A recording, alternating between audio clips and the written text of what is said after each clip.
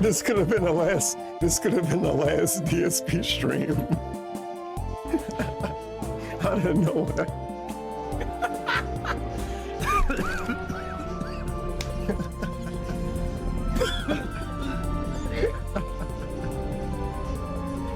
Great. What the The Apollo landing site. Okay, so he found the thing he was looking for at least. We got it. Yeesh.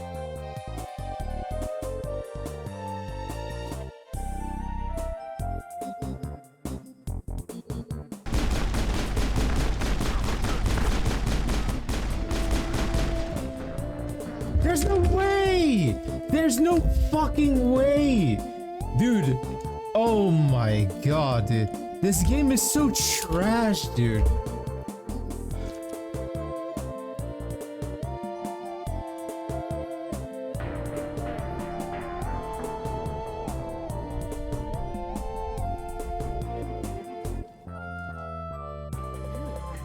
That probably has Sigma. I don't know if that's supposed to be a joke. At least don't catch the monkeypox, man. Do not catch the pox.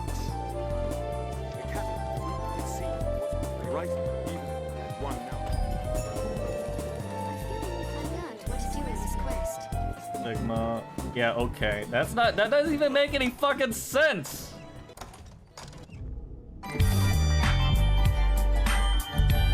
You don't get to this. Bella mossa, pulcino!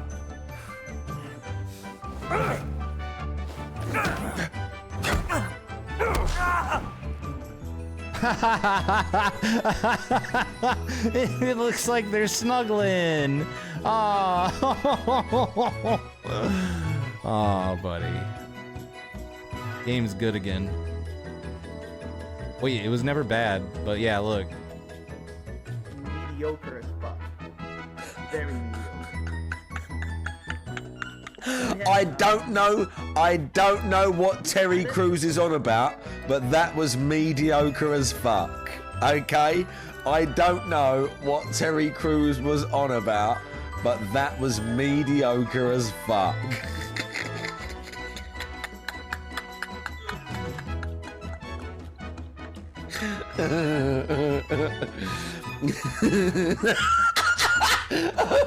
Family recipe. And he just shat all over it.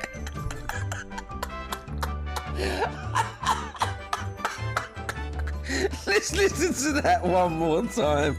Let me listen to him say how mediocre it was. There's nothing special about it.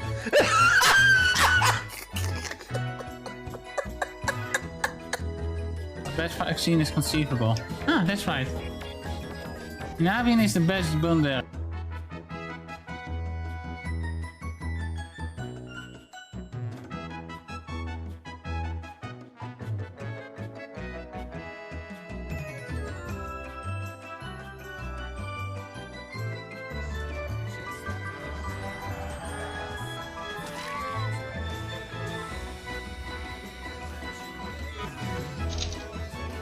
Look at this shit!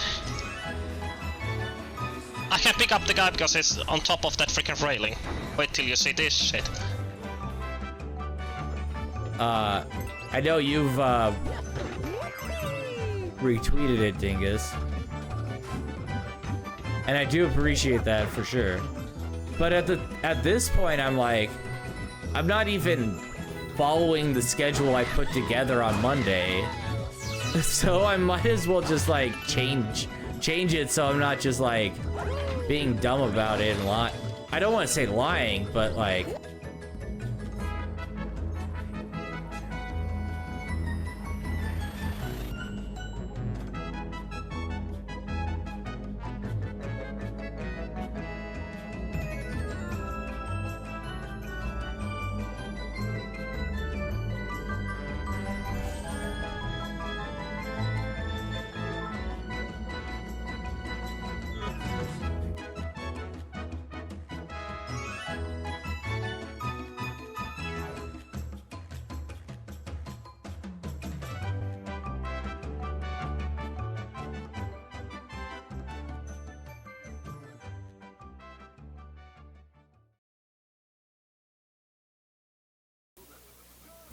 Ladies and gentlemen, Garfield and friends. We're ready to party. We're ready. I hope you bring lots of spaghetti. I'm scared. Come on in, come to the place where fun never ends. Come on in, it's time to party with Garfield and friends. Dancing, fiesta, romancing, siesta, samba, la bamba. Ay caramba, disguises, surprises, and pies of all sizes. Come on in, come to the place where fun never ends. Come on in, it's time to party with Garfield and friends. Come on in, it's time to party with Garfield and friends. Garfield and friends. And pay attention. There'll be a test at the end.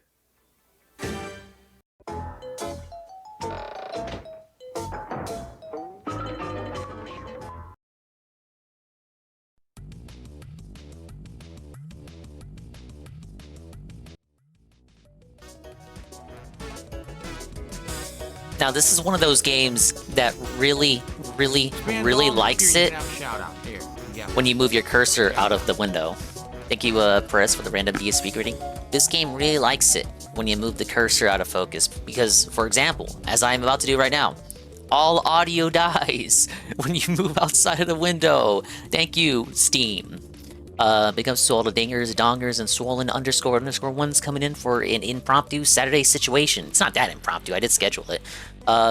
This is Extra Life Charity Goal Fulfillment Goodness with Insaniquarium here. Big ups Iggle Wiggle, Pim Pam, Perez, UNFW1, Starberry Shorty. I always want to say Strawberry Shorty. You know, like my shoddy, and she's a strawberry. Kami, Ian. Anybody else coming in? Yeah, this is from our good friends at Popcat, now known for the illustrious Plants vs. Zombies series. But in the early 2000s, they were making pretty much everything else in addition to Plants vs. Zombies. This is Insaniquarium.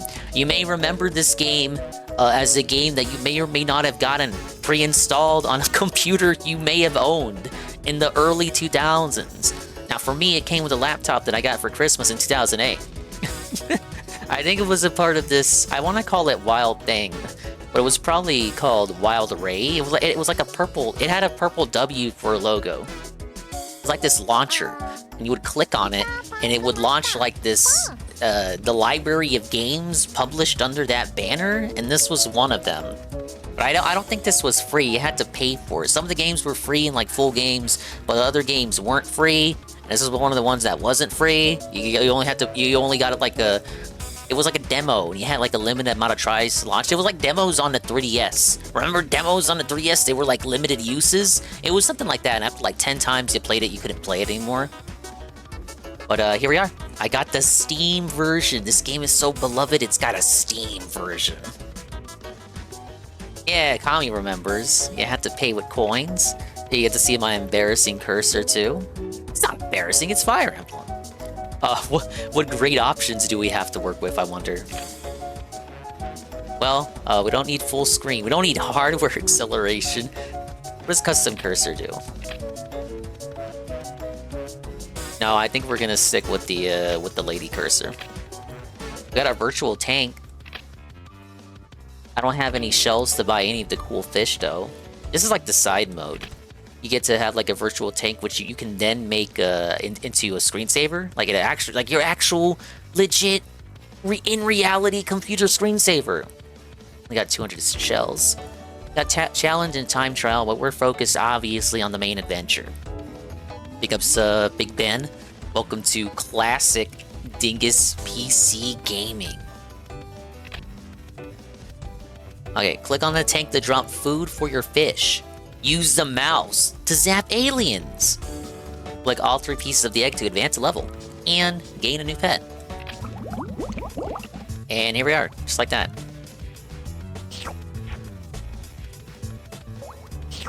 We're just gonna be chilling out.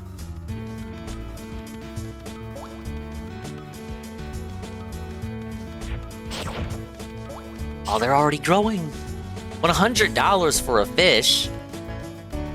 This fucking Biden economy, man.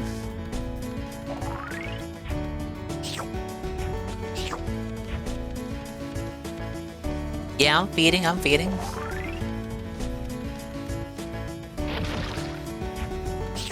Alright, now I got 3 fish. I don't remember the music being so chill.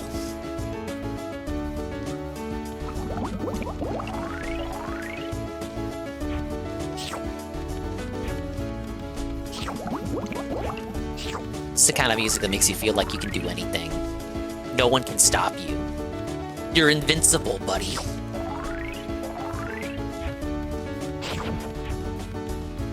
Buy 3 egg pieces to complete a level. Alright, I'm fucking broke now.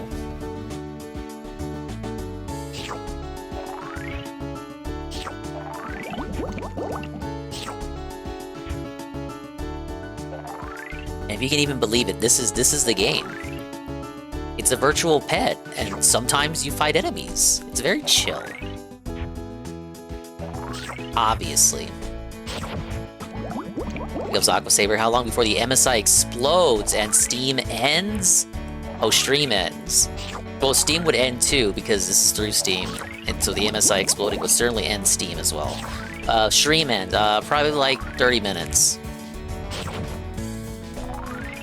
I played it on stream before for a very short segment during the anniversary stream. That was on the other MSI.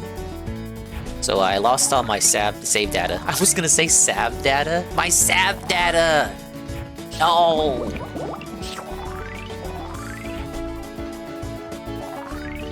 Wow, surprisingly Eagle remembers, despite his busted memory. I never got very far in it in that segment, but just kinda like to show it off.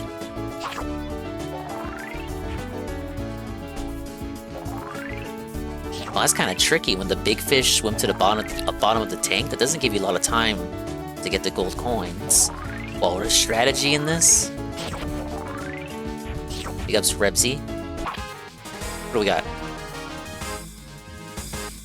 It's Stinky the Snail. Stinky roams around the bottom of your tank, catching any coins you may have missed. The game has been saved. Another old game I used to play as a kid. What is it saying? Once a coincidence.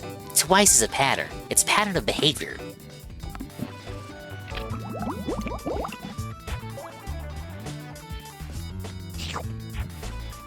Ooh, first alien opponent. Eventually I'm going to be able to buy the option to drop more than 1 food pellet at once. Let's get another fish. My little guppy. Yeah, Repsy, I was saying earlier, I had a laptop and I got a laptop in 08 for Christmas, and this game came with it, or came on it. Nowadays, you buy a laptop and you get fucking like Assassin's Creed with it. you buy a graphics card. It's like, oh hey, you bought a graphics card. Why don't you get Black Myth Wukong with it? A vicious alien is about to enter your tank. Defeat it with your laser weapon by clicking on it. All right, now here's where the game gets real. You thought it was just a pet simulator? You thought it was just like Tamagotchi? We fucking lied! Ooh! Ah, he ate a guppy!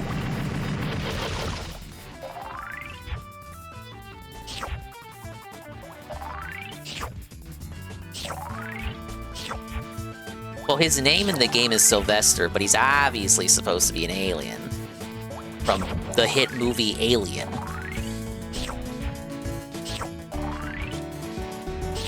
Oh, yeah, let's upgrade the... Oh, no, I don't have enough.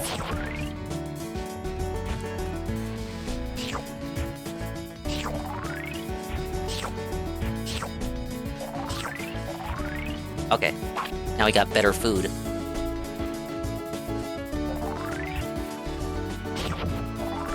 Okay, food... Oh, yeah, I want to do food quantity.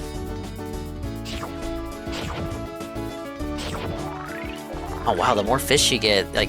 this is like Cookie Clicker before Cookie Clicker, except you're doing more than just clicking on a cookie.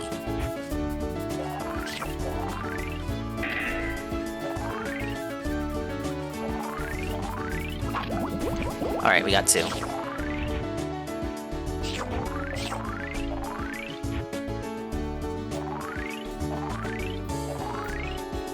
Shoot the alien's head to push it downwards, shoot its tail to deflect it upwards. Whoa, I got the tips. I got the strategy guide there.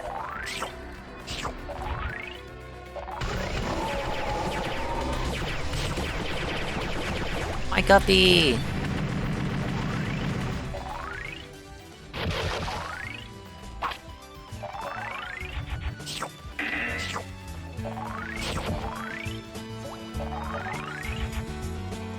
You gotta pay active attention here, especially as you get more guppies.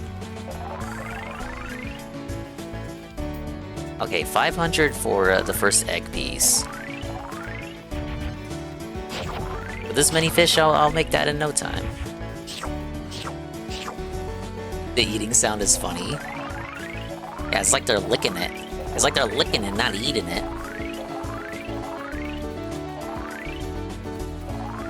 So I told her workplace, yeah, just like, you know, don't take her to the hospital. Like, just give her a pill.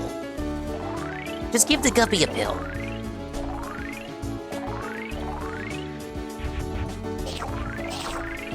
They love my pills. These are the Zanny berries. Played it on PopCap's website. They used to have a lot of fun games before EA bought them, yeah. Then they got turned into a Plants vs. Zombies factory. Most games were gone except for the ones that made money, including Plants vs. Zombies. Yeah, they really hit it with Plants vs. Zombies.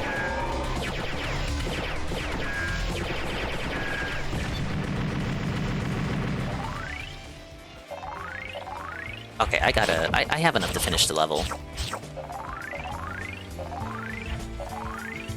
I just want to click all the coins. There. We have Nico the Oyster. Nico produces pearls they can click on for a hefty sum of money. Game is saved. Alright. Got through 2 levels. Be chillaxing with some videos too.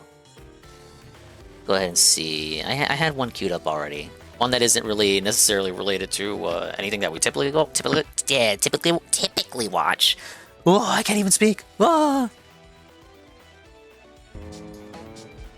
I did give Plants vs. Zombies a try. It's addicting. Yeah, I did too. I think it's on this laptop, actually. I'll have to check again. I remember seeing it in my home menu. I'm like, when the fuck did I download that? But it's not through Steam. I think it's through the Windows Store. And the Windows Store is... Oh, buddy. Alright, give me 1 second here. Let me pull it up.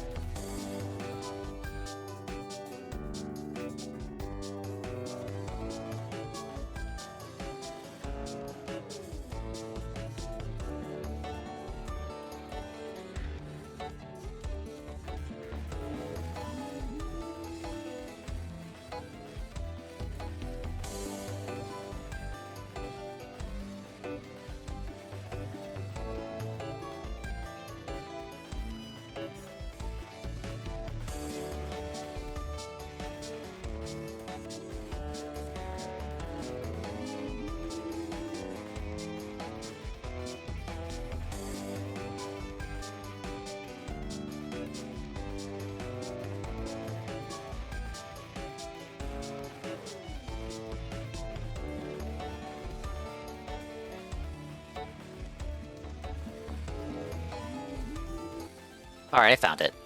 Were PopCap games considered Flash games? Were they? Rebsy says he played them on a website. I always had them downloaded straight to the computer. Okay, this is a funny video, or at least the topic is funny to me. This is called Mario's Weird and Obscure Enemies. I feel like I know most Mario enemies, but I might be wrong. I might learn about one that I didn't even know about before. Maybe they were made in Flash, but I always had them downloaded. Playing New Super Mario Bros. And you ran into these things and just wondered, what? I know I think about it once a week, but I've never actually thought hard enough about what these things are and what they're doing in a Mario game. Then the more I thought about it, the more of these weird Mario enemies I remembered.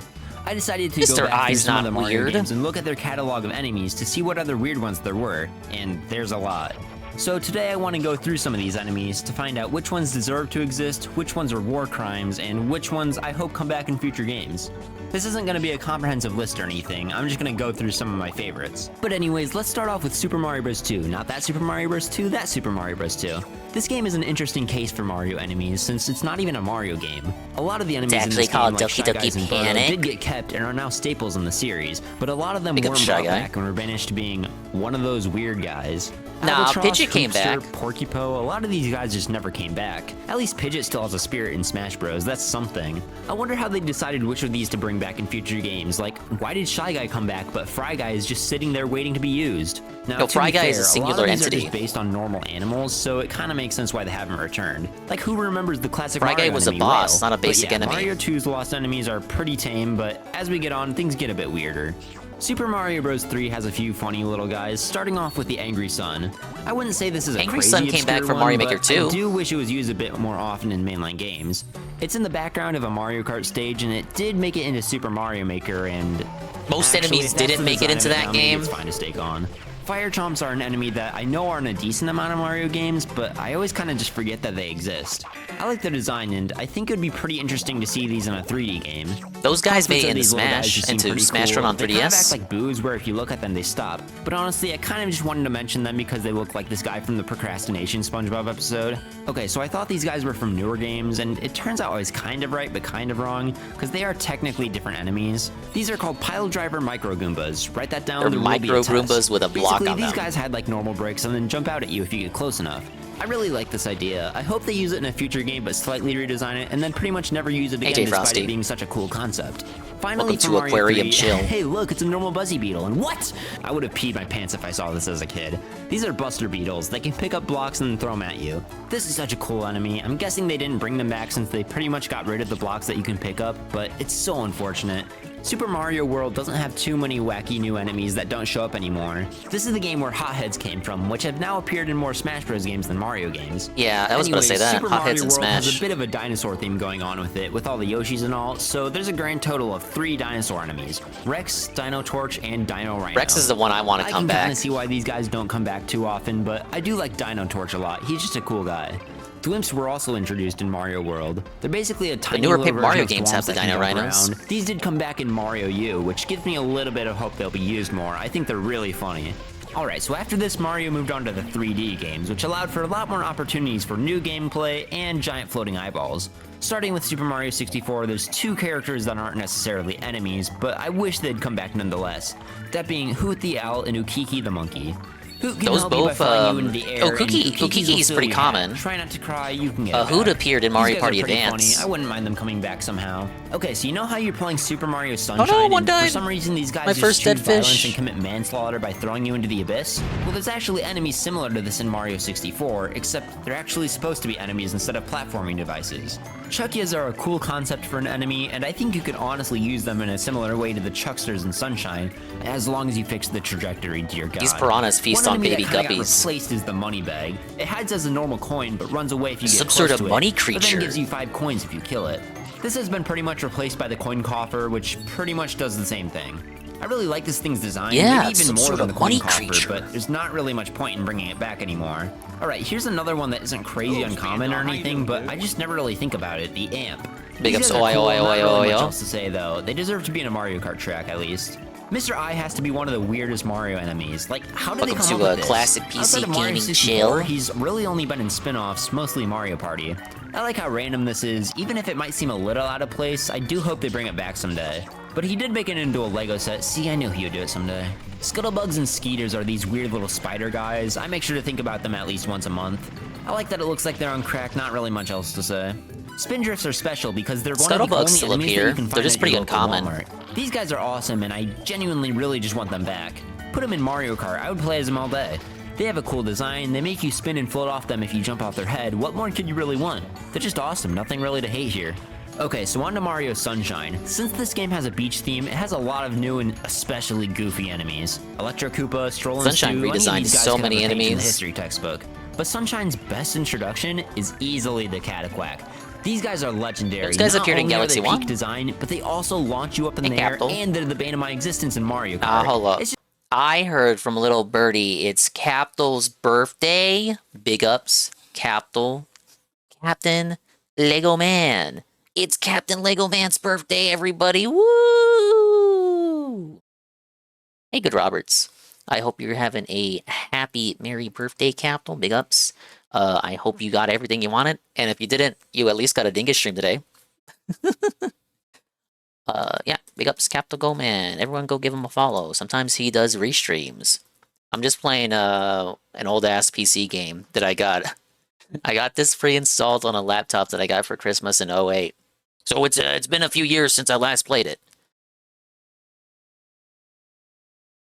And I'm watching funny videos. It won't be a long stream. I'm just hanging around. Just a crime these things have only been in this, Galaxy, and Mario Kart. They just deserve so much more. Just imagine playing as one of these in Mario Kart. Yes, this is what I think about in my free time, don't judge me. But outside of that, a lot of Sunshine's new characters are either bosses or NPCs. I would go for bosses, but I'm lazy, so I guess I'll just say they better bring back Piantissimo. What do you want me to talk about, this guy? Okay, Mario Galaxy has a lot of new enemies because of the whole space theming and everything, so I'm just gonna speedrun some of the best one. Spiky Top Man is awesome, Honey Queen should be forgotten but is in Mario Kart for some reason, Spring is a Spring, Only Spoonie Mario is a Kart Spoiny, 7. and Springler is a Springler, please don't get them mixed up. Goombeetle pulls, I hate gear modes, Guppy needs to be banned from elementary schools, Spooky Speedster is cooler than I'll ever be, and Male Toad is fine I guess. Mario Galaxy 2 is basically the same situation. Whittles are funny little guys, Chimps are little guys, not funny. Trap Dragons remind me of Spindrifts. Of course you got Snoodle, Spinecone, Spinelbur. What was going on with these names? Kleptoad has definitely so much seen some clicking things I gotta I'm still do. not really convinced he's in this game. This guy has a name that I have to be really careful while typing, and of course Male Toad makes his return. Okay, so now we're going back to 2D with the game that I think has the most new weird enemies, New Super Mario Bros. For the DS. First off, remember the Pile Driver Micro Goombas? Well, they're kind of back now, and kind of better than ever, honestly. Block hoppers are these little alien guys that hide inside stacks of blocks and jump around. I once again love this enemy and have no idea why they almost never There's bring so it much back. It's clicking so I gotta cool. do. Bruisers are another one of those enemies that you know exist but never really think about, kind of like that assignment that you have due in 20 minutes. I really like these guys, they're just so weird. I have no idea why or how these guys exist, but they somehow not only did that, but also got their own Mario Party minigame, so I guess I really shouldn't be judging. Crowbers are crows because We have Itchy the Swordfish. Itchy helps you by attacking aliens when they appear. Oh, good. Look, I don't have a mouse, given that this is the MSI, so I'm using a touchpad. Therefore, my clicking is a little bit dented. I just knew something was missing from this game. It's the crows. They appear in one stage and swoop down at you, S tier, bring them back. Kabombs are, I don't even know. I'm running out of things to say. They're bob-ombs that are ignited by fire and make fireworks. Yippee. The Kabombs reappeared in Mario Golf World Tour on 3DS. Redesigns of Scuttlebugs and Skeeters from Mario 64 DS. I don't really know which design I like better, but I am proud of them for getting over their drug addiction. Just use macro keys, but then you guys will say I'm cheating. They basically act like bullies from Mario 64, but ended up as these guys somehow? They've literally never appeared again. This is Unguard at Heck, home. They don't even have official artwork. How did this even happen? Did the guy making the enemies just forget that they were due that day and have his thumbprint handy? Even when I first played this game as a kid, I thought they were weird, which is kind of why I love them. I want these to return eventually. They're just such a weird enemy. Those to guys exist, and should be I brought back to honestly an just want a RPG piece of game. official artwork for them. They deserve that at least. But anyways, snow spikes are just regular spikes, but cooler. I like these a lot, and honestly, I'm surprised They they're not used appeared more. They in did come back in Sticker Mario Maker 2, though, so I guess there's a chance they start using them again. Splunkins are so funny. Like, look at this guy. How can you not love him? Not only do they have an amazing that just a design and Goomba name, with a though, pumpkin they on its honestly head? have a pretty cool gimmick where you have to jump on them twice, but they speed up after the first time. I wish these were in a Mario Kart track like Grumble Volcano or something. Imagine how cool it would be if you hit one of these with a shell and it started moving faster, making it harder to avoid. But sadly, Splunkins probably just don't speed have a big past chance it. of coming back. And finally, for New Super Mario Bros., we have Squigglers, baby versions of Wigglers. They're alright, but Bowser's they're Inside no Story had a new Spelunkin. alien. Though to be fair, that's a high mark to hit. That's all for New Super Mario Bros. This has one of my favorite batches of weird enemies. There's just so many of them, and I love it. But up next is New Super Mario Bros. Wii, which surprisingly doesn't have too many crazy new enemies. Oh no, Brambles are these Deadfish. funny guys. I think they're pretty cool. I don't really know what else to say about them, so I asked my friend for input, so there you go. These are another one I hope show up in a Mario Kart Brambles course. I think that are could in be the pretty movie cool. that I Speaking still of haven't cool, watched. Cooligans are just the coolest. These guys could be cereal mascots. It's hard to hate them because of how cool they are, but don't worry. I do still hate them because of the ice level in World 9. These ghost blocks are kind of cool. I don't know what to say. It's a flying cube. I can do that too. But finally, from New Super Mario Bros. Wii, we have Hucket Crabs, creating the war between which Mario Crab is the Mario Crab. It's the one from Mario Odyssey. New Super Mario Bros. 2 has the Bone Goomba. That's it, and I'm not even joking. What do you want me to say here? Super Mario 3D Land has a few goofy enemies. I feel like you can tell when an enemy is from Super Mario 3D Land. Like, they'll just have a sort of look to them, you know what I mean? Like, I'm not trusting this guy with my life. Block-a-Blocks look like my 3rd grade art project. They're pretty cool, but I don't need them to come back. This is the game that introduced coin coffers, which, like I said, replaced money bags. They're pretty cool. I still like the design of money bags a lot, but coin coffers spit out coins, which is pretty cool. They actually did bring back a fake block enemy in this game, but it's just a block with eyes and a tail. Block hoppers definitely did it best. Well, that's The like little most alien Mario guy's enemies, awesome, though. and now Just they something kinda with feel eyes and a soulless. tail. Don't worry, I'm getting my protest sign ready. Inky Piranha Plant, holy Morty moles are large moles. They take 2 stomps to be defeated, and the first hit flattens their body. Thanks, Morty Mole. What would I do without you? Prongos are the most Super Mario 3D they should bring Land those enemy big to ever jumbo Super Monty Mario moles 3D back. Land. And finally, these actually have gotten brought back, but I actually really like Wallops. They move with you to block your path, and honestly, they're pretty cool. I think they work best with 3D World's ice skates, but they're cool nonetheless. But yeah, They're most in, of these enemies that have Captain been Toad, left I believe. behind, I think are No, pretty wait, no, fine that's to be the- that's gone. the other- Unless the other someone's one. a really big Morty Mole fan, I think they knew which enemies to keep around, like Wallops and Bitty Buds. New Super Mario Bros. U doesn't really have anything, just these guys called girls, which are funny because they have 3 R's in their name. That's about it, unless you want a 40-minute essay on the Waddle Wing. The final game I'm going to talk about is Super Mario 3D World. Since Odyssey is just Whoa, so we love that recent, I one. don't really know which enemies are going to become mainstays. Just know that I really like Pokeos, Tropical Wigglers, and these skeleton guys. But anyways, 3D World has another enemy that I like a ton for no reason, the Ant Trooper. I don't really care about them in the actual levels, and they don't really do much special, but like, look at these guys, they're awesome. And just when you thought it couldn't get any cooler, yeah, they put a shell on his head. Pretty cool, I want to playable in Mario Kart. 3D World has a lot of new How would it enemies, steer the but steering there aren't wheel? really too many crazy ones. Like, whoa, it's a boulder. I wonder what his name is. Oh yeah, it's Boulder. Block Steppers are kind of funny. Conquerors are kind of just there, but they do have an S tier name. Flopters are just an actually pretty cool design. Hop Chops turn into springs when you defeat them. Pretty crazy, I know. Madpoles are funny little guys, but they have some of the most polarizing designs in the game. Like, look at this art. It's awesome, but then look at this. Alright, yeah, that's enough of that. But for our final enemy, we have none other than the Snow Pokey. Really great design, missed opportunity to call it a Snowkeys, 7 out of 10. These weird enemies make Mario games so much fun. It's awesome to see all the weird new designs in a game, and also to I see agree, which it's ones like being become excited for new mainstays, and which Pokemon. ones they decide to draw the line on and contain in the game they're from. I do think for the most part, though, they do a good job bringing back the ones that are good and leaving behind the worst ones. Except for Splunkins, why have those not come back? That was a very, very quick Zoomer-style video. Pretty good, pretty good. Yeah, I agree. A lot of enemies that I would like to come back. I think Rexes would be at my number 1. At least they would be near the top. Rexes and Dino Rhinos. But like I said, Dino Rhinos are in the newer Paper Mario games, but they don't tend to have big roles. They're kind of just there to be like, oh, remember this? Remember Barry moment?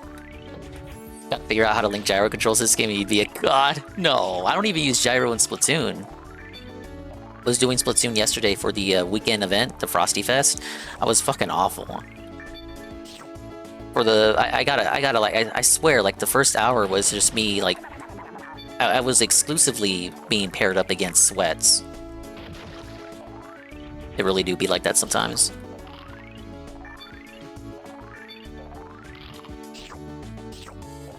My elo wasn't high enough. Or rather, it was too high. That's why I kept getting paired up with them.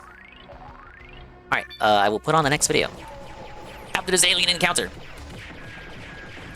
That's how you feel playing Marvel Rivals. Yeah, see, I'd be awful in Marvel Rivals. You would not want to count on me. Like, you already don't want to count on me if I'm on your team in Splatoon.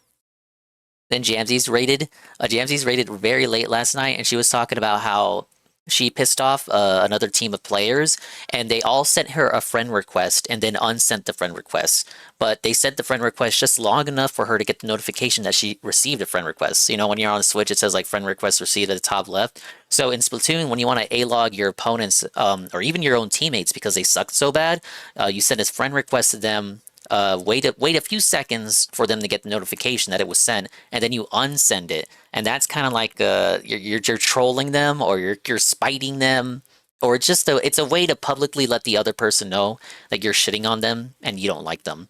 And sometimes after that you get blocked. Yeah, it's a Gato moment. That happened to me all the time in Splatoon 2 when I was shooting for S rank in that game, or no, X rank, the highest rank you can get in that game. But it never happened to me when I was playing Splatoon 3. So it made me think for a while that they had actually removed that due to toxicity and harassment. So I'm kind of shocked for her to have said all of a sudden out of nowhere, "Oh yeah, that happened to me." I was like, "Oh shoot, that can still happen," because that hasn't happened to me at all ever in the history of me playing 3. It was just entirely localized to Splatoon 2. All right, that was Mario's weird and obscure enemies. Kind of a short video. I like that. This one I've had sitting in the playlist for a while because it jumped at me in my recommendations. Legoland Florida is a bad value. A really mixed experience. I didn't even know there was a Legoland in Florida. I've been to the one in California. Well, why is it a bad deal? Surely it's better than Disney World, at least.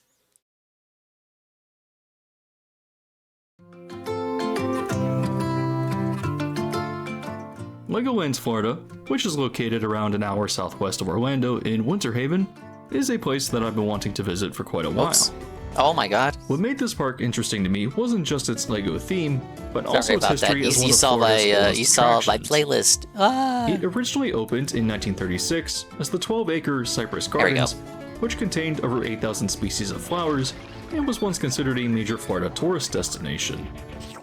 I have memories of visiting this park in the late 90s before it ever had rides, but in February 2004, the park was bought by Adventure Parks Group, spending $50 million to install various attractions and reopening as a regional amusement park in November of the same year as Cypress Gardens Adventure Park. I can't say that I remember it being very good. Sir Moist and with always its close talked up proximity Legoland to Florida, so Orlando, this is a why visit surprise. such a basic amusement park when you could get Disney, Universal, or even SeaWorld? Yeah, like I said, I didn't even know they had one in Florida. Busch Gardens, Tampa. This is definitely a surprise so to me. understandably, nobody was really traveling out of their way to get here. In 2006, Low the rent park check. filed for bankruptcy, and Yeah, after a few you haven't even tumultuous seen years, the and an aliens acquisition by Land South Adventures, who built a water park on site, Cypress Gardens was forced to close in September of 2009. Alright, we beat it. The following year, Maryland Entertainments bought the park, Prego using the existing the mama infrastructure to fish. Prego helps populate your tank by giving birth to a new baby guppy every so often. Yeah, they call this game Insaniquarium for a reason. Duh. and theme it into Legoland Florida. Legoland New York? This I must be behind on the Legoland lore. Positioned by Land South Adventures, who built a water park on site, Cypress Gardens was forced to only close 3 in pets at a September of time. 2009. The following year, Maryland Entertainments bought the park, using the existing infrastructure to convert and theme it into Legoland Florida, opening as the 4th Legoland park in October of 2011. This was apparently successful, keeping the park in business up through today, as I suppose that the LEGO brand identity is strong enough to encourage people to drive this far out of their way. LEGO is certainly one of my favorite companies out there, and is a really good example of one that consistently produces high quality products, so I definitely see the appeal of the company for both kids and adults. Well, don't fans nowadays say like However, the material target used to make demographic the of Legos is Legoland lower is quality, really young kids, but the prices as have in stayed the same? toddlers up through maybe 8 Actually, year olds, have actually with many of the grown. rides having height or age restrictions. As an adult, there's not really much to do with this park, and so it's important to acknowledge that I can't really compare it to other theme parks, even the Magic Kingdom, because it's definitely targeted almost exclusively towards that really young demographic. With that in mind though, I do have to say that, unfortunately, the park experience here is very mixed, and while there were certain things that I enjoyed and appreciated, there's still a lot of negatives that really end up weighing them down. So come join me felt today like that as we about explore Legoland Legoland California, Florida, to be honest. a park that draws in a lot of tourists Even as despite Billy its remote Dingus. location, yet has some Why the fuck significant didn't we just go to operational SeaWorld? issues that we really need to get into.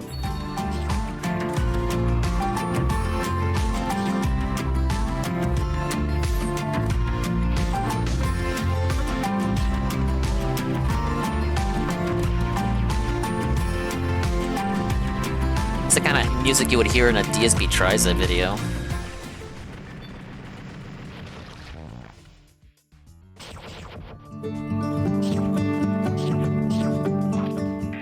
Just a quick favor, but videos like these take a lot of time and money to produce. Now guys, so if you're a fan of the channel, you can help me out by leaving a like and hitting the subscribe button if you haven't already done so yet either. The first thing that you should know is that Legoland is not just a single theme park, but is actually a small resort. Just right outside of the gate is the Legoland Hotel and Pirate Island Hotel, which I didn't go into, but they're certainly conveniently close and are advertised as containing many themed rooms.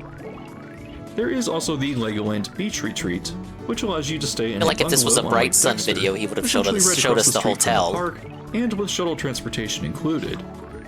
However, it's also worth noting that the resort contains Peppa Pig theme park, which I won't really cover here because unless you're a 3-year-old or a parent of one, there's just absolutely no reason to go here. It's actually kind of wild that this hastily built park erected in the parking lot has the audacity to charge $67 for adult admission when there's almost nothing for them to do. Kids are cheaper, and I think appropriately priced at $30, but a family of 4 can easily spend over $200 for essentially 5 kids rides and a splash pad. What I believe the resort intended was that people will add this park onto admission into Legoland for around a $25 upcharge. But even then, I wonder why you would take time out of your day to come here when Legoland already caters to extremely young kids. The splash pad was by far the most popular area, but at that point, why not just bundle in the water park, which is only accessible with admission to Legoland, because you have to walk through the park to get there. We're learning about Legoland, specifically the one in Florida. Unless you package it in with a resort vacation, apparently which most people who go there sucks. will probably do.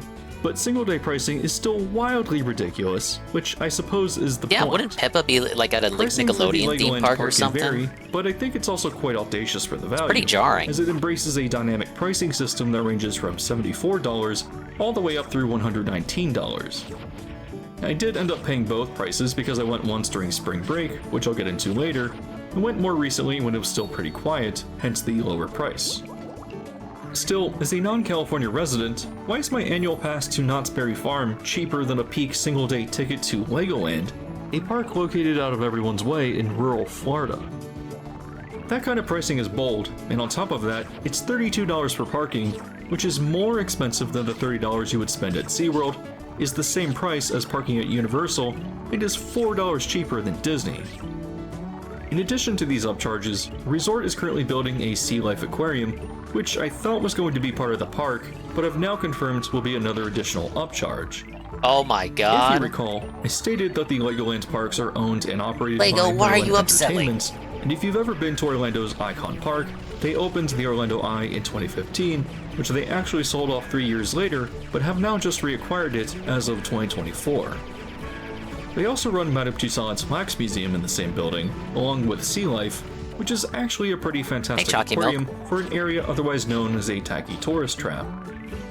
So, speaking from my experience with the Orlando location, while I think that adding a Sea Life aquarium to Legoland is a solid idea, it's failing to add value to the actual park. What does it have to do with Lego? Lego? An outrageous price, unless you bundle it in with other tickets. I guess that's Maybe just have like Merlin's Lego pricing figure strategy, statues because underwater. any That'd of be the pretty individual cool. experiences at Or if it's just a Icon regular Park are ass certainly aquarium, overpriced, why wouldn't you go but to do like, become a lot more I don't bearable when all know, the bundled local together. aquarium in town? Still, the experience of Legoland Florida could really benefit from a significant attraction like Sea Life included with admission, because the value of the park for the price is really pushing things. So with that said, let's get into the actual park and see what it has to offer. This is all before we talk about the rides that are available. That's the real kicker. Every ride is separate admission. Yes! Safa! As you move through the entrance and into the park's first area, Funtown, the park does admittedly have some charm to it.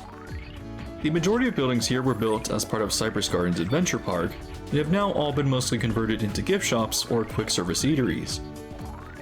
As a fan of Lego, as in the product, it is definitely fun to browse the sets in the store known as just the Big Shop, although because I live so close to the Lego store in Disney Springs, there wasn't any reason for me to purchase any of the sets here.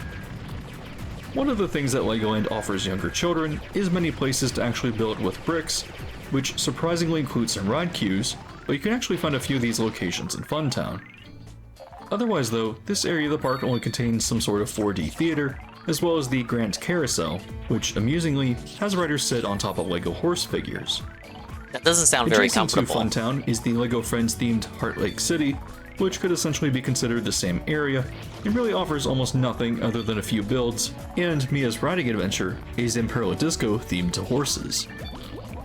Funtown is overall pleasant, if not a bit generic, and I do enjoy the many figures built out of Lego scattered around. Oh, it is literally called Funtown. Funtown. You couldn't think of There's a a few less different ways generic to proceed name? further into the park, but I might as well mention Duplo Valley, a farm-themed area that is obviously catering to toddlers. It's small, but well-themed for what it's attempting to do. Yeah, big ups, However, Duplo. reaching the end of the land, the pathway splits and the park becomes more interesting. If you turn right, you'll find yourself in Lego Movie World, Oh which, my if it God. wasn't obvious, is based off of the Lego Movie. Where's with the a few Lego references Island from world? The Lego Movie 2 scattered around as well. The first film is quite clever, but while the land recycles a lot of its iconography, the attractions are rather simple, and I would think are not very satisfying for fans of the film. There's a small Unikitty themed drop tower, a playground inside Benny's spaceship, and the Battle of Bricksburg, a mock splash battle attraction themed to the invading Duplo from the second film. However, the e-ticket of this area is located inside The Dog, which is a simulator known as the Lego Movie Masters of Flight. Inside, riders are packed into one of the pre-show rooms, where after a bit, Emmett appears on the televisions above, explaining that everyone here is gathered for a yearly competition between the master builders.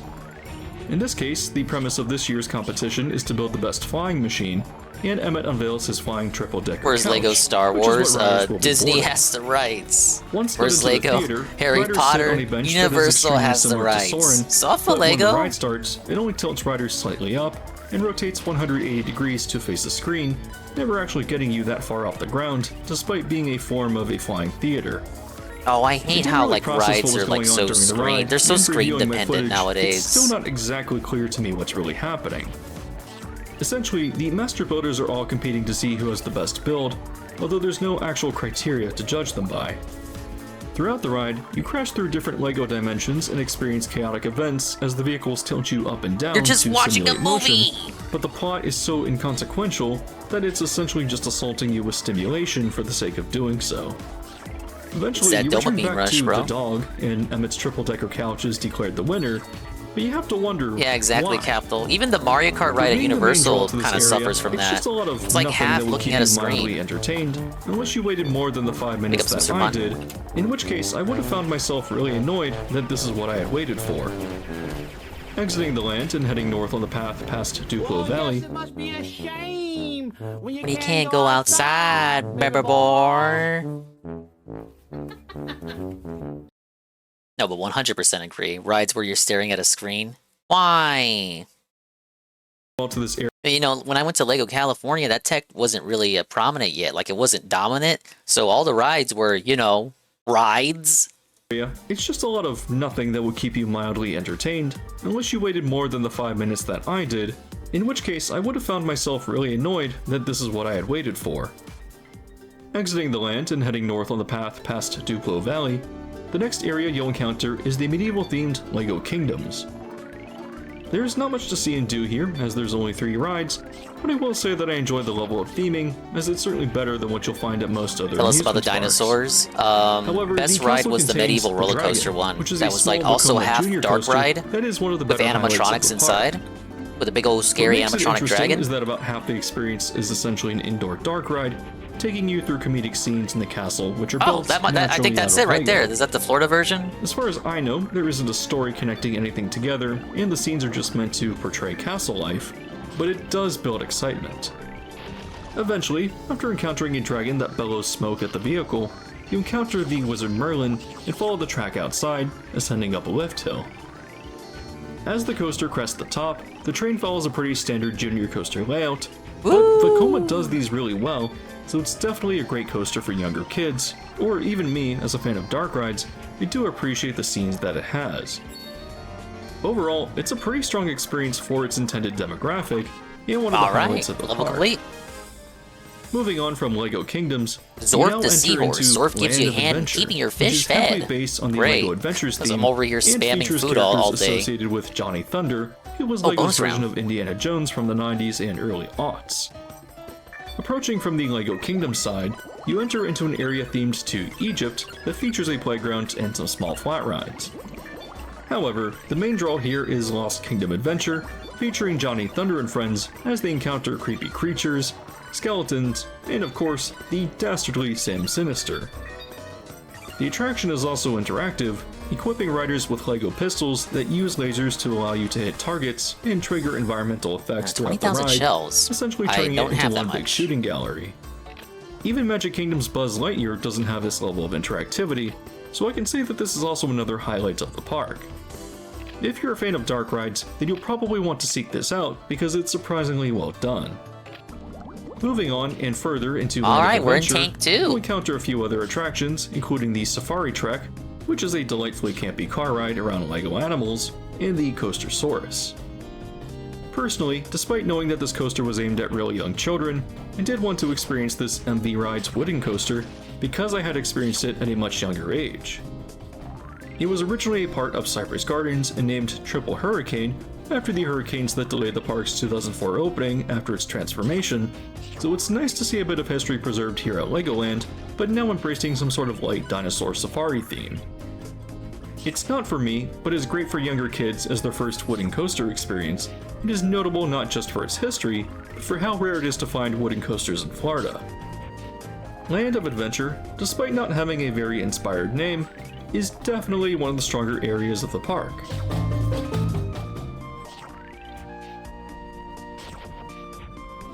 What is that? The Star Potion? Look on Tank to Continuing drop on the down Star path, Potion.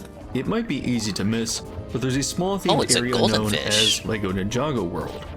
Does that make him It's invincible themed, to of course, aliens? after Oh, the Ninjago line, gives me but stars. it's also rather sparse in what it has to offer.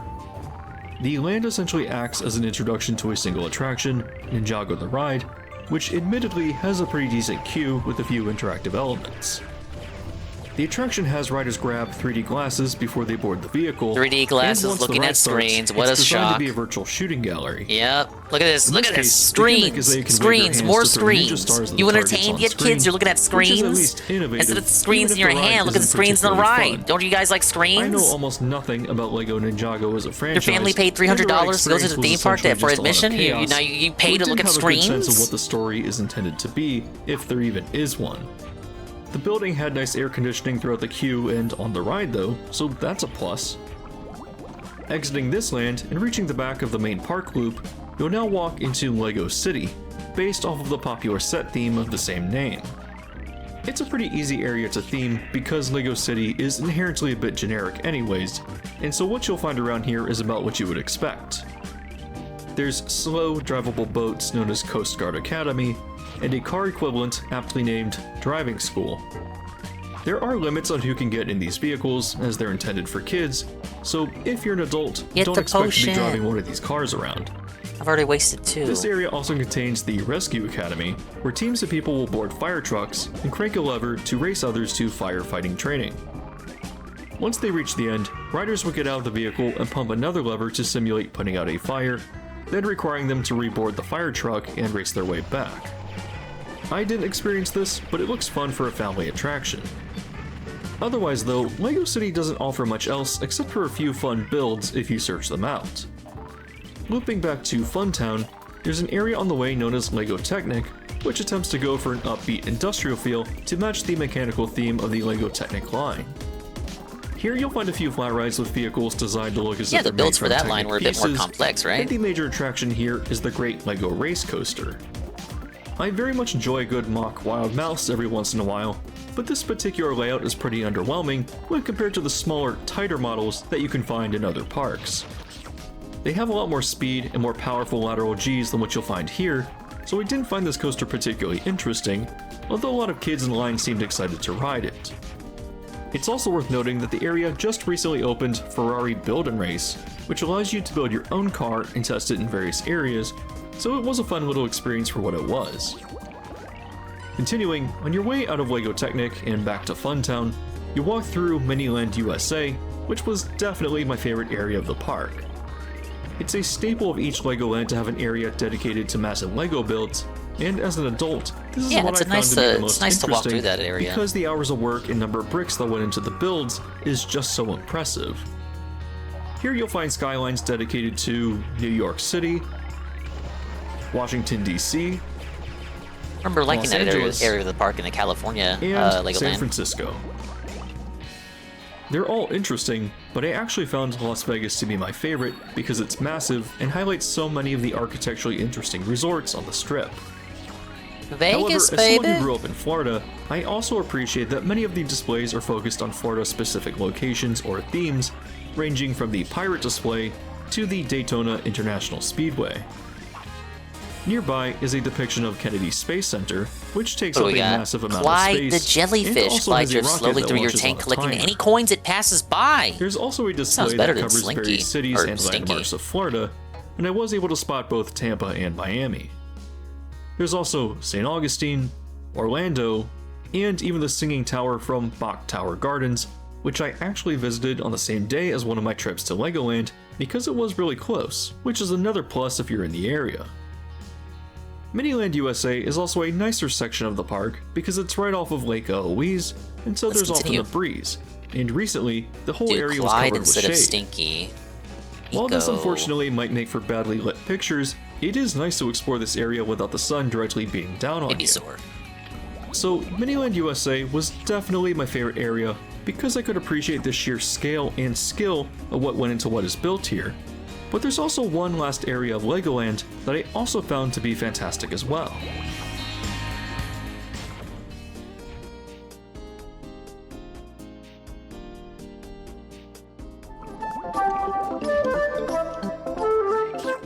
Continuing down the path alongside the lake in Miniland USA, you'll quickly find yourself in Pirates Cove, which is not much more than a ski show and a boat ride. However, this area is also the entrance to the original Cypress Gardens, which grew to 30 acres by the time it was declared protected in 2004 by the state of Florida. Legoland is obligated to keep the gardens open and maintained, and while this is a place that I disliked as a kid, I now very much appreciate it as an adult, especially since it's a significant piece of Florida history. You go there as a kid, where the fucking rides may at? not be as Where are grand the or majestic fucking as they've been rides? historically, but Fuck it's still you, one of the Mom, better why'd you take aspects me of this here? park. As part of the protection agreement, Legoland is also obligated to maintain the lake shoreline in its stadiums, as Cypress Gardens has a long history of putting on ski shows in the lake. Legoland continues this tradition with Brickbeard's Water Sports Stunt Show, which has either been cut down to not include costumed Lego characters, or just didn't have them the day I watched this show, but either way, it's not particularly interesting. At the very least, there's merit in keeping this tradition of Cypress Gardens alive. Finally, Pirates Cove contains the Pirate River Quest, which is actually a more recent addition. Boating Came through here the to build canals has Legos and been a ride Cypress rides that you Gardens can't tradition do for a either. long time, Well, you mentioned and those Legoland small little decided to put a sections pirate where you're spin allowed on to it for build this fun freely. attraction. They're probably As not you embark constant on your throughout the quest, park. narration in the boat tells the story of how Redbeard was attacked by hostile monkeys, and as you go along through the canals, you'll encounter scenes of peril as you try to recover his treasure. Some of the scenes have neat effects, such as water cannons to simulate cannonballs, or have some small degree of movement that makes the ride just a bit more interesting. A Jungle For many of Cruise the moment. scenes, Redbeard will ask the pirates on board to count the missing crystals, coins, or bricks, which is definitely intended to keep younger kids engaged in a scavenger hunt. It's a decently fun ride, one that caters to young kids, but also adults if you're interested in viewing the gardens from the canals.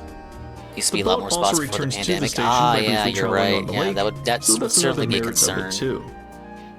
It's a pretty cute ride. It's but let me 2025 ask now. you The this. pandemic is basically Would over. you wait 80 minutes Like to ride it? nobody's talking about it anymore. Well, I certainly wouldn't, but this is a great transition into the operational issues of Legoland, and one of its most glaring is the severe lack of capacity. I first went to Legoland in the third week of March this year, specifically because I thought that it would be immune to spring break crowds, especially since Florida schools Yes, had there were just no finished up. crowds. His footage, the However, I footage, was the B-roll is very pretty wrong, empty. and attractions had unreasonably long waits, just because of how poorly they're equipped to handle any kind of crowds. The Dragon was a 40-minute wait. Really? Masters of Flight advertised a 60. I'm looking at his B-roll, and there doesn't seem to be many people there. Hey, Scrumbles. What's up, Dingus? How are you? I'm doing great. I'm doing one of the goals for the Extra Life last month. I'm going back to Insaniquarium. It's chill, Dingus, PC, Saturday situation gaming. I'm just feeding fish and watching videos, dude. Coastersaurus was the same, and I saw the Pirate River Quest at an 80. Even the rides exclusively We're learning for about kids Legoland like driving and why it school were sucks. advertising 60 minutes, which just sounds miserable for everyone in the park. Oh, look at the little especially since young Starcatcher. kids Look are at him, he looks obviously kind of cute. impatient. My first experience with Legoland was so rough that I only experienced a small handful of rides, which is why I came back more recently in the off-season on a weekday to see if I could be more fair to the park. However, while I generally liked many of the attractions and found most at least mildly entertaining, the park only offers a positive experience if most rides are walk-ons and nothing is more than a 20-minute wait.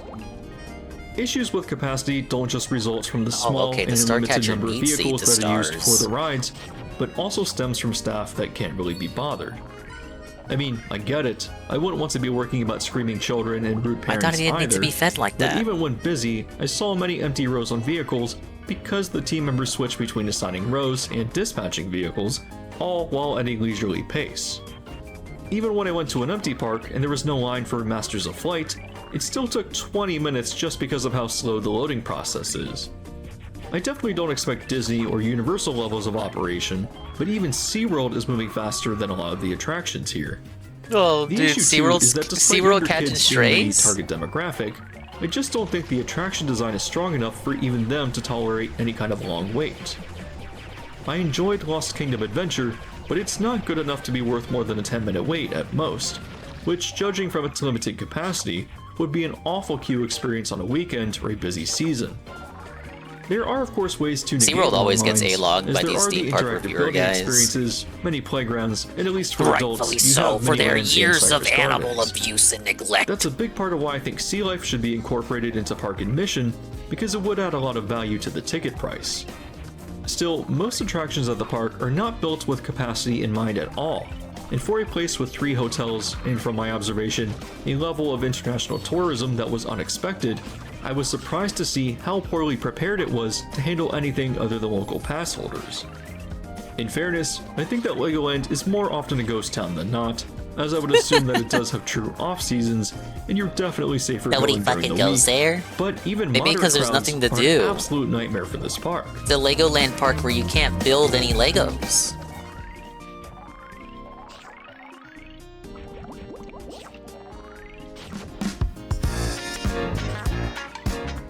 Before I wrap things up, I do want to mention that while I think the price for the value of admission is quite a bit off, What are you gonna I give it a did 3 try out of some 5? food in the park.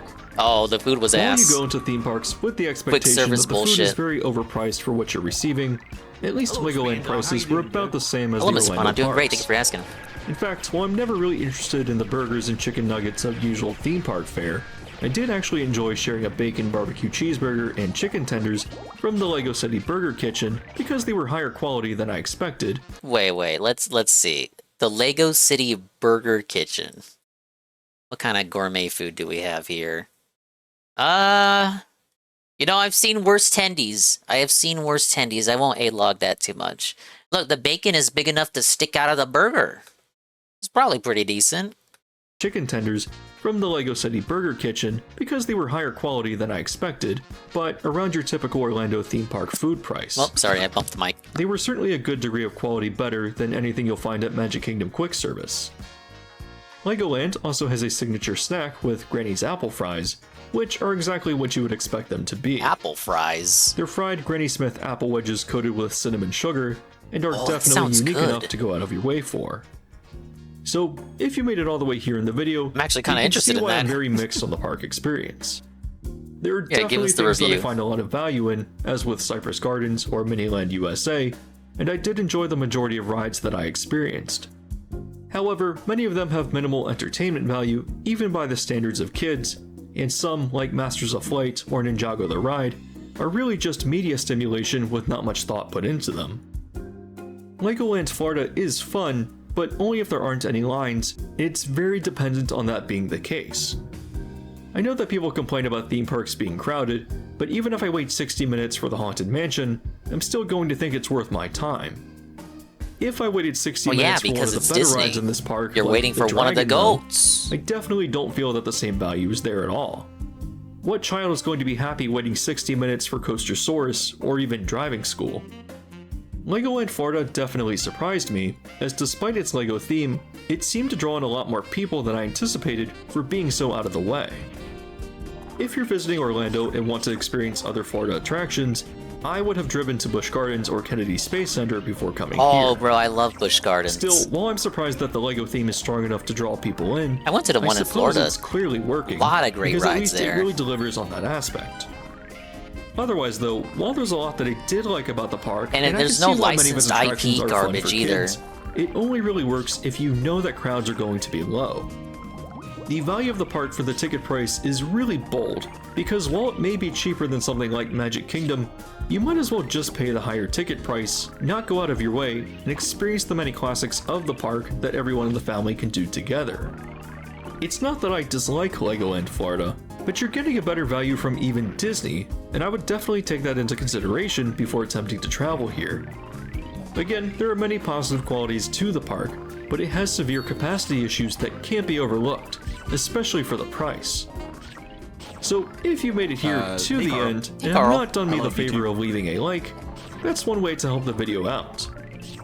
As always, if you like videos like these, but We're learning about Legoland Florida, Carl, and why it sucks. You can do so now to be alerted to new videos. There's not enough for as they kids to do release. for some reason. At a park called Legoland, there's not enough building for the kids to do, and there's nothing for the adults to do. But the food is surprisingly above average. Hey, Blam. Oh, okay, I see. You give the Starcatcher stars, as his name implies, and he gives you diamonds in return. Ah, yes. Yeah, big ups, Blam. Doing a throwback Saturday. If you've ever... This is the hidden lore of Mario Kart's rival system. Yeah, it's a system they don't really talk about within the game itself, but it does exist. Play the Mario Kart Grand Prix, you'll know that every single time there will be some CPUs who will turn into the absolute bane of your existence for the course of those 4 tracks. This guy And then sounds when like you he's boot up the new GPM's cup, cousin. Those same characters suddenly finish last in every course, and another few are your closest competitors. That is known as the rival system, and has existed in every single Mario Kart since its inception. In order to ensure certain CPUs perform well over the course of the entire cup, instead of just individual races, certain characters are essentially given improved AI over the rest for the duration of that cup. However, whereas several Mario Kart games do this completely random, others have charged use to ensure your closest competitors are characters that have a certain relationship with the character you are playing as.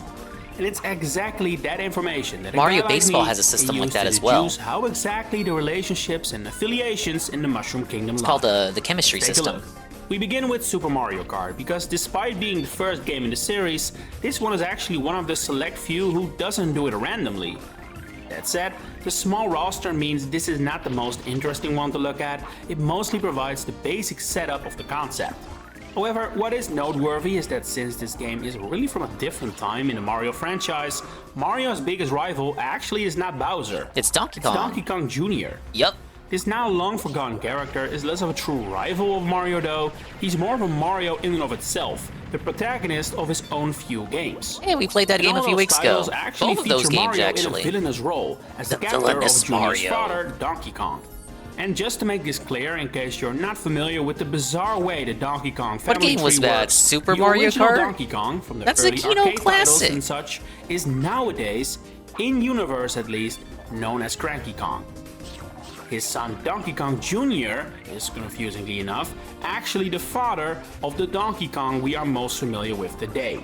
Yeah, we don't And that see all him makes it all anymore. the more interesting that even though Junior will be one of your biggest rivals when playing Mario, the reverse isn't true at all. In fact, if you play as DK Jr., Toad will be your biggest rival, and Mario will I'm most quite likely be one of the... No, I'm quite familiar with that. When I was playing this, Toad was winning every race. Remember, I was cursing Toad's name, and I was like, "I'm not gonna buy Starfield, you fucking Toad Howard." Worst performing That makes character. sense. It makes sense then, like why Toad was always ahead of me. Yes, Carl. Donkey Kong Jr. is Donkey Kong's father. Modern Donkey Kong is the son of Jr., who is the son of Cranky Kong, and Cranky Kong is arcade Donkey Kong, all grown up, or rather, all aged up. Mario is instead Bowser's biggest rival, whereas Bowser himself is Peach's main competitor, which is all stuff as you would expect it, I'd say. Luigi, Koopa Troopa and Yoshi have a triangle with the three of them, where Luigi's main rival is Yoshi, Yoshi's main rival is Koopa, and Koopa's main rival Luigi is competing Luigi, with Yoshi to be which I don't think Mario's best necessarily has to sidekick. mean anything. It appears to be more for balancing and variety purposes. Toad's main rival is Peach, which is suitable and probably more a case of friendly rivalry, which is also quite common in these games. Mario's second rival is Peach, for example, while Luigi's is Mario. I gotta stop clicking the Noteworthy stars. here, though, is that, as mentioned, Donkey Kong Jr.'s biggest rival is Toad, while the ape is Toad's second rival, meaning this is a pretty rare double-sided relationship here. However, interactions between Donkey Kong Jr. and Toads are basically non-existent, especially at this point in the franchise, so it's hard to say whether this indicates a dislike for each other or a friendly rivalry. We move on to Super Circuit next. The entry on Hey, GBA Super that will bring the Circuit, rival big system ups. back following an absence in Mario Dark Kart horse 64. of the franchise. While the roster size of this game is the same as the SNES title, Wario and Donkey Kong are added to replace Koopa and Junior. When you look at the full chart of this game, I'm willing to bet they didn't start from scratch, but instead used Super's version as the starting point. That's not to say there are no differences, there are plenty, but there are some strange decisions here that I can't imagine one making when starting with a clean slate. For example, Mario's biggest rival is Donkey Kong, whereas Bowser is number 2, despite this definitely not being the same Kong that Mario has history with, and at this point in the series, Bowser is very much the main villain. Peach's biggest rival is Luigi, which is just unexplainable, really. Competing for the only biggest thing Mario I can think of is cocksucker. possible balancing reasons, since Luigi is around the same weight as Peach, while Bowser is significantly heavier. Why couldn't it be Mario though? No clue. Balancing almost definitely played a role when looking at Bowser though, whose main rival is Donkey Kong. Sure, these two probably dislike each other, but I think the main reason for this decision is to give Bowser a competitor with a Yeah, we're doing Insaniquarium. We got Vert the Skeleton. Vert drops gold coins just like a large guppy, but doesn't need fish food to survive. Yes. Super Circuit is absolutely amazing, and I will die on this hill. No, I love it. And it's definitely not because it was the Mario Kart I grew up with. similar weight. This is further supported by DK Yeah, also Luigi having tries to Bowser cut as one of Mario. his main rivals, while Wario's two biggest competitors Stu, are also Clyde, Donkey and Kong Bert. and Bowser. Wario is also Luigi's main rival though, which does feel noteworthy and could potentially be for a reason we will soon cover in much greater detail. Didn't grow up with it. Well, that makes your appreciation of it more genuine because you don't have that bias. The role of Waluigi. Because the next game to feature a rivalry system is Mario Kart 7, which for some bizarre reason left Waluigi out of its roster, and as such did create a lanky hole in regards I remember to the when people character were begging for dynamic Waluigi that to be Wario was DLC forced in to 7. fill. While his rivalry with Donkey Kong is retained for what is most likely balancing reasons, his spot as one of Daisy's main rivals is undoubtedly as a stand-in for Waluigi. Similarly, Carl, I said Wario's that when biggest I played rivals it. are Mario, which makes sense, and Luigi, may have not which been there for again that feels stream. like a Waluigi influence pick. Looking over the entire chart for this game, I think it's fair to say that this title definitely takes these rivalries way more serious than the earlier games, and really sees it as a way to showcase character relationships.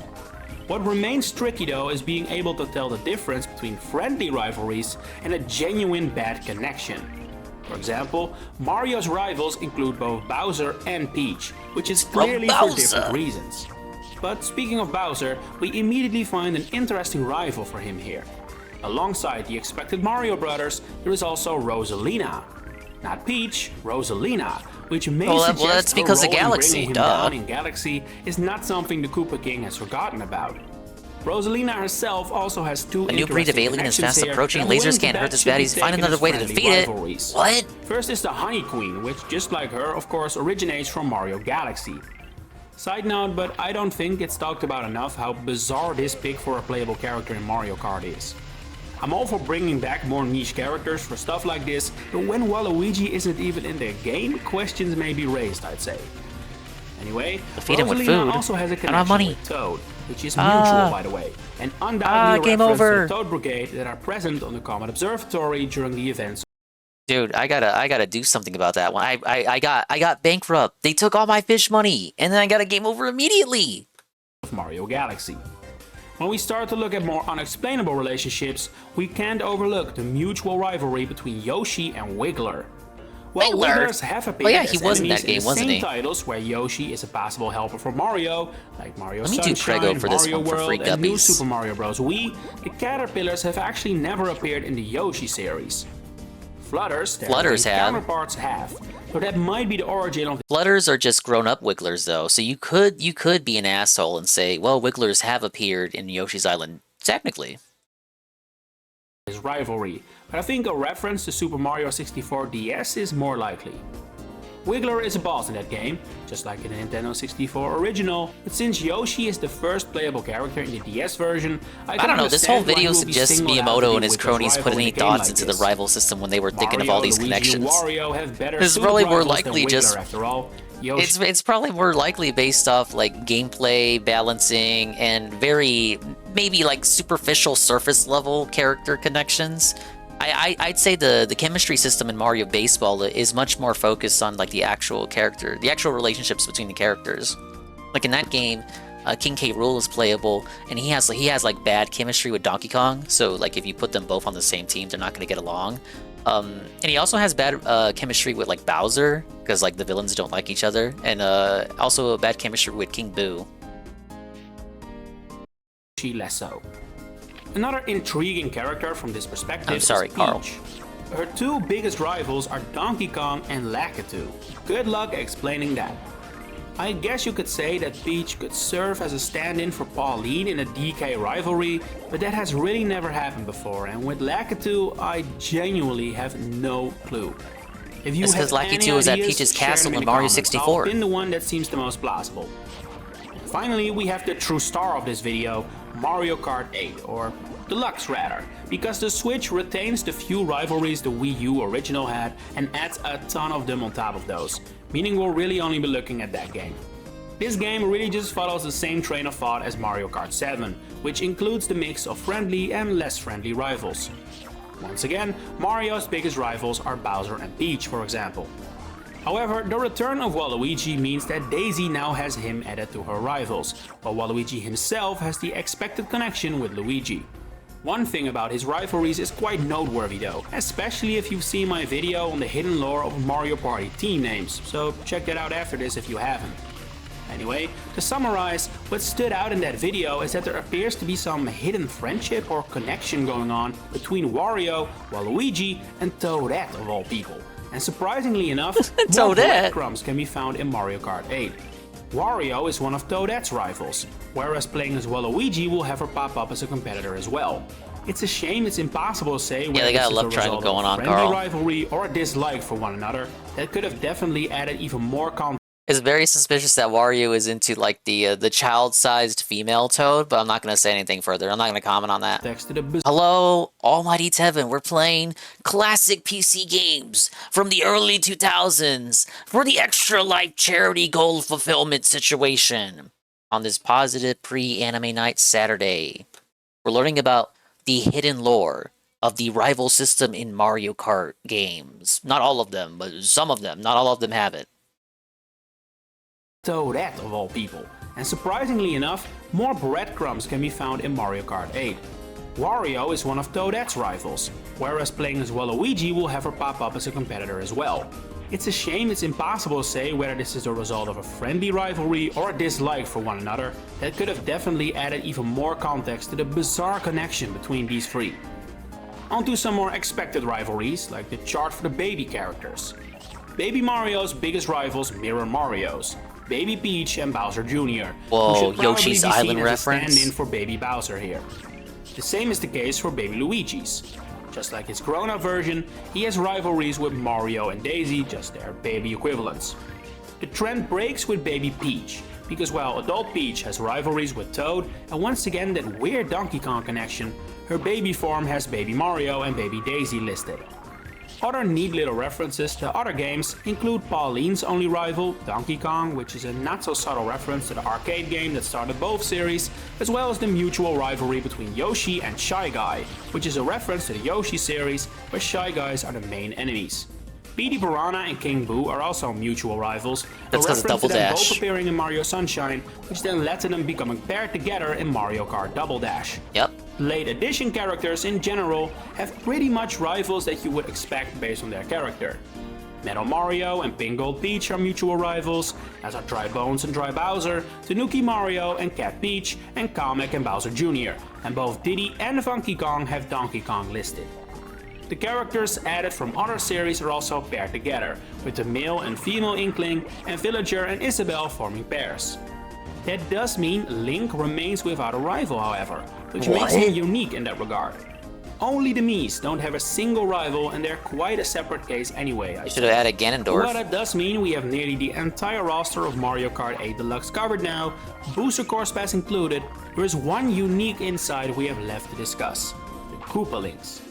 The rival system gives us a rare look into the inner dynamics of the Koopalings, and it doesn't just list them all, but instead pairs them off into what we may assume are duos with a stronger connection than with the rest of their siblings. Their favorite siblings, I guess you could say.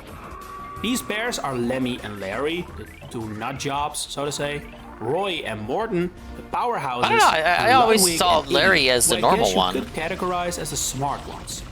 The odd one out is their sister Wendy, who instead doesn't have a rivalry with her fellow Koopas at all, but has her sights set on Peach and Daisy. I feel like we can definitely interpret this as a sort of jealousy, similar to what we have seen with Birdo in the past. Especially since there's nothing to suggest Peach and especially Daisy have any real problems with Wendy specifically beyond, you know, the kidnappings and all that.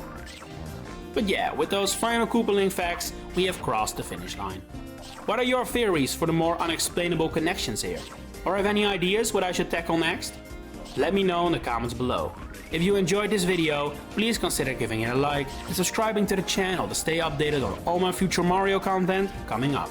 For now, thanks for watching and enjoy the rest of your day. Thank you, sir. That was a very informative video. I was under the impression that every Mario Kart game had the rival system, but apparently not. Just, was it Super Mario Kart, Super Circuit, 7, and then 8? Oh, okay. It still explains why I was getting felted by Toad the other week in Super Mario Kart. I think, for the most part, they do take, like, surface level lore considerations into some of those rivalries. Like, obviously, you know, Pauline and Donkey Kong. But other ones just seem to be for gameplay balancing reasons. And then you just have the ones that makes, like, no sense whatsoever. There's probably no thought put into it. Again, probably just for balancing. Shame, that Link doesn't have a rival, though. They should have added Zelda or Ganon or something. I got a few ones for Mario Party. The most beloved board in all of Mario Party. This is by that guy who did the videos on like the worst DKC3 level, which was the waterfall one with the barrels, which after playing through all of DKC3, I can't disagree. But I didn't think that level was as hard as he was making it out to be, but I understood why he thought it was frustrating. No. Alright, sorry, I had to resize it. Alright, let's go. Preamble, you know why you're here. Welcome to the Star Carnival! Oh my god, it's Mario Party 8! Tycoon Town might be the most universally beloved board in Mario Party history. You can all thump on your chests for your horror lands, cry out Pagoda Peak, cross your Pagoda heart Peak by sucks. Waluigi's Island. What's this guy talking about? Praise EGAD's Garage outside of its one vocal hater. It's me, I am the professional EGAD hater. Blue ugly baby man loves Boo so much but won't put a single one in his house. Phantophobic. Cancel him. But all of those pale in comparison to the overwhelming feeling of every time Mario Party 8 is brought up, a legion of Tycoon Town truthers will follow and let you know just how much this little game of Monopoly defined their childhood. One could simply point to the addictive feeling You're the least phasmophobic person I know, praise that soon. Of slowly building up star banks that you can then steal from opponents by becoming majority shareholder as the only reason and call it a day. But the very similar Windmillville from Mario Party 7 doesn't get nearly the flowers that Koopa's little city does. Oh no! There's something special about this little suburb, something almost wordless that every wee kid picked up on, locked in, and refused to let go of. Because it's basically as Monopoly. a video essayist, too bad to be commonly hated on, it falls upon me to put Yeah, I didn't words play a where lot of no the one Wii- else wants the them Wii Mario and parties. already Because I implicitly didn't have a Wii. understands them. So let's check in and see I know what why makes people like Koopa's this board, though. Tycoon Town the most beloved board in Mario Party. In case you're over 30, under 15, or didn't Like, I know people got like a fondness for the N64 Mario parties, but whenever people discuss the GameCube ones, and then of course the later Wii ones, this board does get brought up a lot, so he's not without merit here. own a Wii for some reason, here's the deal. Tycoon Town plays much more like a traditional investment kind of board game than a regular Mario Party. You can invest any number of coins into one of 5 hotels on the board when you pass them. Whoever has the most coins in a hotel at one time owns it, and gets stars added to their total equal to the hotel's level. Hotels start at 1 star, but are upgraded to 2 star if the total number of coins invested is greater than 20, and maximize at 3 star hotels if the total bankroll behind them is more than 50. Whoa! You can't invest the same amount of coins as someone else other than 0, so there's no co-ownership, and a maximum of 100 coins can be invested in a single hotel by a single player, effectively locking it down for whoever hits that threshold first. Mine! Which is a lot of words to say, put money in house, own house, get bigger house, use more money so no one steals your house, win with big house. Now, besides letting Gen Z get to That's the real reason why this board is popular. You can own properties in a video game because you sure as shit aren't going to be able to do it in real life. enjoy the fantasy of real estate ownership, this creates an inherently more active game state for Mario Party.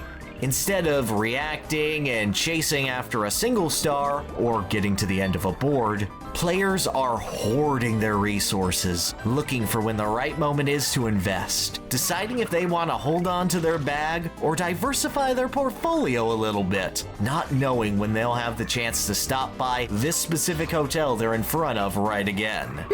This is further aided by the fact that most hotels are between 12 and 14 spaces away from each other. The only exceptions being the top left to the top right at 9 spaces, and bottom right to bottom left at 7. This means that, generally speaking, you're not visiting a hotel every single turn. Choosing to skip out on one means that you're not contributing to the star game for around 4 turns on average. You're constantly making a choice on whether you're engaging with the game or not all the time. It also makes the twice and thrice candy incredibly valuable for letting you get the double hotel visit in one turn. But enough to spend money on those candies instead of in hotels, potentially? What about Gotta other spend coins to available make candies, coins. like Cash Zap or Bolo? To antagonize your opponents and keep them from being majority shareholders of the Shelated Resort. Tycoon Town is just the right size and values coins to such a degree that a dreaded dead turn, where you're just rolling dice and hoping you land on a space, is a lot rarer than your average Mario Party board. At all times, you are thinking of who has the most coins, where they're going to invest it, how you can counter it, and what you're going to do with your own stockpile. But the values don't stop there. Tycoon Town is also very cleverly laid out to make sure that you're always pushing that advantage. The board's first hotel is a mere 4 spaces away from the start. And that very same establishment is the only one players are guaranteed to pass by in every lap of the board. which obviously makes it feel really good when you have a star on the board like turn Now 1. we're really gonna be farming money. And equally as nice taking that star away just as quickly. Moreover, it is impossible to visit all 5 hotels in a single circuit due to how Tycoon Town's junctions are laid out. You can manage 4 visits, but you're always going to be skipping one of either the top left or center hotel each time.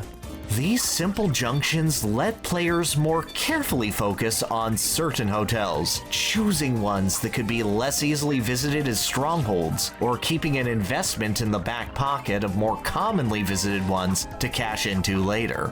That's a debate every player has to have with themselves, and will probably change as they see other players' game plans roll out. This board's predecessor, Windmillville, did not take advantage of this at all, with every junction being an alternating one where you don't choose your path, you just hope you roll high enough to go the way you want and let fate determine what windmills you buy. Can I have something to eat? No. Tycoon Town is probably both the fastest board to allow you to take action and one that lets you pay off your decisions most consistently.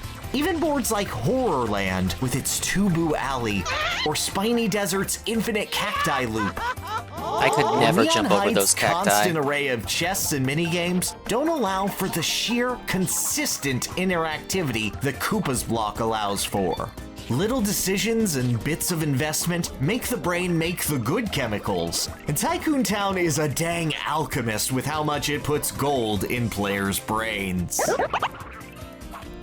But a cool high concept only gets you so far. Just ask King Boo's Haunted Hideaway or Fair Square all about that. I like that board. That board is it's got a degree of randomness to it for the layout. Think that one's good? Like 70% of the board is a straight line where you do nothing, and I like Fair Square. Anyway, the point is, Tycoon Town has more than its share of diversions past the main hotel attraction. These 2 event spaces next to dark alleys let you meet a friendly criminal who'll commit cool crimes for you on your behalf without your consent. Bandit is the only means of directly stealing coins from hotels, and this greedy guy will nab up to 30 from a random establishment not owned by you. However, he will never steal enough that it would cause ownership of a hotel to change, meaning that he opens up a mad scramble for everyone else to deal the finishing blow. One that Bandit ensures that you have an advantage in, as he gives. That's pretty smart, because if I recall, Bandit is out of the way. So Bandit isn't in the way of any of the hotels. So if you choose to land on Bandit's space and have him steal coins from a hotel, he'll never change ownership of the hotel. So you still have to get to the hotel yourself. But if you're not quick, another person may get there before you and steal the hotel before you can, even though you were the one that summoned Bandit. Big ups to Pancake Mix. Where my jiggy's at. I owe a Insaniquarium stream, so that's what we're doing today. It's gonna be a short stream. Directly stealing coins from hotels, and this greedy guy will nab up to 30 from a random establishment not owned by you. However, he will never steal enough that it would cause ownership of a hotel to change, meaning that he opens up a mad scramble for everyone else to deal the finishing blow. One that Bandit ensures that you have an advantage in, as he gives his friend on the event space all the coins he pilfered. And also makes that top left hotel very intriguing, as both of these happening spaces need to be landed on after you pass it. The DK so you're space on the board sacrificing a has visit the to big those, ape pull up in his convertible. Well, you're not sacrificing a invest visit. money for You have in to a visit the random hotels hotel, first, 'cause he's then you just get a that chance at swell of a Bandit. guy. And once he's done that, he gives his property rights over to Bowser, who's glad to extort a hotel and take a small chunk of everybody's change out of it. You got events around this construction crane that give you 10 or 20 coins, this event where a reckless driver will take you in front of a random hotel as a Hail Mary play, this lottery game that multiplies in value every time someone lands on it without hitting a jackpot, but no one ever lands on it on purpose, so you'll never see it used. There are a lot of little interactions littered all across Tycoon Town streets that make it a constantly stimulating very wonderland strategic of board. raining money. But all of those pale in comparison to the Lucky Space. Only appearing in Mario Party 8, the Lucky Space transports whoever lands on it to an exclusive pathway on the board, leading the fortunate one down a road usually paved with gold and normally ending in a free star. And on most boards, this space sucks for the board's overall. Rufus the Fiddler Crab. Rufus does heavy damage to enemies you've lured to the bottom of the tank. Interesting. Health. Getting free money and a free star and being away from your opponents so you don't have to interact with the contact-based candy is usually just the best strategy to go for in every scenario. It cuts the length of Goomba's Booty Boardwalk in half, is trivial to get to in DK's Jungle Ruins, and actively damages Shy Guy's Perplex Express to an astonishing degree, as you just stop interacting with its cool multi-layered board design at all when you have a chance to land on it, get a free star, and be in a great position afterward. And I am the best at getting something for nothing. King Boo's Haunted Hideaway and Bowser's Warped Orbit hardly fare much better, with Warped Orbit proving an ineffectual temporary escape from that board's star-stealing monotony, and Haunted Hideaway being a randomized mess, where you usually land on the space on accident and then have to make a mad dash to even get your free star before someone else finds King Boo and evicts everyone from the mansion for its extreme makeover, including whoever's on the lucky path. Add in the existence of Slow-Go Candy, which basically lets you pick whatever dice roll you want as long as it's from 1 to 5, and constantly targeting these golden pathways makes close games and interesting board ideas devolve into whoever can aim for them most consistently. And it's true, in Tycoon Town, these are devastatingly powerful, leading players to a pathway covered in coins and a secret 3-star hotel that costs a minimum of 1 coin for ownership. I'd buy that for $1. Not only that, but because these hotels are off the main path, they are completely immune to Bandit, DK, or Bowser's meddling. Meaning that if you invest 100 coins into them, that is a guaranteed 3 stars no matter what. Why are there robots underwater? I'd buy that for $1. Not only that, but because these hotels are off the main path, they are completely immune to Bandit, DK, or Bowser's meddling. Meaning that if you invest 100 coins into them, that is never failed the mission. 3 stars no matter what. No The game one needs can my mess buy-in. around with it. It JC. is a This is Insaniquarium for the game-warping PC, early secret 2000s. that dominates board play. I had it on a in laptop an I got for even Christmas in more 08. overwhelming way than every other Lucky Space. It's a virtual tank fish simulation style game, except you also fight aliens. That's pretty cool. We're watching a video about the best Mario Party board ever. And for once, Mario Party 8 knows exactly what it's doing with this one. There are actually 2 Lucky Spaces littered around town, meaning that it's very unlikely for a single player to lock down both of these hotels at once. Targeting either Lucky Space also ignores the hotel in the middle of the board for a lap, and neither Lucky Path lets a player out in a spot where they could easily get at that hotel, leaving a stronghold for less fortunate players to invest in. And perhaps most deadly of all, there's counterplay here. Excellent. The Spring-O Candy is available on this board, which breaks the legs of whoever eats it and turns them into a horrible flesh spring, we're playing letting the the chill new fish abomination immediately bounce over Won't to be chill another for too player's long. location. This includes Lucky Roots. Take that, losers. Now, whoever landed on a Lucky rude, Space Mario. can't move immediately after they enter a Lucky Route. They landed on the space after all, their turn is over.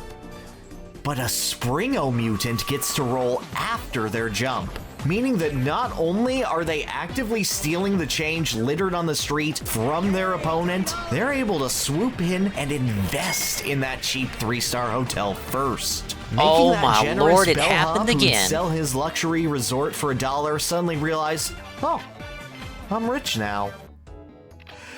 And you're not.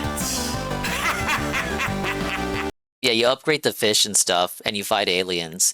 You gotta buy egg pieces to unlock pets, and that allows you to proceed. And you get to choose up to 3 pets to bring, so it's like you're augmenting your layout, dude. Do have to time a dart wheel in order to spring on over, but that's consistent. That's learnable. And the combination of the multiple routes of deciding between a spring-o or a slow-go at shops to deter others or go on the offensive, or deciding if it's just worth investing in a regular hotel and twice candy so you got the capital to eventually go for the jugular on a secret hotel. It's that level of mind games that keeps Tycoon Town so interesting. No other board in Mario Party gets quite as cutthroat, except maybe Castaway Bay. You should look at that. No other board creates as many from Mario Party 6. decisions on every turn. It's Rainbow Castle from Jamboree, but better. Consciously set coin thresholds more important than how much a star steal costs or what the coin star lead is in games where that matters. You may have entered this town being thrilled that you could get a star for 1 coin. You leave it knowing that you systematically and this is the frog car board. Everyone's driving a car in the streets on this board, even the little Goombas, the little Koopa. But hey, that's just good business, pal. Look at DK's limo. No. Can we talk about the DK limo? Look at the DK. DK even has his own personal Koopa driver. Is Koopa's Tycoon Town an absolutely infallible board? No, of course not. It has pretty glaring flaws once you set above, like, 25 turns. There are so many opportunities to get coins that lockdowns can become a real problem. You get enough candies that targeting those lucky spaces start to turn into the only thing that matters the longer a game goes. And star leads can get so high here that single bonus stars kinda stop mattering once all the hotels are worth 3. It is not a board that scales well with options. And if someone happens to hit the leftmost lucky space without using a candy on their first pass, the whole game's an uphill battle against whoever got a free handout. With the wrong luck, a game here can be absolutely miserable. But that's true of even the best of boards. And I don't think everyone's first impression that the board is kinda great is the wrong one to have. Tycoon Town only sticks the landing in the common 20 to 30 turn format that most folks play Mario Party with. But it does damn near everything it can to make that sprint as engaging as possible. Star swings on potentially the first turn, candy management to both improve your positioning and whittle those coins down. Items. Deciding if I prefer item the shop orb visits system are from worth the it, GameCube or games, saving your personally. cash for the hotel investment is the way to go. I guess hate Choosing candy whether to invest is a bit in too that much. slow-go to target the big It just wasn't boys, as good as or the looking to get orbs. that spring-o to beat your opponent to the punch. There is always something happening in Koopa's City, and that level of engagement is pretty exhilarating. A game of Mario Party stops being fun when you feel like you've run out of options, when all you can do is hit the dice and, hey, maybe 4 turns from now you'll have enough coins and be in a better spot where you can do literally anything. This is the board that puts that feeling as low as it can go. On any given turn, you're planning to make something happen. And as long as you haven't left someone in a prime position to lock down one of the secret hotels for the rest of the game, that feeling never truly goes away. And it's really cute, too. Hold on to your grandmas is that weird, unhinged Mario Party 8 writing that's never really come back. And I can't help but smile as every member of the cast always looks both ways at each. It never came back because the English script had like a slur in it, a word that's considered a slur in British English, so they had to recall the game. Oh, a little trivia there for you. Crosswalk to be good role models. In character, approachability, decision-making, the potential to dominate any game, and the chance of a massive comeback, Tycoon Town checks off every single box to appeal to as many partiers as possible. The ultimate casual board with a side of competitive treachery thrown in as players learn the game. And for a series as volatile as Mario Party, Yeah, it's kind of good to have this one board that everyone can have a pretty great time on. Does he hate Fair There's no Square or wonder. something? This Fair little Square piece is of peak based. design is the most beloved board that Mario Party has ever had. See ya! I definitely think the board is up there. But is it the best board even within 8? Because I really like King Boo's Haunted Hideaway and the train board. It's probably within the top 2 easily. If it's not the best board in that game, it's easily second best. Now, here's what he thinks about the most cruelest board in Mario Party. I think this is the one where he talks about Castaway Bay, which he mentioned in this video. It looks like Castaway Bay from the thumbnail. It is! Okay. Yeah, this one's based off the idea established by Rainbow Castle in Mario Party 1, which, as I said earlier, came back in Mario Party Jamboree. But I think this board does it better. I tend to be a little bit biased towards any Mario Party that has, like, the boards having unique objectives than the standard, oh, go to the star space for the star.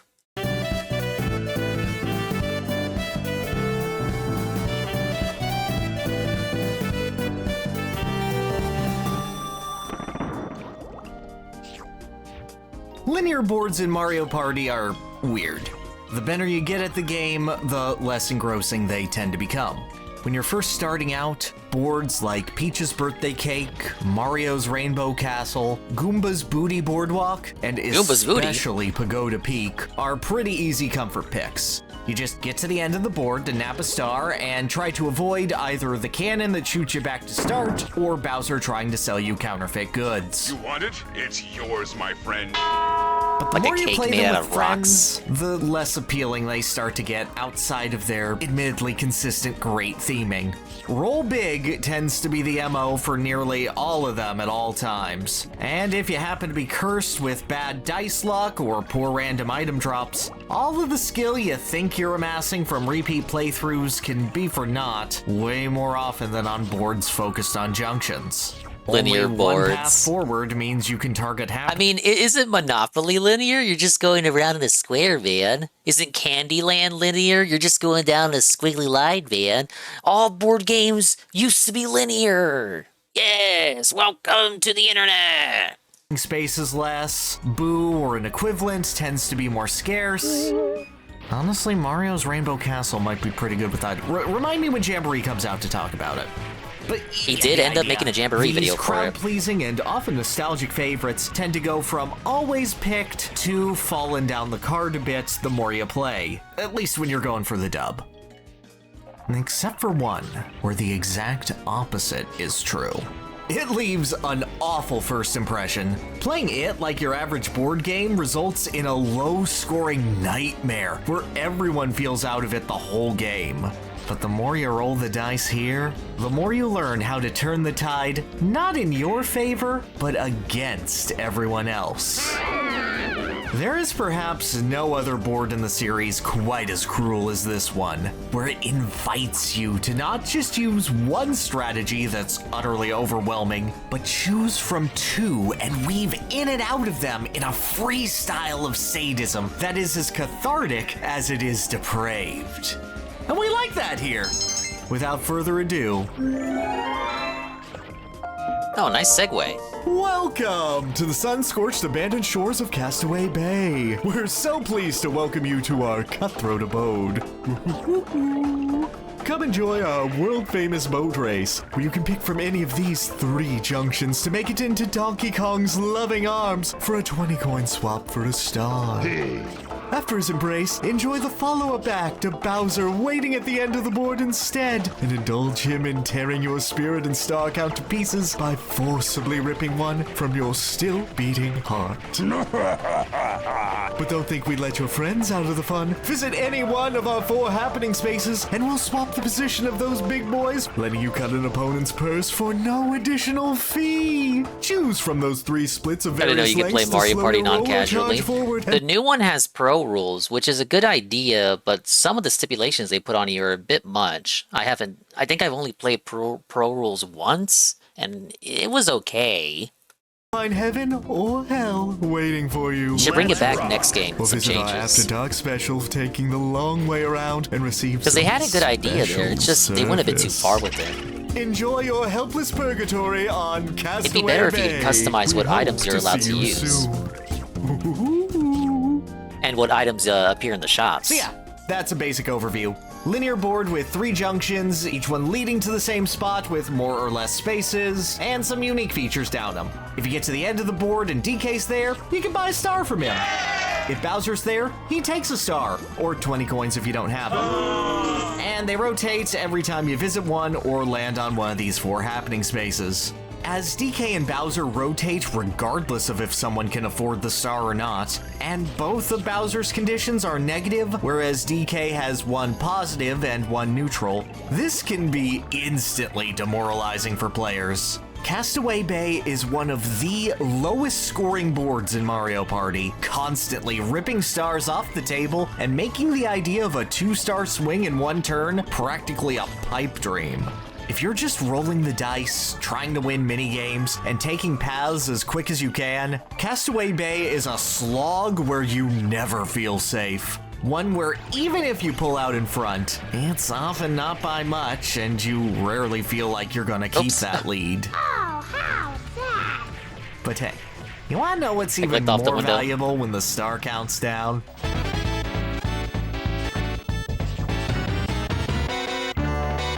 Welcome to bonus stage. Normally, bonus stars are good enough to get you a win in a pinch, with players jousting for 1 or 2 of them in order to hopefully make a comeback on the last turn.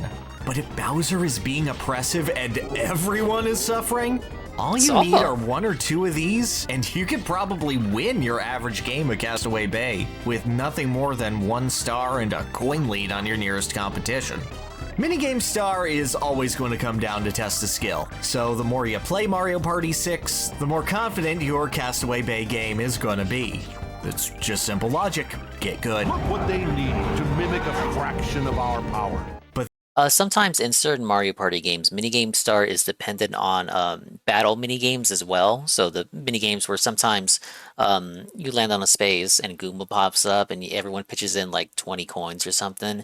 The coins you get from those minigames can sometimes, depending on the game, make or break minigame star. So if you win that and you get, say, 60 whole coin and 60 to 100 coins from a battle minigame, most times, depending on how many battle games you play throughout the entire session, that could just get you minigame star just from that. The other two, Orb and Happening, create such a fascinating dichotomy on this board that I see almost nowhere else. Going after one of these stars very often means forfeiting the other one, as the orbs you would use to target happening spaces tend to be held until just the right moment, and the orbs that you would use to zoom around the board pick up more orbs ad infinitum, usually missing the single happening spaces available.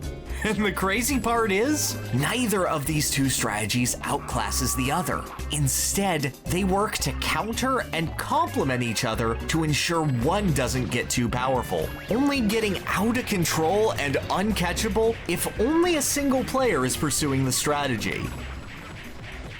Let's tackle the Orb Star first. If you look at the board, the shortest consistent path through Castaway Bay is 35 spaces long, going up, right, and left at the 3 junctions in that order. There are also 3 places to get orbs on each lap of the board. 1 shop, 1 random drop, and a choice between the shop and the drop at the first junction. If you consider an average roll to be 5.5 because you're a nerd who thinks Donkey Kong Jr. Math is a fun competitive game, you're only going to get 3 passes through the board in a 20-turn game, hitting the only boat educational roughly every NES 6 game turns. officially.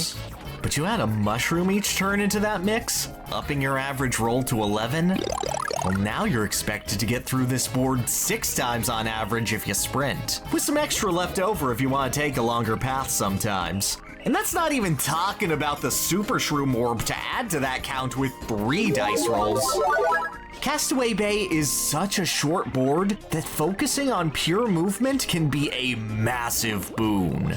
If you roll anything higher than a 5 with a Mushroom Orb, you're getting through the board and getting more orbs faster than your opponents. Sure, they could not pop up, but they're a 30% chance minimum as random drops during the first half of the game, and are very cheap investments in the shop that will always pop up when you're low on funds. Now you might be going, charging ahead blindly seems kind of stupid, as you're more than likely to run into Bowser more often than not and set up whoever's behind you for a layup. Waluigi grabs the rebound! But clearly, you aren't thinking with mushrooms. Mario Party 6 features a day and night cycle on its boards, each one taking 3 turns. And every night, this Boo Valley girl gets to squat in this abandoned house before the landlord destroys it in the morning. Star Steals are a mere 40 coins on this board. Yeah, I'm having trouble with the robot enemies, son. Because I thought the idea was to shoot the arms so that he's not able to shoot the missiles, but he seems to just shoot out the missiles anyway. And unless you're I got like diminishing returns here. I gotta keep spamming guppies so I don't get a game over. Be able to get to Pink Boo within 3 turns, and either steal from someone about to reach the DK boat, or steal a star for a mere 40 coins whilst not changing the boat's positioning. Why does the boat positioning matter so much when Boo's in the middle of the board? Well, because right in front of Pink Boo is this Shy Guy raft, which costs 10 coins and drops you off a mere 4 spaces in front of the boat dock, and lets you complete your roll. There is about a 50-50 chance that Bowser blasts you and ends your roll right there at the end of the dock, but like, your whole thing is rolling high. Cyber 710. The important thing is, welcome to classic PC gaming chill you have with a choice videos on whether you can beat someone in the foot race and nab a star quick, having a happy or take Saturday. the long game, steal from them, and wait for someone else this to hit lovely Bowser before dark you day sprint off. right into the loving arms of Kong. And keep in mind, you don't have to wait until night to take the raft. That thing inherently cuts out 14 spaces, more if Bowser fails to blast you. The power to risk it all and swoop in for a last-minute play is in your hands. Now this is all while picking up more orbs from shops and item spaces, tossing out traps if you happen to feel like it, robots are turning the fish practically dead. guaranteeing a bonus star for you at the end of the game. If your I need opponents to are all upgrade my too weapon for focused sure. on trying to outsmart each other and stabbing each other in the back, or just rolling and letting fate take them where it feels, nothing feels better than to just roll more dice, get big number, laugh at friends, boat. Or you could take the happening space. A boat's a boat, but the could be anything. It could even be a boat. Also very commonly available on this board, unless you're in third for some reason, Nice is the reference. Sluggish Room, which allows you to pick whichever number 1 through 10 you want to roll Most unless you're broken mad. orb in the game. All Sluggish happening room. spaces on this board are isolated from each other, meaning that on a vast majority of turns, even if a happening is in your reach, it's gonna be a 1 in 10 chance to land on it. This is where the Sluggish Room comes in. If sniping question marks is your game plan, you're pretty much guaranteed a bonus star at the end of this game. However, this is where it gets particularly dastardly. 4 of this board's happening spaces are bells that change the positions of the boats. This includes the space directly in front of the boat dock, meaning that just by holding on to one of these, whenever you get to the end of the board, you are fully in Alright, that was a control bit of your better. own fate, Now that I have a while stronger everyone weapon. else has to pray they don't screw up right at the end. You see someone charging ahead to DK? Good news! The only times on this board that you're too far away from a bell to stop them are deep in the jungle or a bit before the second item shop. At any other time, at any other position, you're free to show them whom the bell tolls for. And the other happening spaces are hardly slouches either. This jungle one lets you play a minigame with Ukiki unless... Ukiki? What are you even on? Which can easily net swings of over 20 coins with minimal fuss. Which is a good thing, because this happening space is only 10 away from Pink Boo. Roll up to this during the waning hours of the day or early night, and you're practically guaranteed a star steal in 2 turns or so. Or you can take the raft. There's an easy option right there for you too. And if you land on this happening space at the end of the board, At night. it'll swap everyone's positions. A fantastic gambit if you're facing down Bowser and want someone else to take that hit. Just make You sure can you're also not spam the ignoring a paratriple potential orb to bonus swap for you since spaces. it's sandwiched right in between two bells. And because you're not focused on movement, you can better relegate orb purchases in the early game to focus on reactionary play. Pick up a warp pipe, which is completely timeable in Mario Party 6, and simply swap places with an opponent and steal their date with DK. Sorry, friend. Or just hold it there, daring them to roll big, inviting them to make their way toward Boo, knowing that you'll take it away from them in an instant. They don't have to make you use this loaded gun you're carrying. It's just important that they know it's there. Or a Boo Away orb to ensure that the only one stealing your goods is gonna be Bowser. Which isn't gonna happen because your dice are loaded and your brain is massive. If everyone else is charging ahead, you are in control of all of their fates. Everyone has to come to you in order to ensure that deals go through. And if you're really feeling down and out of it, you can target the one chance Round of Miracles Chance space. time. Or a dual space, which is basically gambling if you land on it at night, because oh my gosh, so Chance time many of with a these new games have name. some element of luck to it. You were so close to making the dual space so good, Mario Party 6. You are the master of puppets. Bowser is your blade, and the island will run red. Let me with put in the some star blood catchers. of What am I doing? those who underestimate the slow roll. Obviously, there's a level of variability to all this. You could start off a game of Castaway Bay intending to go for big sluggish there we plays go. and never Alright, get that's the one. strat for those guys. You could stop getting high rolling orbs in the middle of a game. Oh well. You could just roll bad and be stuck in this jungle area that everyone always covers in bombs and birds. Bird up. This will happen with I'm the any one. game with something of a luck dependency. But it's not important. What is important is that you remain flexible with your options. See what openings we're making you money can now. exploit. And please go to the left at the first junction on your first turn. I know a free orb in a shorter path is really tempting, but if you're going up, you want movement, and you'll be really pouty and potentially miserable if you get like a spiny orb or something. Castaway Bay is a fascinating place where two dominant strategies can emerge and even swap places with each other depending on how the game is going. But each one keeps the other in check. High rollers get to be cruel by swapping boats as a matter of course through their game plan, while slow rollers do it manually to trip them up, creating a symbiotic relationship of racing to be in range of your win condition and executing it, trying to make sure that whatever side has that one bonus star locked down doesn't let the one on the other side run away with it too. And God help whoever happens to have the minigame star. I'm in danger! Castaway even works with modularity. Starting with handicapped stars completely changes the dynamic of a game, making Bowser even more brutal and vicious than he already was. Oh, yeah. And team games allow both strategies to be implemented at the same time, using your sluggish shroom to set up your partner to swoop in and claim a star with their super shroom superiority that they'd otherwise have to struggle for. Just gentlemen's out chance time before you start the game. It's really biased in team games. But no matter how you play, who you play with, what your approach is, Castaway Bay is here to bring out the worst in everyone. Certainly brings out the worst in me when I played on that board. Naturally fight I would with one another dominate all and the anyone else competing to get They bonus fucking stars suck from at Mario Party. Boo exists as a threat to negotiate around. Your comeback can be ruined if Bowser shoots your raft down. Everything can turn on a dime when someone naturally rolls into a bell. It is a board that taketh away and only giveth what you can use to taketh away from others. And I don't know, I think that kind of sadism is what friendship is all about, don't you?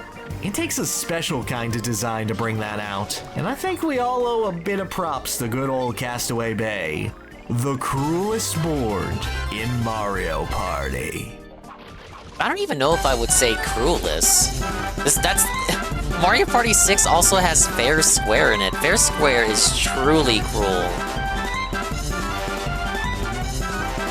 I'd say Castaway Bay is more fairer than that.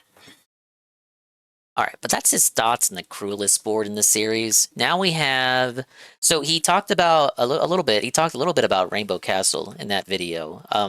they brought it back for Mario Party Jamboree, and I think depending on whoever you ask, it tends to be either the worst or second worst in that game. I honestly think they should have changed more about it in Jamboree. It also just flounders a little bit just due to how Jamboree works as a game. It's a much more slower paced Mario Party. Let's see what he thought about it.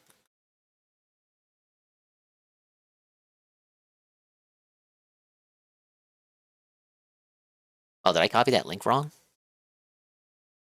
Where's the link? Dingus, no! The trolls are winning! They're laughing at you!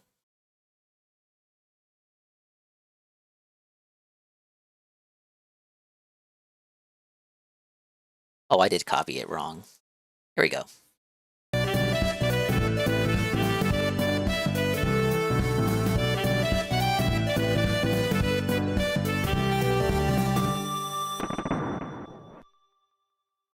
Of all the Mario Party titles with boards to be remade for future games, Mario Party 1 is perhaps the most alluring. Well, hello. Not just because of the obvious nostalgia factor that Wario's Battle Canyon and the like hold, but because of the very limited mechanics of that inaugural party. While titles like Parties 4 and 5 would be defined by their item systems and could also do with a facelift, and a lot of redesigning in general, let's be honest, I do not want to touch Future Dream or Koopa's Seaside Soiree without a huge overhaul. Mario Party 1 doesn't even have the luxury of an item system to revolve around. The only actions players could take came in the form of dice that randomly show up before your turn and either manipulate your coins up and down by what you roll, do big roll, do little roll, warp you to an opponent and don't let you roll after, or summon a friend to either give you gifts or mug you for fun. The lack of choice inherent to pretty much every Mario Party 1 board except maybe like DK's Jungle Adventure or Bowser's Magma Mountain if you're lucky, makes the prospect of their modernization super fascinating. Not as much has to be changed with the board's design compared to un-mini-megafying 4 or rebalancing DS around not being able to buy infinite star pipes at every shop. There's just this feeling of being able to maybe see these classics made good and fleshed out. And it got music by Yasunori Mitsuda, who composed that game with Time Goku. So hearing any remix that could come out is a huge bonus. And while Mario Party Superstars offered up remakes of Yoshi's Tropical Island and Peach's Birthday Cake that were alright, some notes here and there. Warp blocks are very funny to use, at least. They didn't quite live up to the other boards as more than cute little novelties. The vestiges of the first Mario Party's design entrapping them in gimmick territory. Superstars. Mario Party Superstars excels in minigames, absolutely. But I think when it comes to the boards that they chose and how they redesigned them, they kind of flounder due to the economy of that game. It is so easy to get showered in coins in that game, and the items are just so cheap. And when it comes to boards like Horrorland, which was originally for Mario Party 2, in that game, in Superstars Horrorland, you can just like spam the chomp call item and just continuously move the star all over the board. It's very unfun to play. But the dawn of a new party is upon us, and with Super Mario Party Jamboree, we have the reintroduction of perhaps the most celebrated of Party 1's boards. Musically, at least. Mario's Rainbow Castle. So, yeah, let's see what they changed. Do they make it good? What's this designing for? I think Jamboree was better at changing the boards up compared to Superstars, but that kind of only applies to Western land. Mario's Rainbow Castle is an incredibly simple board. What do we get? Ladies and gentlemen, it's Meryl the Mermaid. Meryl's song cheers up all the guppies in a tank, making them drop coins faster.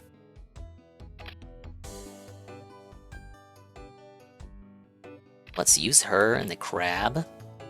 And the jellyfish. That's the meta. That's the current meta. To introduce players to the concept of Mario Party as a whole. 35 spaces are all that stand between players from the end of the road. where they can meet Toad atop a great tower and give the little man 20 coins to trade for a star. Toads are genderless. But beware, Miyamoto for said every so. time someone lands on one of these green happening spaces, or someone reaches the end of the board, the tower will rotate, revealing the dastardly Bowser, who will sell you a Zatar for 40 coins. That does absolutely Hey, you got the pronunciation right. nothing. Zatar. Not even taking a star away. Not the instrument.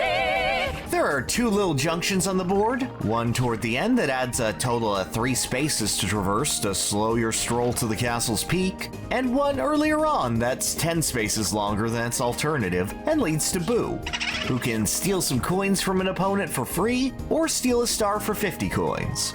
After every turn, a minigame worth usually about 10 coins is played, and at the end of the game, 3 bonuses are rewarded. One for whoever got the most coins in minigames. Did we really need an explanation on how Mario Party works, the most though? coins at a single point in the game, and one for whoever landed on the most happening spaces. Whoever's got the most stars wins, and tiebreakers are determined by who has the most coins.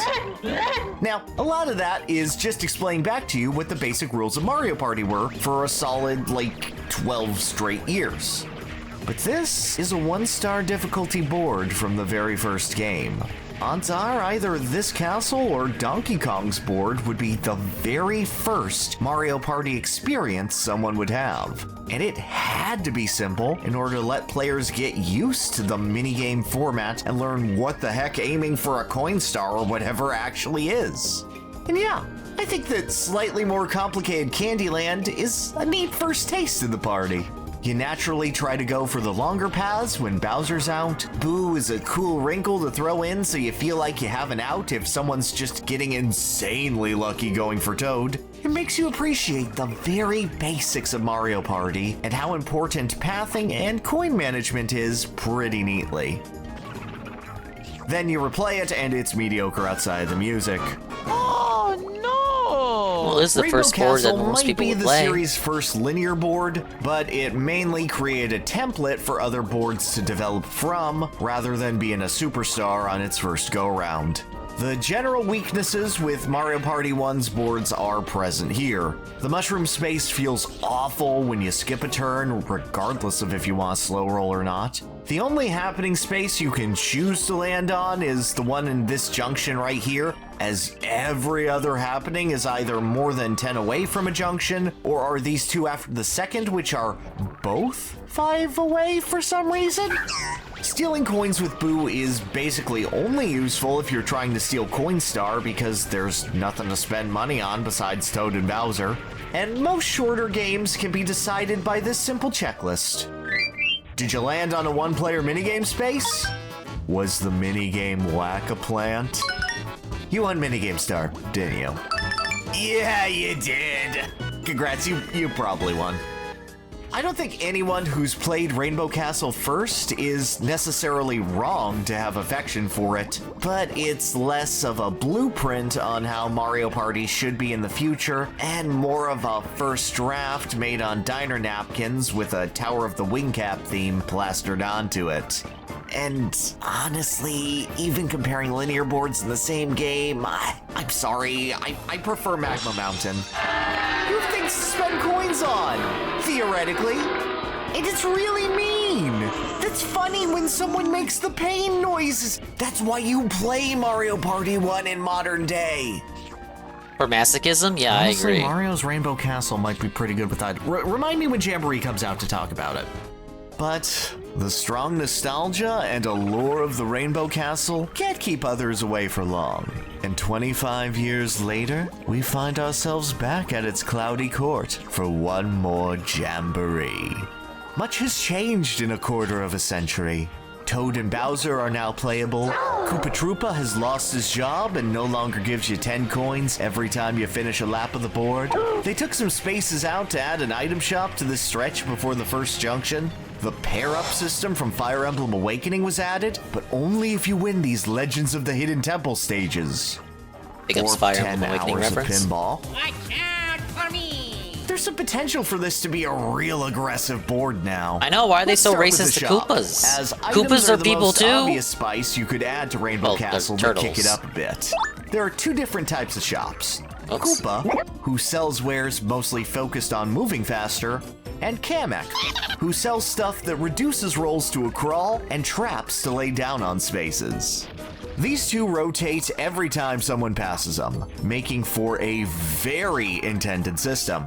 Whoever gets to the shop first will have an advantage in rushing to the star before it swaps. Whoever's second can more easily land on event spaces to turn things around, which is countered by the third player also running quickly to pick up the first scraps, only to be countered by the fourth player doing the same thing so that they get an advantage and the other three don't, and yet the shops are in time with the expected order you reach the tower and complement strategies based on that order. It's cute.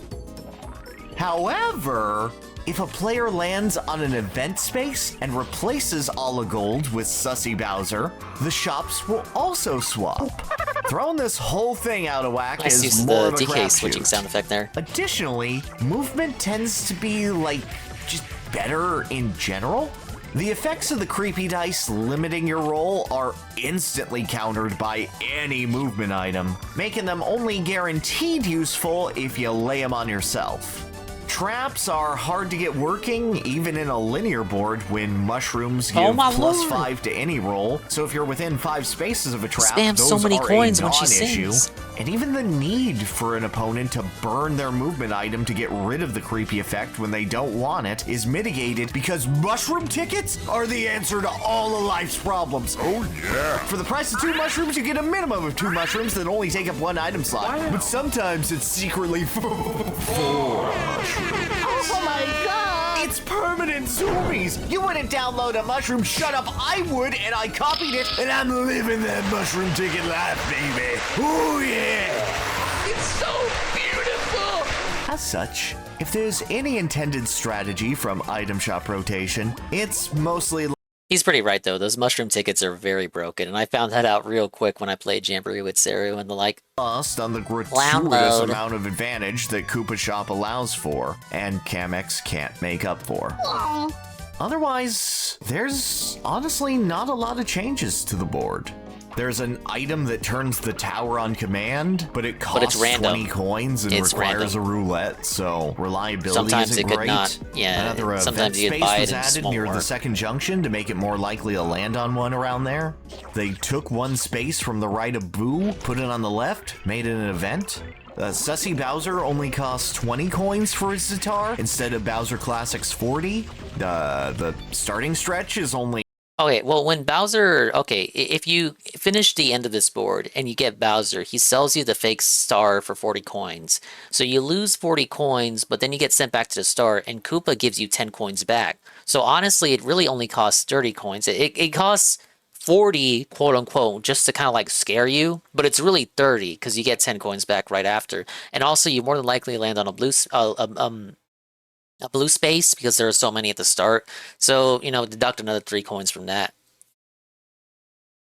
12 spaces plus a shop instead of 14. Took How much 1 does it charge space again? from the right of Boo, Jamboree. put it on the left, made it an event. Sussy Bowser only costs... Yeah, okay, so Jamboree, Bowser instead charges 20 coins for the fake star, but you don't get 10 coins back when you get sent to the star, to the start. So it is just straight up 20 coins. So 30 coins in the OG, effectively 20 coins taken away here. And if you landed on blue space at the start, you get your 3 coins back. So 17 at worst, you're losing. Costs 20 coins for his Zatar instead of Bowser Classic's 40. The starting stretch is only 12 spaces plus a shop instead of 14, so it's an even shorter board than it was before. I already mentioned Koopa. Those event spaces at the second junction are still 5 away. They didn't change that? Yeah, that's basically it. 1 shop, 2 less spaces, 2 more events, Zatars are weaker, Koopa has been deleted. Compared to the more major overhauls given to Peach's Birthday Cake, Horrorland, and even Westernland in this very same game, Rainbow Castle didn't get nearly the facelift you would expect out of it. I don't think it needs it that much of a All that it really has to facelift, rely on are the same thing it had in Mario Party 1, the game's supposed to be a beginner inherent board. mechanics. And to be frank, That's all it needs. Oh, okay. Well, you should Every have 4 fucking turns, started give or with take that. a few if they're left waiting, a Jamboree buddy will descend from the over there to grace the board with their presence. Either before the item shop, on the intersection where Boo and the swifter path converge, or in the marginally longer junction path about 10 spaces from the end. Now, allies are pretty nutty for Jamboree. They double the effects of pretty much every single space you land on, save events, and they double up your actions, which means 2 potential star buys, 2 items purchased in a shop, 2 boo steals, and they each have a unique action that ranges from stealing the coins of players you pass, having star costs, or breaking the game over his knee by rigging the dice. Even the other multiples. No one is safe from his wrath. His advantage. Thing is, I don't know Mario Party. Do you avow all this? So far, he's right. There's nothing really I disagree with in his assessment of the board. Is infinite. Why am I playing a malware game when I'm so behind? Dingus behind on what? What are you doing? The other games? They're often the biggest determination in I didn't know how I had like a deadline or something, Carl. As the 3 turns I you wanna get chill with on a Saturday. that you win over are absolutely Why can't I do that? unparalleled in how many stars, coins, items, everything you could ever want. They set you up for perfectly until the next friend drops. And they're here in what's by far the smallest board in the game. A small, linear board, where you don't even have to go out your way to get them. And one of the Bonzi Buddy? spawns No, I is need that new before desktop both made the shit they item put out. shop and Boo. And the other one just 10 spaces in front of the permanent star location. Guys, I don't think we should be doing It private is a reacts, but I'm so joke far on how behind. much Fuck easier that it is to mentality. get Jamboree buddies I on play this what I board, want, and baby. how easy it is to take advantage of him. I mean, let's just compare. Go to Goomba Lagoon and look how much longer it takes to select Wario. Not only are buddies constantly in play, they are constantly getting stolen, as all you have to do is pass someone with an ally up, and they'll instantly swap allegiances to you. And with how many mushroom tickets and warp blocks and warp mirrors and the like go flying around, plus the fact that everyone's pretty much going the same way with only one major deviation to see Boo, which Doesn't that is where mermaid you have a wanna shit- go a if you shirt? have What the a fuck? buddy anyway. I'm fucking married, dude. The custody battle for Bowser Jr. is never gonna be fiercer than it is here. It is a constant, chaotic scramble Yeah, I got to the try mods to on. be in the perfect position at the perfect time. A reactive war zone of items being tossed everywhere. And that simple fact kinda changes what this Mario Party is all about. You gain so much advantage with buddies in such a short period of time that while multi-turn schemes are possible, Jamboree forces you to be incredibly adaptational, as there's never really a point where you can count a player out as long as they still have an item and even the possibility of a play to make. If you play this game like the Mario parties of the past, trying to keep everyone under the thumb of potential bonus stars, you're probably gonna suck. Oh, I missed. In that sense, Jamboree has kind of broken loose from what most would consider makes a good Mario Party. And Rainbow Castle is here to prove it by taking this classic board and making it totally bend to Jamboree's systems. Go after lucky spaces. Get partners to maximize this. The mushroom ticket meta is real and it will hurt you. This is a bad classic Mario Party game. And I don't think that's a bad thing at all. Let's go. Does he Mario hate Party's anything? been struggling to find an idea. Dude, he just called it terrible, then he was like, but that's okay if you like it. It's okay if you like Stellar Blade, guys, but I'm gonna call you a fucking incel. Outside of its classic formula since Mario Just Party 9. give the fish a pill and leave her there. That's 12 years of soul searching. Hey, Almost as Algan. many as it had with those classic titles as the only party in town. And Welcome to advanced, Fish Town, I guess. And while you could say, no, just make more Mario Party like it's always been, it was good. I do think that Jamboree finally does provide a game that doesn't overshadow other Mario Party titles as the best one, but can stand alongside them as an alternative. It's got a little bit of something Mario's for Rainbow everyone. Castle is a great board in Jamboree, but it didn't have to change much in order to achieve that. You could have revamped it more, added more routes, tossed in the custom dice block to give it a more Castaway Bay flavor where you snipe event spaces, rather than having to rely on that thoroughly unreliable and way too expensive tower turner item. That would be more in line with how the original Mario parties would do it. But it doesn't. He sounds like he's too scared to shit on it because the Nintendo fanboys are going to spurg in his comments. Design serves as a way of introducing a new system of Mario Party to players. Or just sugarcoating the mid-game. It lets the Jamboree buddies shine. Lets new movement options emerge. Great. Thing is, I guarantee when the next Mario Party comes out and he makes videos for it, he's going to say like, oh, the Jamboree buddy system was so fucking busted in Jamboree. The last Mario Party game, I'm so glad they changed it up for this one. It's a desperate sprint where everyone is clawing at each other whenever they can to pull off their big gambit. Yeah, there are aliens in this game, Halligan. It ain't just no Tamagotchi. Power. He's going to make me buy 2 Zatars because of his reckless spending habits. And it's different. And I win less because I'm not used to it yet. I can only scam so hard when I'm unfamiliar at the game. But it's fun. It's flashy and cutthroat, and I love the little details like Sussy Bowser's crappy cardboard tower, and the board changing to a turbulent storm with a rock guitar. The cardboard tower is very subtle. I love it. Beautiful classic melody whenever Bowser's he shows too broke up. to buy a real castle. Super Mario Many such Party cases. Jamboree is a riot of a time. And the only thing Mario's Rainbow Castle needed to do was make a couple of small adjustments that let the new systems speak for themselves. Thank you so much for playing my game. And I think that is so much cooler and way more confident than whatever other revamps they could have done. That, my friends, no, I think you're coping just a little bit, Mr. Designing for on how to design for change. You design for change by not changing a lot at all? It would make sense if the thesis of the video was that it didn't need to change because it was already so perfect, but he literally says at the start of the video that it's not the best board ever. It actually is one of the worst boards in Mario Party 1. So, therefore, the reasoning should be that it should have changed more. Oh well. At least he liked it. But I feel like once the next game comes out, he's gonna say it sucks.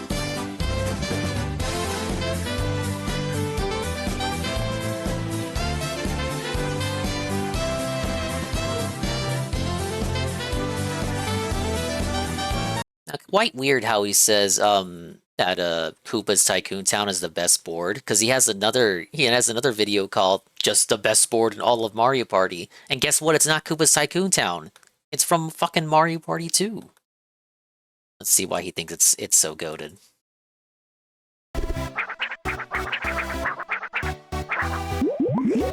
Whoa, epic fucking intro. Sometimes, what you're designing for is self-evident. You've developed the systems for your game, you know your themes, you've thought of a bunch of different ways to bring them out. All that's left to do is implement them. Certain levels, bosses, or chapters might highlight certain elements better than others, but one of them stands head and shoulders above the rest. You know what you're designing for. Now it's time to look back and see which of your creations is peak design. Finished. Now let me talk about Mario Party again. Ah, yes. At least he admits he likes the series a bit too much. At least this guy doesn't suck as bad as Arlo. This guy does actual, like, analysis of the games and shit. Arlo just talks about news. We got Wadsworth the Whale. Wadsworth helps by sheltering your baby and medium guppies from hungry aliens. Wow, what a name like Wadsworth. I thought he would have been giving me tips. Ba-dum-bum-bum-bum. Choice! Probably the least discussed thing I see in Mario Party is board design. The minigames get a ton of attention, for good and obvious reason, and items tend to be discussed as the pivotal playmakers that reduce randomness, but boards are often neglected unless they're bad, have cute flavor, or can net you a lot of stars all at once. Let me click. Favorite board discussion tends to come down to what someone thinks is the cutest costume set in Mario Party 2, or how Waluigi's Island is so wacky, or the traumatizing introduction to capitalistic collapse and volatile markets that come from Fair Square and Koopa's Tycoon Town, rather than the elements that make the boards good. And it's a shame because they're probably my favorite parts of the Mario Party series. I love developing strategies for individual boards and testing them out, agonizing over decisions, trying to predict my opponent's movements and capitalize on their failures to make optimal plays. So thus, competitive Mario Party friend? Is it me? You're talking about me? Celebration of excellent design to something I take far, far too seriously. Oh, you guys remember this Mario Party commercial where Mario was getting arrested? Excellent. He was like, "It's a me, Mario," and the cops are like, "Yeah, tell it to the judge." Design to something I take far, far too seriously. And to anyone watching who wants to start up competitive Mario Party, let's talk. I believe there are 3 core components to a good Mario Party board. First, it must be one that encourages decision-making. No individual play should be considered the safe one to take by default. Every possibility should be considered. This can include simple things like having junctions where a player can choose between landing on an item space or a happening space, to encouraging different item use depending on player positions and the location of the star. If players are always gonna buy a magic lamp, boo bell, or reverse mushroom, yeah, Mario over there chomping on the neighbor's pet turtle. Something's probably gone wrong. Wasn't that a Robot Chicken sketch? You killed my fucking turtle. Whether it's frequent visits to Boo, changing the path of an opponent, or upping the price they'll have to pay to access another part of the board, the best boards always give you a chance to keep. I kind of resent that because that assumes Mario is so dented he won't be able to tell the difference between a turtle and a Koopa. The pack close. The moment someone breaks out too far ahead is the moment where Mario Party's excitement goes to die, or at least exclusively to chance time. And finally, a board just needs a certain it factor, something that makes it stand out from a traditional Mario Party board that make you want to pick it over its contemporaries. Boards like DK's Jungle Adventure and Shy Guy's Jungle Jam are technically fine, but what you do in them is, at best, not very exciting. Mario smoking shrooms and being high on shrooms is like the most mid-2000s Mario joke you'd ever see on the internet. Oh my god, Mario is heckin' smoking shrooms! And at some Newgrounds ass humor. Throws you in a straightaway of blue spaces that last like 3 turns. In boards where there's always a great risk of a play being made, everyone gets to stay on their toes. With all that considered, I've taken a look back at the series history, and the best board in the entire Mario Party franchise is... No, DSP told me 2000s humor was just saying the N-word over and over and over again. Then it just to let you get away with it. Coming after this list of honorable mentions.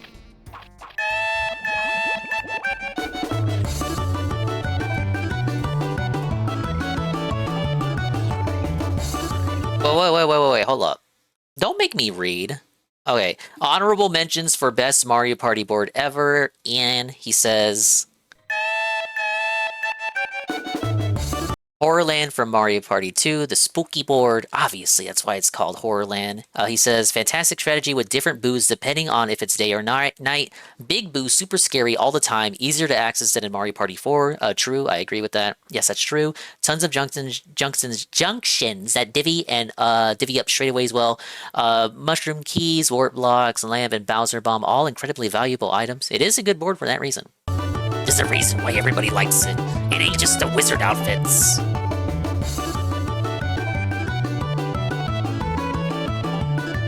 Could've just done a lightning round. I do like that he's justifying his answers. Woody Woods from Mario Party 3, the forest board. Every mushroom is super valuable. Rolling big, rolling really big, making someone's roll small, and going backwards are all viable depending on how the Monty signs are turned. Yes, that's true.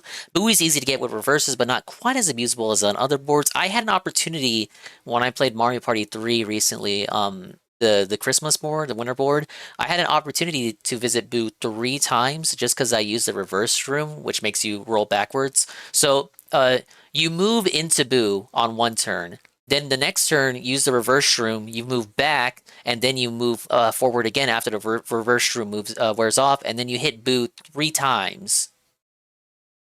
You could also do it by on the gates on that board, if you don't have the key, once you move up to the gate, you're turned around.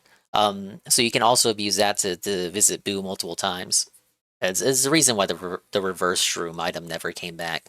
Boo is easy to get with reverses, but not quite as abusable on other boards. Makes the most out of 3's incredibly fun item set, especially with an item shop located at the very start. Don't most of the boards have an item shop at the start?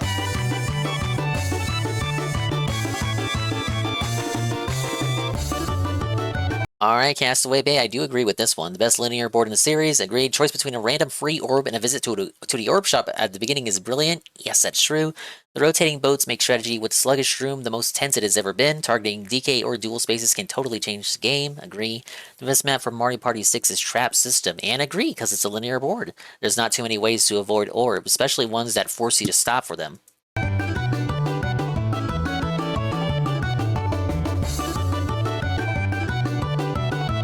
Also, good music too. Now, Bowser's Enchanted Inferno. I haven't played a lot of 7. I do own it. I do have Mario Party 7, but I didn't play a lot of it. It's just kind of, in my opinion, it's Mario Party 6, but worse. But I did see some Inferno gameplay recently. It's probably one of the least worst boards in 7, along with the New York board. The best use of Bowser time in the game, seeking one of the 4 islands the star is on every 5 turns, constant pressure on players to outthink one another based on a star's relocating itself constantly. Slow Shroom benefits from very strong happening spaces as well. My critique would be the star space placement on this board is pretty lackluster. Small islands make you can get 2 stars in 1 turn pretty easily with the big mushroom roll. Small islands make movement items incredibly strong, meaning that slow shroom isn't always the optimal choice.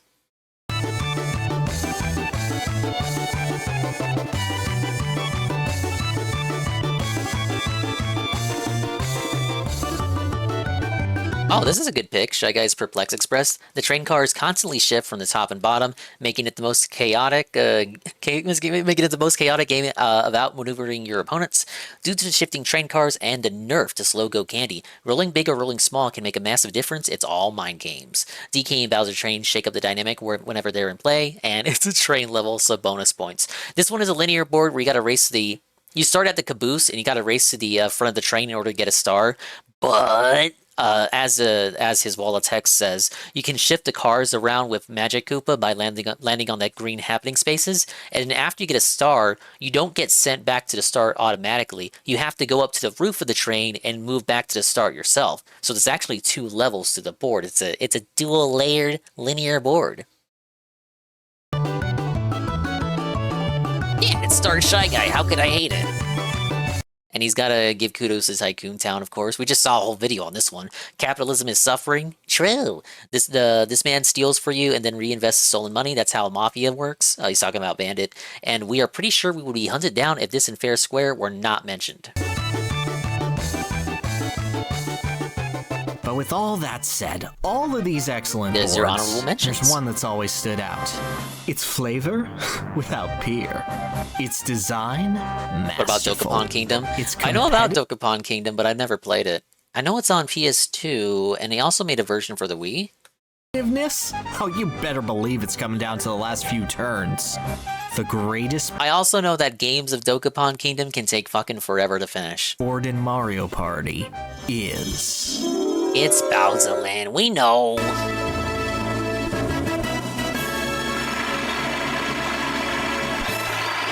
The only board in Mario Party 2 where you don't have costumes on. There's a single board that celebrates Mario Party's feeling of success with its crushing, game-destroying lows. It's Mario Party 2's Bowser Land. Set up as a theme park with the explicit purpose of celebrating Bowser's greatness, as he well deserves. Cruelty is baked. I never played Sonic Shuffle, but I've seen a lot of gameplay of it. It looks okay. It's made by the same devs as Mario Party, but it seems like they really went out of their way to make it as different from Mario Party as possible, so that gamers back then couldn't accuse it of it just basically being Mario Party. But some of the changes that it makes to differentiate itself from Mario Party kind of are they're not good changes. right into Bowserland's DNA. Its banks are an inversion of the typical system, giving out 5 coins to any player that passes them, but keeping a tally on the total number of coins doled out. Land on the bank, and you have to pay the debt in full. Or at least the fullest extent you have on ya. Happening spaces give you the uncontrollable desire to jump into a warp pipe, landing players in one of 5 possible, randomly decided locations, ruining the best laid plans. There's even a shop that forces an item onto players, overcharging them for something or other this particularly snobbish Baby Bowser feels like pushing. At a glance, it seems like a board designed to frustrate, to put all players in their place and let luck and the whims of the Koopa King decide their fate. That is, until players realize that every last bit of the board can be turned in their favor, and more importantly, against their opponents. And the main culprit of this is the board's unique event, the Bowser Parade. Every 5 turns, a procession celebrating Bowser's greatness will tear right through the board, dragging any players caught in the parade's route back to start. Additionally, players finding themselves part of the parade will lose 2 coins per space they travel on their way back to go. It seems just to add to the pure chaos, but not only can it be planned around, it can be manipulated. The parade always emerges from the top of the board, following a route based on where these little feet icons are pointed. By passing these checkpoints, you can pay Baby Bowser 5 coins to point it in a different direction, potentially targeting one of your opponents. The most valuable resource on a board isn't coins or stars or items, it's positioning.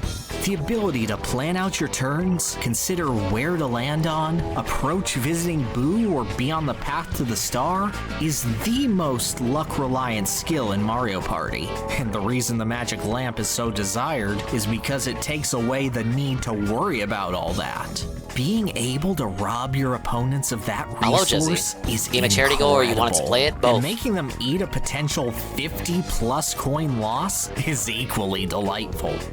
It's been a while since I played it, years actually. And I wanted to see how far I could get, like if I really put my my elbow grease into it. This is the farthest I've gotten in the campaign.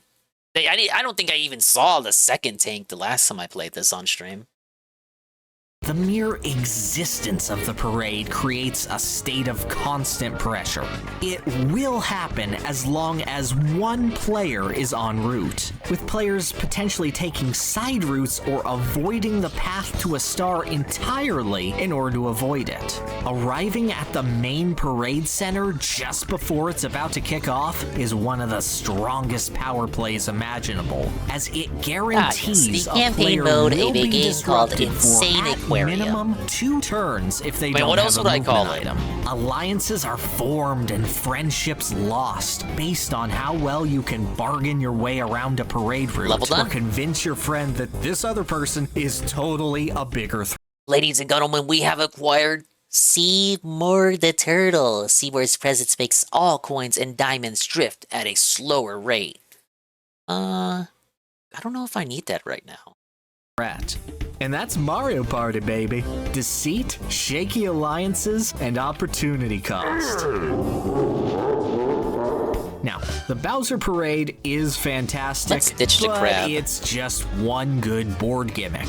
Plenty of boards have a great idea, but are ultimately let down by their overall design. Just ask Eternal Star, Windmillville, and Pyramid Park all about that. However, Bowserland decides not only to have a killer theme, but to constantly encourage changing playstyles. This is the one board in Mario Party 2 where nearly every item is useful and every strategy valid. For starters, there is only one stretch of board that has more than 6 spaces in a row without either a junction or a positioning changing happening space. Right here in the bottom left, behind this skeleton key door that you'd only ever go to either avoid the parade or to nab a star that sometimes spawns behind it.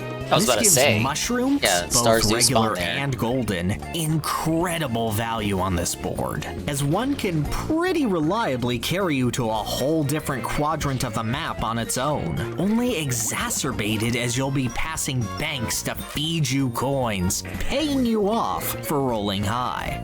However, sometimes a warp block may be more useful, taking the chance to swap you with your foes who are going after the star, potentially teleporting them directly into the parade route's path. Skeleton keys, occasionally the red-headed stepchildren of items, are given massive value here, as the paths they unlock both come directly after item shops, one leading to a star and a chance time space, the other leading to Boo, and both deftly dodge the parade and lead to the center to give a player tons of options after they've purchased Alien's or quite stolen dangerous a if you don't star. have The dueling max glove food. takes players to the board's unique duel game, a take on rock paper scissors. And while this may seem horribly luck-based, the devastating psychological warfare of the junk and meta reaps the souls of even the bravest of men. And being applied to cheery Mario characters can make for an incredible Hail Mary highlight. Due to the small board size, the Bowser Bomb is exceptionally devastating, letting Bowser traverse the board freely and drain players of coins almost regardless of his position. And of course, Boo Bells, Magic Lamps, and Plunder Chests remain as valuable as ever, just not quite outshining their contemporaries here as much as they do in other lands. That just leaves the Bowser suit. And boy oh boy does he get a workout on this board. The suit is notoriously unreliable and thus one of the lesser used items. But not only can it steal 20 coins from any player you pass, it has 3 unique effects just for Bowser Land. Yeah, pass Passing the a bank parade while wearing the planning suit. office in a Bowser cosplay will let you change the route for free.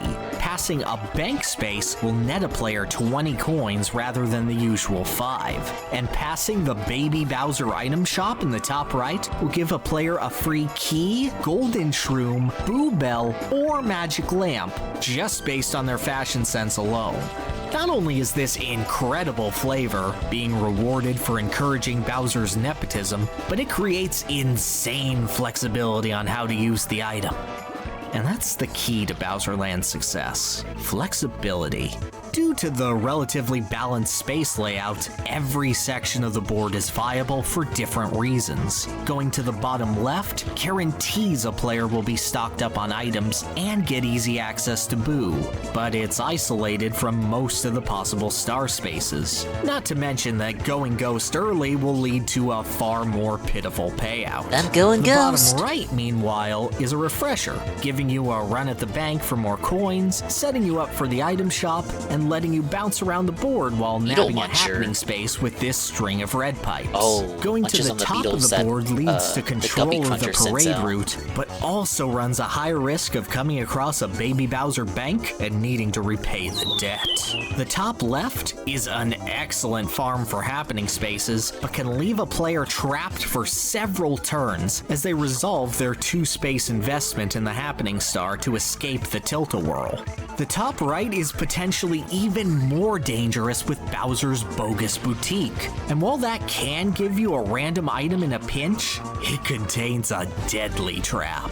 This shop is positioned right in front of a bank, draining you of coins. And if you land on a bank with 0 coins, this loveless teller will gladly take a star from you to resolve your debt instead, creating a lethal 1-2 punch. But you might need to pass the shop in order to avoid the parade route or potentially avoid getting trapped on the Carousel of Progress over there. Heck, if you do get trapped on the carousel, you might even say no to getting a star for strategic purposes. If you're gonna stay on there anyway, what's the harm in keeping the star space next to you and away from everyone else until the That is actually a good idea. I never considered that. Usually you would never say no to getting the star at all, but you only end up in that blooper tilt-a-whirl area by standing on the happening space to begin with. So if no one has a magic lamp, and you want to have everyone suffer, and you know you're not going to land on a happening space, you could just keep it there. Huh. rare opportunity you would say no to getting the star. Parade passes by. Then just scoop up the star at your leisure, free of fear from Bowser bombs as you exit, trapping the tiny Koopa King in Gay Bowser jail. All of this while you're reading your opponents, seeing what they're thinking of doing, looking at their item choice, and developing counterplay. All of this while everyone is tossing a parade-sized time bomb at each other, negotiating who deserves to be run over the most. All of this while Boo is just chilling in the corner, easy to get but a total time commitment, placed right after a shop to force players to make the difficult decision between buying an item or stealing a star. And all of this constantly shifting, players going from strategy to strategy, negotiating point to negotiating point, desperately trying to recall who has what bonus stars. All of this ending in a cute little cutscene where Bowser is yeeted into orbit for harassing a Koopa about where he wants to pee. To me, that's the beauty of Mario Party. Ending. Seeing the hand you're dealt, realizing it's not very good, and doing everything you can to work with what little you have, screwing everyone else over in the process. Are there more chaotic boards in the series? Yeah. Are there more deadly boards with frequent access to Boo? Definitely. Are there better item sets in the series? Oh, heck yes. But Bowser Land is different from all those boards and ideas. It just wants to be the best damn Mario Party 2 board it can be. It looks at the established rules of the game, twists them just enough, and opens itself up as a playground for the creatively minded. All of its tricks and traps can be avoided and abused by a crafty player. All of its highly rewarding options have downsides to pursuing them. All of its items serve a purpose, rather than just the few standout ones that every player searches for. And every 5 turns, players might just have to reevaluate their entire strategy, changing up their game plan to suit an ever-evolving metagame. So often can board games have a runaway winner, or an ideal strategy that can be abused repeatedly for massive gains. Not here. Oops. Bowser Land captures the spirit of competition in Mario Party, better than any other board in the series' 20-plus year history. Not one where everyone wins, but where everyone is gunning to make everyone else lose, and reap the profits of their demise. Not bad for a game most known for silly costumes and a big bomb in the shape of Bowser's head. I don't care if I win so long as you lose, Mario bitch. Party is concerned, Bowser Land is peak design.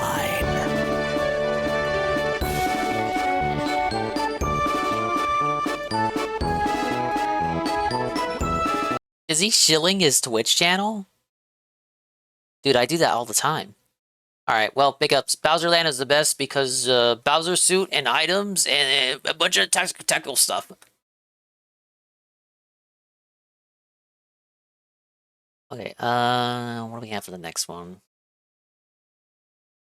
Bowser versus Donkey Kong, the Mario Party rivalry. Yeah, for a minute, the Mario Party games took out DK as a playable character and then made him the anti-Bowser. Bowser, the most fearsome creature in all the Mushroom Kingdom. He's a beast Koopa? who isn't Not a afraid to creature? break any taboo, sully any sanctuary, to get his way and have his fun. And very clearly, the scariest guy to find on a Mario Party board. From forcing you to wear his suit and let your friends When does beat Bowser you get a up, W? to starting Well, a revolution. for most of Paper Mario 64, it's just Bowser embracing his W because he defeats Mario pretty easily with the power of the Star Rod. But he doesn't have the W for the whole game. Maybe Bowser gets a W if you win as him in Mario Kart. For the sake of equality because a wheel told him so, to stealing a star just because he doesn't like you. Bowser is glad to toss his bulk around and throw a wrench or 6 into the established order of things. And you are absolutely powerless to stop him.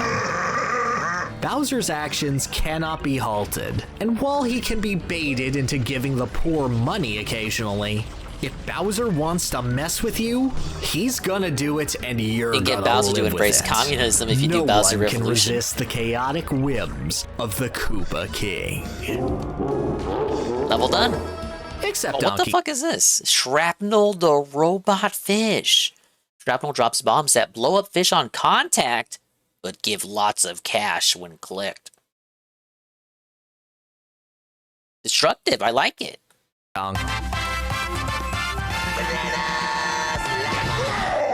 Donkey Kong and Bowser have an odd relationship through the Mario Party series, one that goes beyond the usual implied character interactions that the rest of the cast has.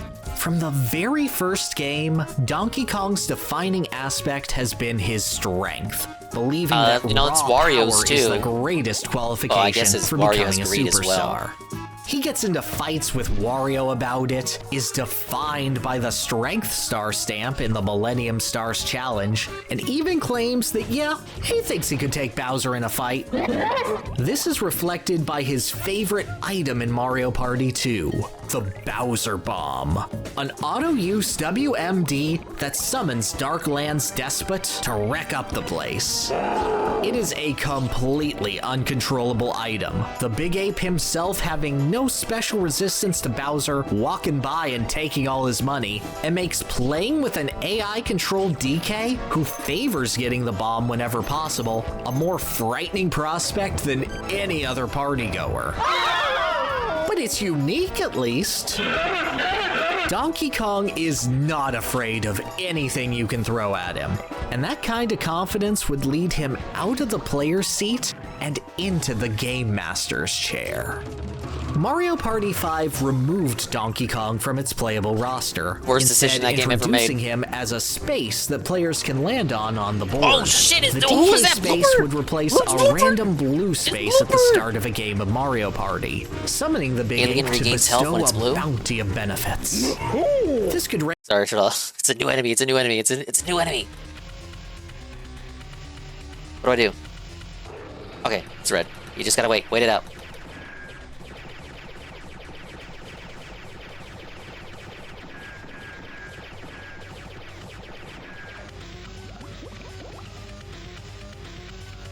He's got so much health, you guys.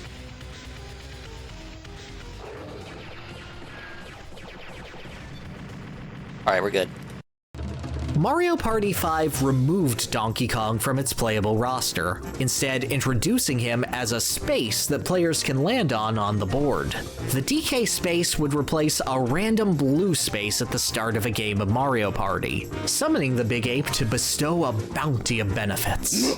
This could range from simply giving the player landed on his space a bunch of money, to a minigame where everyone could profit, to a risk-free dice game where DK is glad to surrender a valuable star should he lose. And that's Most really bullshit cool way to get a and star all, in that game. but it's also pretty weak compared to Bowser's offerings. Minigames that can rob all of a player's coins, shuffling positions around, abridged communism, taking a star with no chance to fight back. Bowser remains absolutely merciless, and more importantly, game-changing. Donkey Kong Space might serve as a cute little diversion from a path to a star for the chance to get more coins, blow up that but fish? unless you roll the DK roulette Guess and so. win his dice game, nothing DK can do can dramatically shake up a game of Mario Party compared to simply playing the game normally.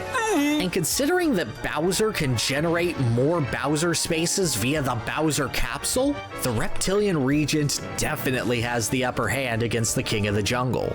9 times out of 10, you're not going to go out of your way to see DK, but you are going to go out of your way to avoid Bowser, as winning in Mario Party is far, far worse than not losing. But character-wise, Bowser fears the wrath of Kong.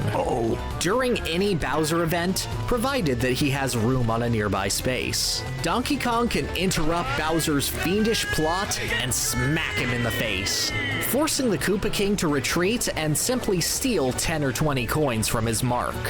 Bowser has gone uncontested in messing with this board game for so long, the ape willing to get on his level and get down and dirty rattles Bowser. This even continues into the plot of some other Mario Party games. Bowser specifically turning Donkey Kong to stone in Mario Party DS, rather I don't than think that's supposed shrinking to be a him reference down to with Mario the rest Party of the 5. cast. After being freed from his petrified prison, DK takes time to recover and eventually defeats a recovering Bowser at the end of the game. Accidentally, even. While DK didn't become an equal to Bowser in gameplay, he became a force Bowser has to respect in lore. And in further installments, the two would be practical reflections of each other, two halves of the same coin that would really like to punch each other in the face.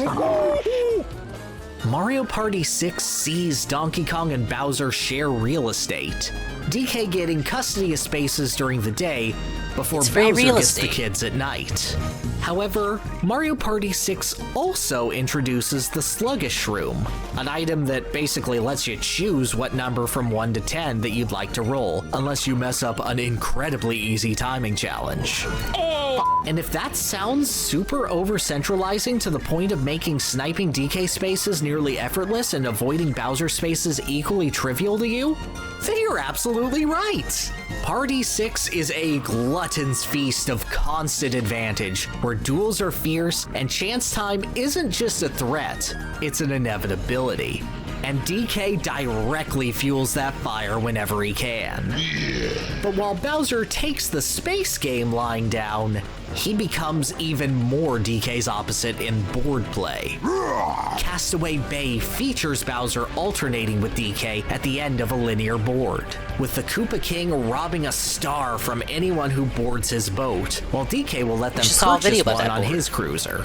Clockwork Castle takes this a step further, DK wandering the map during the day to hand out stars to anyone he passes, but Mr. hiding himself into Bowser at night, who's glad to perform highway robbery at any point. While the playing ground is more even in Mario Party 6, due to the nature of the game, Donkey Kong has This board's kind of interesting because so DK and Bowser move on this board along with you. They move after all 4 players move, so they're technically like a 5th player, sorta. Pause. Say pause. They're kind of like a 5th player almost. But when Bowser's moving, the board goes clockwise. But when DK's moving, the board goes counterclockwise. Or maybe that might be reverse. Shut up. And this changes every 3 turns, so you're always like moving in a different direction depending on whether it's day or night. Due to the nature of the game, Donkey Kong has finally pulled ahead as a benefactor to the game compared to Bowser's opposing threat. Not too bad from his humble beginnings as a helpless player who tempted fate and spat at the devil's feet, and promptly got stomped out for it. Mario Party 7 would nerf both Donkey Kong and Bowser, both of their spaces being reduced to just doling out minigames. Bowser would get a unique every 5 turns mechanic in Bowser Time, where he just wrecks stuff for no reason, but he also forgot to put a Bowser space on his own board. Kind of a quiet chapter for both of them, really. Mario Party 8 features DK spaces flip-flopping to Bowser spaces whenever someone lands on one, and vice versa, with DK providing a huge benefit to players related to getting them more stars, while Bowser would usually do the opposite. A fun concept that lets their personalities shine, but both were overshadowed by the incredible, game-warping power of the Lucky Space stealing their thunder. Mario Party 10 saw both become playable again, albeit in uneven rolls, and Super Mario Party features them as dice counterparts to each other, both focused on incredibly high rolls, offset by moving nowhere if they aren't zooming. And that is basically the whole history between DK and Bowser. Sports titles feature very little interaction between the two. No mainline game from either series alludes to their animosity, not even a throwaway line in Mario vs. Donkey Kong or something. Get Mario Party from game number 2 built Mario's two most well-known rivals, yes I know one was cranky originally, into foils for each other, giving them just a bit more character, a little more to play off of, and even establishing gameplay systems together that would swing in favor of one or the other depending on the game. It's a cute little study on how even the smallest titles and interactions can flesh out your world and let characters shine. Even if it's for something as simple as, I bet I could punch you in the face harder than you could punch me. And for a character who was struggling in the identity department at the time as much as DK was, that little bit really did go a long way. Did it though? Did it? I like the idea, the concept behind the anti-Bowser space. You land on it and something good happens. The problem was that, you know, it cut DK from the roster. Like, what the fuck? I want to be DK. I'm literally expand Dong. I want to be Donkey Kong in Mario Party. And for like almost every GameCube Mario Party, I was unable to do that. As for the lore aspect of it, the reason why the other games don't reference the supposed rivalry is because the other games obviously have different developers who have different visions for the series, so it seems like only Hudson Soft was really embracing the idea of Donkey Kong as the anti-Bowser. Maybe the next Donkey Kong game should have Bowser as the villain? I don't know. I feel like people are already tired of Bowser as the villain in Mario games. That's why they pog out whenever there's a Mario RPG that doesn't have Bowser as the main bad guy. Let's see, he's got one more. But I think I'll leave that one because it's a bit longer. Let me jump around. Resident Evil and the yellow paint problem. This one was recommended to me. Now, we all hate yellow paint. I was going to say hello paint. Hello Kitty? Hello paint. Hello, sir. When's Animu Night usually? So we have like 13 shows to get to according to Cerulean. He gave me the time of 11 Eastern, which would be 10 Dingus time for me. We got an hour and 30 minutes until that, so I'll play until then. But yeah, this is the time to show up, son, because we have like, this is the start of the season. Well, you know, some shows had early starts last week, but this is like the real start where all the big shows are starting. So if you're, this would be the evening to join us, so you won't be behind in subsequent weeks to come. Anne will be back in a week. Sarah's gonna do it. Sarah was gonna take over Anime Night one more time next week, and then after that, Anne should be back. Imagine being in the Philippines for 3 weeks. Why? He's gonna have to do a lot of anime catching up on his own. Safa.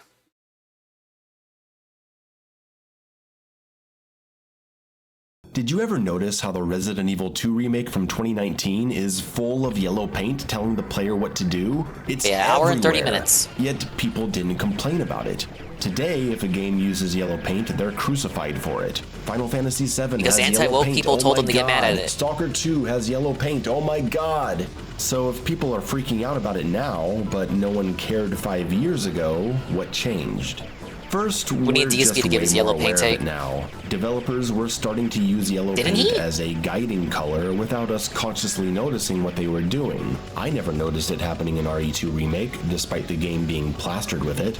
It's on the ladders, it's on the boards, it's on the locker you have to move in the beginning, it's on the C4 placement upstairs, it's on the parking lot access terminal, it's highlighting the basement power panel, it's holding okay up the when key on RE2 the does it. It's covering the stepping box and leading a trail through the window, it's covering the west side door control, it's on the chains you have to break with the pliers, it's on the water valve to put out the fire. Going back to RE2 Remake now, the yellow paint is painfully obvious. But in 2019, we weren't on the lookout for it yet. And because YouTubers didn't tell me to cry about it. It didn't feel intrusive back then was that yellow was already a big part of the world. They don't just highlight important items and actions in yellow. It's a police station in crisis. We see yellow caution tape on the windows. Paper notices on the wall are yellow when they're just decoration. You've got big yellow barrels in storage. Areas where personnel need to be careful are marked in yellow because we do that in the real world. Even the fans are yellow. And the tape? Well, a lot of tape is yellow. The yellow paint was immersive, you guys. Because they were trying to guide us. It was tape. Since yellow is so naturally used in the world of RE2, it was easy to not notice how they were actually using it. It flew under the radar at the time, and they went on to use it in Resident Evil Village, as you can see here. That's where we start seeing the now notorious painted yellow breakable boxes seen in the RE4 remake, the game that really made this an industry-wide issue.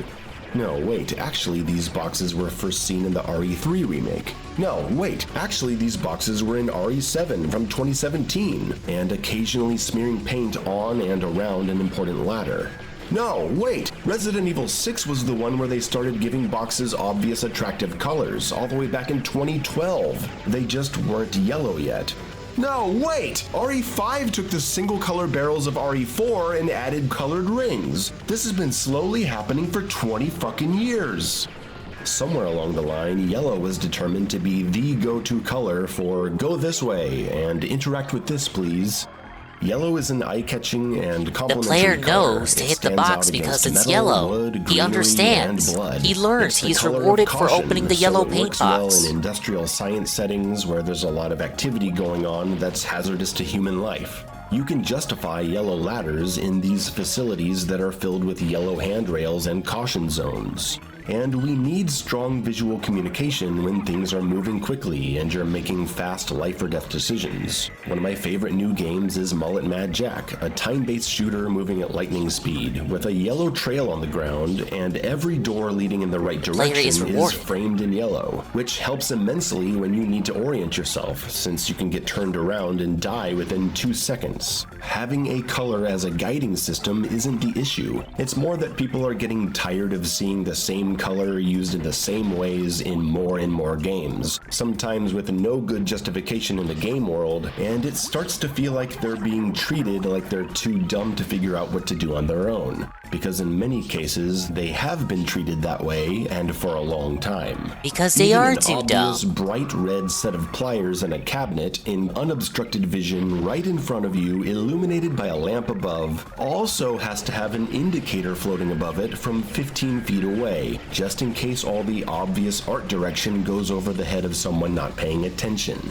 It turns our games into automatic, thoughtless experiences. Some kind of visual guide is welcome, even necessary, but the fact that developers have just defaulted to these new universal lazy standards like distant pickup indicators and yellow paint splashes means they're doing nothing to artistically disguise their signposting and make it feel organic. Yellow in modern Resident Evil games went from a color being used both in the natural game world and as a guidance all tool those coins to is 'cause the hundreds of mermaid. appearances of big, ugly, obvious paint splashes on barrels and boxes and ladders, with no context for why it would ever be there. The developers were done pretending, and done trying to blend their guiding yellow color into the game's aesthetic. The infamous tweet from FP Aesthetics about this needing to stop set the game design world on fire, creating a gaming public that's now hyper aware of this overused crutch, and bringing out armies of defenders claiming that anyone who is against this simply doesn't understand game design and playtesting, as if we were You're all against this, stumbling you're a around like idiots racist before the chud. invention of yellow paint. Hell, when I thought this was just an isolated event in RE4, I thought it was fine. But seeing how widespread it is, I can't stop thinking about the poor design mentality this practice actually reflects. In 5 years, we went from RE2 genuinely making an effort to hide what they were doing and hardly Wait, so he's actually gonna I thought the video was gonna be him justifying and defending it. He's actually gonna shit on it even more? anyone noticing or taking issue with it, to games just plopping in yellow paint with no thought put into it because that's just what you're supposed to do now. And now every time a game comes out with yellow paint to guide the way, whether it's Dying Light 2, Shit, or I thought he was in a cab for it. MC7, or Horizon Forbidden West, it becomes the target of mockery. Resident Evil 4 Remake is a game that has a pretty good sense of forward motion, with a few parts of more open exploration. You have a well-designed map to help you establish your location. But it's the famous cuisine critique, right? You don't have to be a goated chef to tell the chef that his food sucks. and you're way to go. The level design is fairly intuitive, rewarding curiosity, but also having a smooth flow. So it's disappointing that a game so well crafted, a remake of a classic game from 20 years ago that never needed blatant and lazy player guidance, also splatters this bizarre yellow paint on all the breakable objects and on several progression points. It was the yellow ladders that seemed to spark the biggest outrage, though the interactable objects got their own hate. When Also the action true, Carl. is fast, the player is moving It's a around two-way a lot, street. looking left and Critics right are and fucking making quick ass, too. shots. It can be important to have obvious It's about striking that indications for balance. It's not life-saving all black resources and or white, is what you're options. saying, right? A brightly colored glowing pickup will draw your attention It's a in the gray madness area. and change your next navigational decision. The slower a game is, the less dramatic the visuals need to be, generally, as the player has more time to take in what they see and they're making fewer decisions per second. We also have to take into account the graphical realism that games are striving for these days. AAA and even some lower budget titles want their games to look as real and serious as possible, often filled with more and more environmental detail and clutter, which results in developers needing to create a stronger contrast for things that are actually interactable in some way. If there are 20 different kinds of boxes in your game, and only 2 of them are breakable, how do you signal that to the player? Well, apparently by Don't put yellow slapping paint yellow on it, paint apparently. them. To do The anything original but that, Resident Evil apparently. 4 never needed this silly level of hand-holding, as they trusted players to simply break the barrels and boxes they found as they played. They have a look to them that makes them stand out a little as something you could interact with, without some dumb, obvious method of signposting. This makes me think of the old fixed camera Resident Evil games, which had 2 ways of letting you know something was important. First, since the backgrounds were 2D rendered paintings, any collectible item like ammo, health, or puzzle items naturally stood out because of them being 3D rendered models. They didn't logically mix with the world, so you knew you could pick them up. Second, It's kind of like in a cartoon, you know, a traditionally animated cartoon. You knew something was a part of like the actual. You knew something wasn't a part of the background because it stood out more. since the games used fixed camera angles, they could draw the player's attention to important items through intentional camera direction, just like a movie's framing of a particular scene can make you focus on what the director wants you to think about as you're watching. In the absence of intentional camera direction it has the black and the outline. contrast of 3D objects on 2D backgrounds, games can still make interactable objects eye-catching with the right coloring and texture. If you need to foolproof your game, you can have a pop-up tutorial that tells players to try to break different objects to find important resources. Now they know to think about this stuff. Or you can naturally show the player how the world's interaction works in a scripted event or a Or you can cutscene. treat the Imagine player like the an zombie idiot, like stumbles Phil. in, attacks Leon, The player and learns. Leon The kicks player him is away. taught. The zombie falls into a breakable barrel, revealing ammunition. No tutorial prompt or obvious visual indicator is needed. My favorite example of this is in the Dead Space remake, when Isaac picks up a fire extinguisher in this cutscene and uses it as an explosive against a necromorph, and you can actually use these at any moment in the game. So player are is we to taught simply accept by that watching the just cutscene. because The Resident player Evil 4 Remake understands. has more lifelike graphics, that yellow paint must be added to all the breakable crates and barrels? I don't think so. Because while I'm willing to admit that contrast might be needed to draw attention during intense moments of combat, True, you could always just sit there with your arms crossed and the man chat to tell you what to do. Combat, and they have the same obvious, obnoxious signaling. This is where it starts to feel particularly condescending, and worse, immersion breaking, since the graphics have become so realistic. There's a visual contradiction occurring when the game world is made to be as real and high detail as possible, while part of the world is constantly yelling at us that this is a video game and we need to make sure that players don't miss these barrels over here. People tend to hear this complaint as an outright dismissal of the concept of visual guidance, and it's not. Like I said, camera direction, items having a unique look to their models can serve to guide players. Some people are just giving items a clear, dented. distinct look in a realistic world can draw your attention. No one complained about a lack of visibility on the items in the Resident Evil 2 Scoon. remake, a game going for a dark Nice try, Goon, but this was a charity goal. and realistic look. We spotted the green herbs just fine.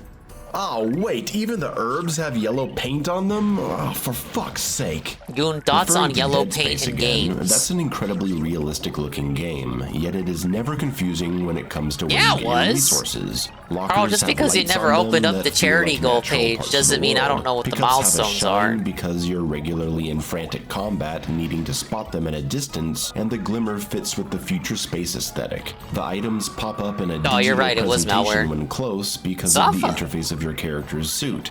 All these visual indicators make sense in the world of Dead Space. We are pro-visual indicators here, but if there was a gnome that appeared next to every important interactable object, jumping up and down and pointing at it, we would find it More like distracting Dong's Eye, and buddy. insulting and lazy. Because the inclusion of yellow paint is not one of creative design, it's one of failure. They designed their game in a way that led playtesters to constantly fail and not notice what they were supposed to interact. Who was it, Chromecat, that made an anti-RE4 remake video? He backed down, but it turns out it was a harbinger of yellow paint, so he was low-key right. Yeah, he cucked to criticism and deleted the video.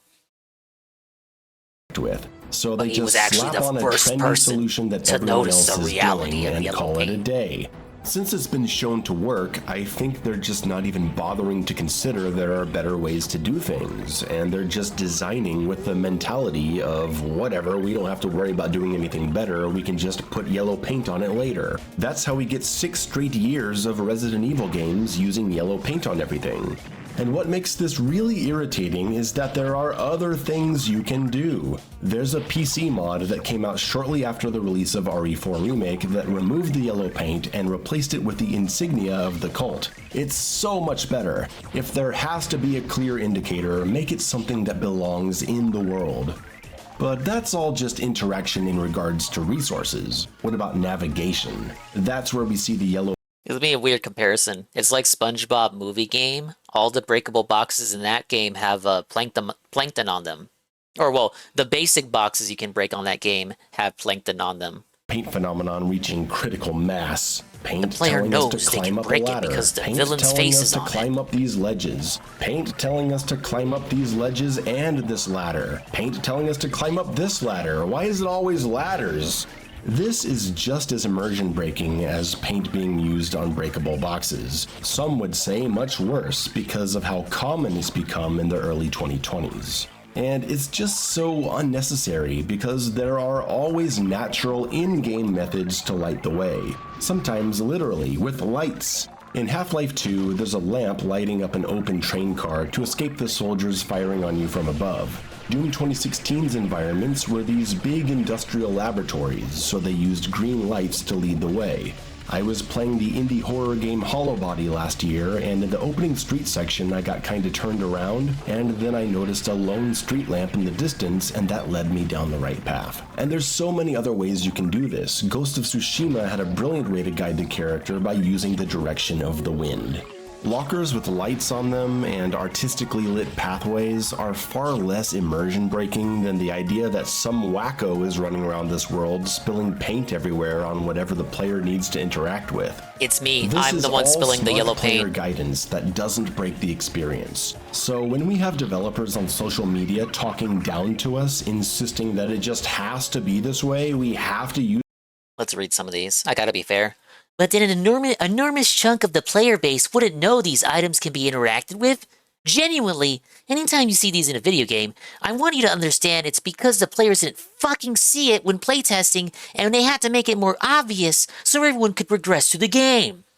Tell me you never watched a playtest without saying you never watched a playtest. Okay, so to steelman this, there might be a tendency for designers to overcompensate for confusion. Confusion is also the precursor to solution. If the solution is given, there is no reward. So, see? The player is rewarded. The player is rewarded for discovering the solution. Maybe just don't get regarded playtesters? But the problem is the playtester is supposed to represent the average person who plays the game, so they kind of need stupid people to test it, right? Or else they wouldn't find, like, they wouldn't be able to discern what the average person would do when they play the game once it's fully released.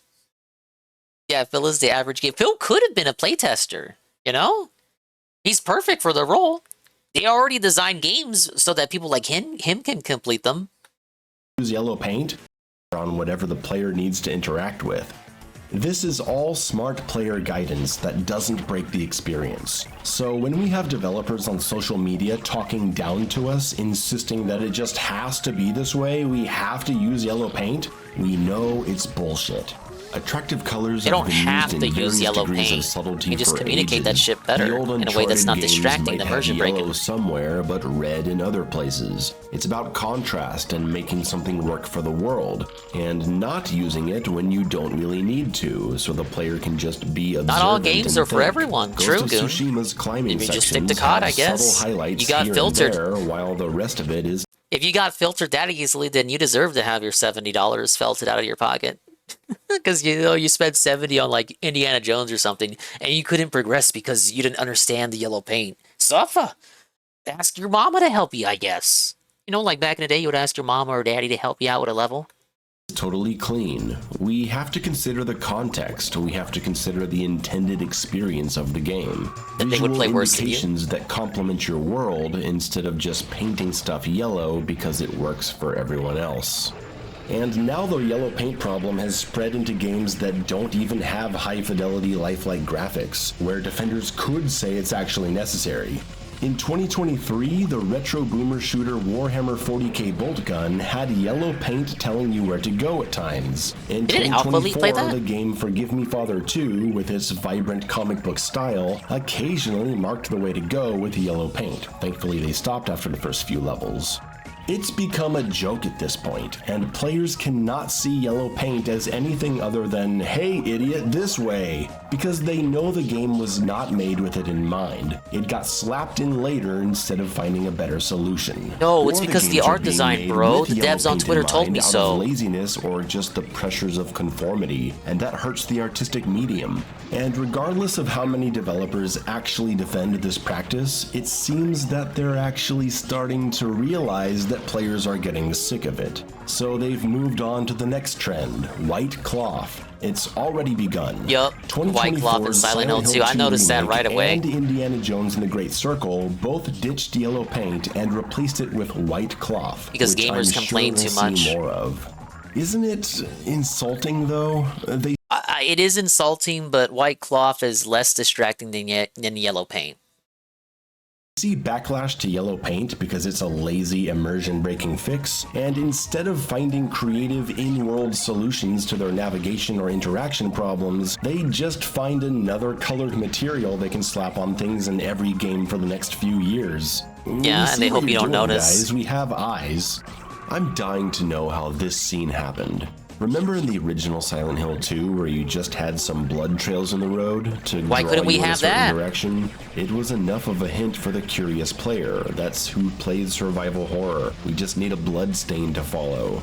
And now because the remake has to worry about armies of new players not paying attention and leaving a bad Steam review or complaining on Twitter, the original game's blood trail and a big open hole in the garage door is apparently not enough to get people to check this out.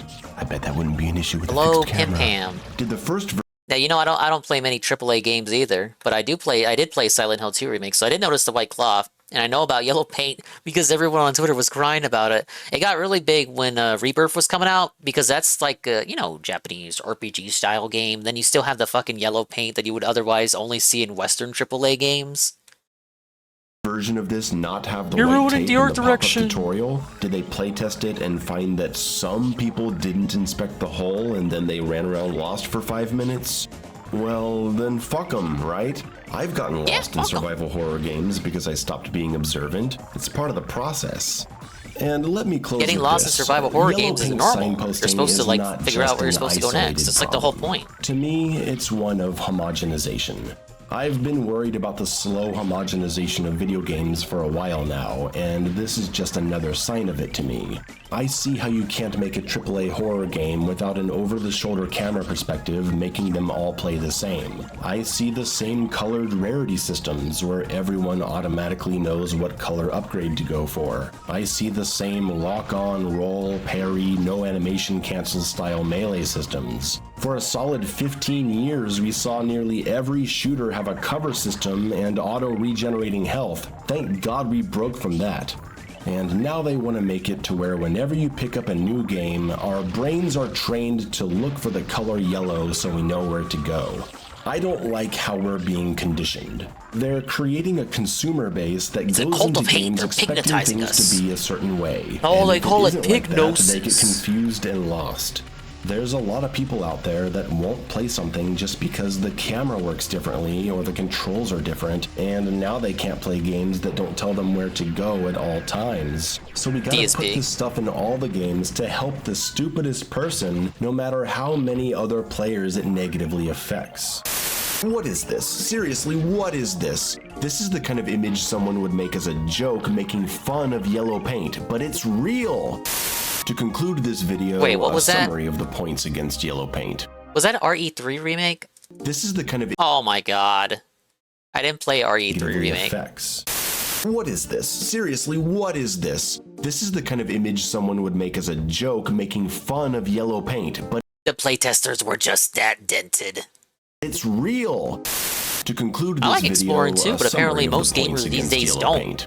It's overused and too obvious. It's applied in ways that don't make sense for the world. It's now— Number 2 is the worst one for me. I hate when you break immersion like that. A design crutch that takes the place of better artistic solutions. Oh, it's 3 being too. used in That third frankly reason as well. insulting ways. Premeditated reliance on it is kneecapping the creative process, and it contributes to game homogenization. Call it out when you see it, in a civil fashion, don't be a dick online, and celebrate the games that don't fall into these traps. Thanks for watching, everyone. See you when Doom: The Dark Ages comes out.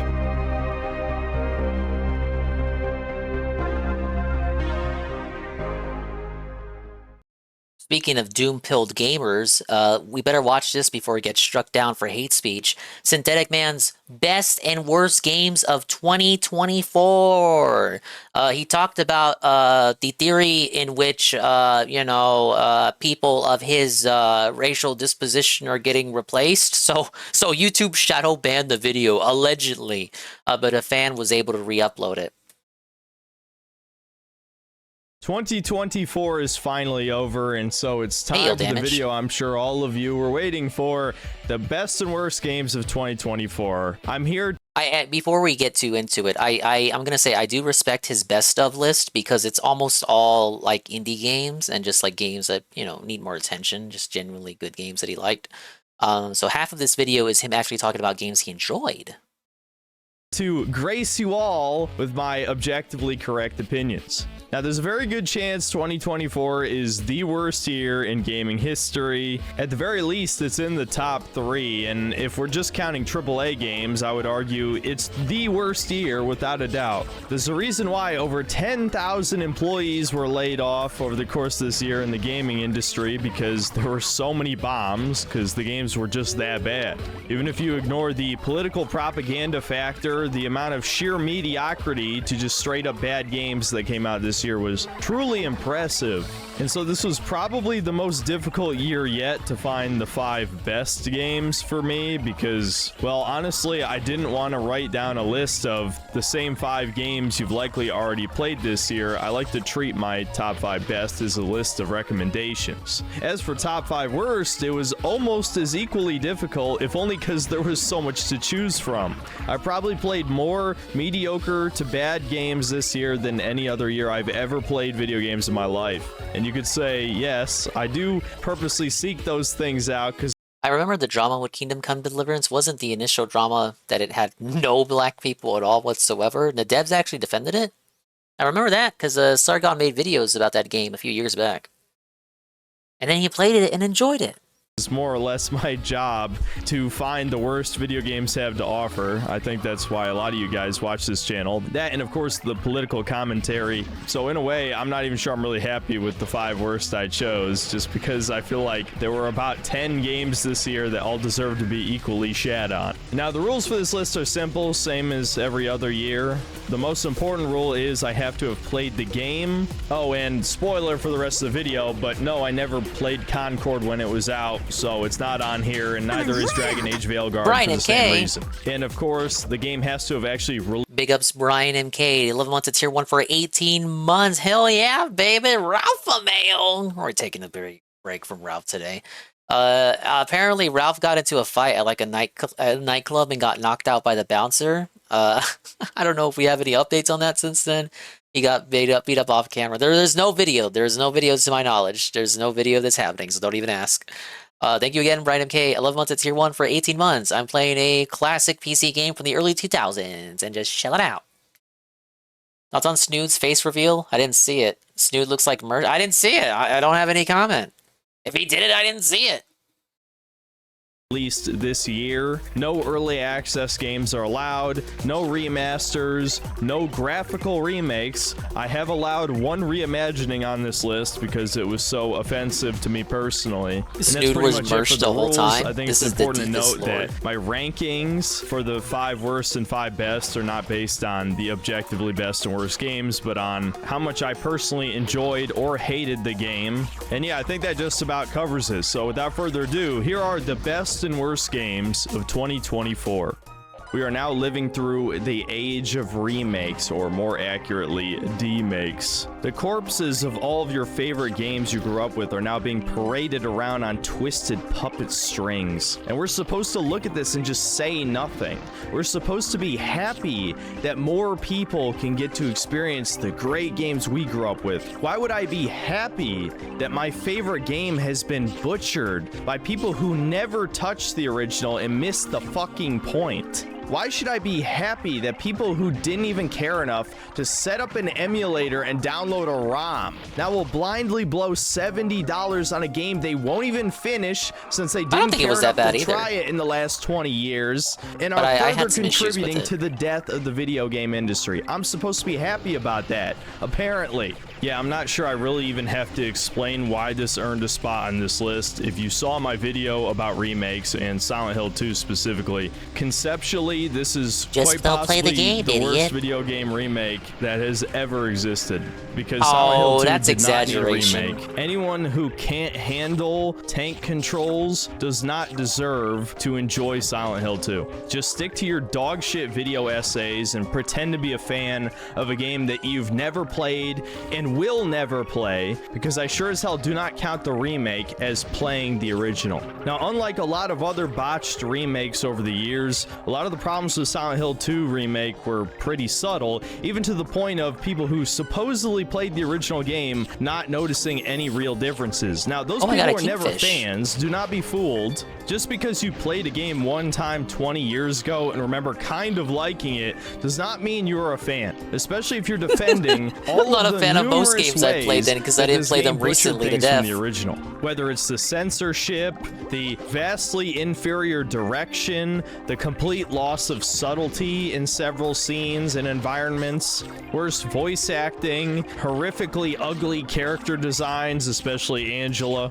the significantly worse writing, especially in the ending with Mary's letter. The list goes on. The side-by-side comparison of the scene where you discover Maria at the end of Toluca Prison is still the most blatant example that the devs of Bloober Team did not understand the original game. And even the one saving grace of this remake was supposed to be the improved gameplay over the original. But at the end of the day, it just plays like a clone of The Last of Us, but with no enemy variety. You'll basically just kill the same 3 enemy types for 80% of the game, and there's like 3 times as many enemies as were in the original Silent Hill 2, so it gets very repetitive.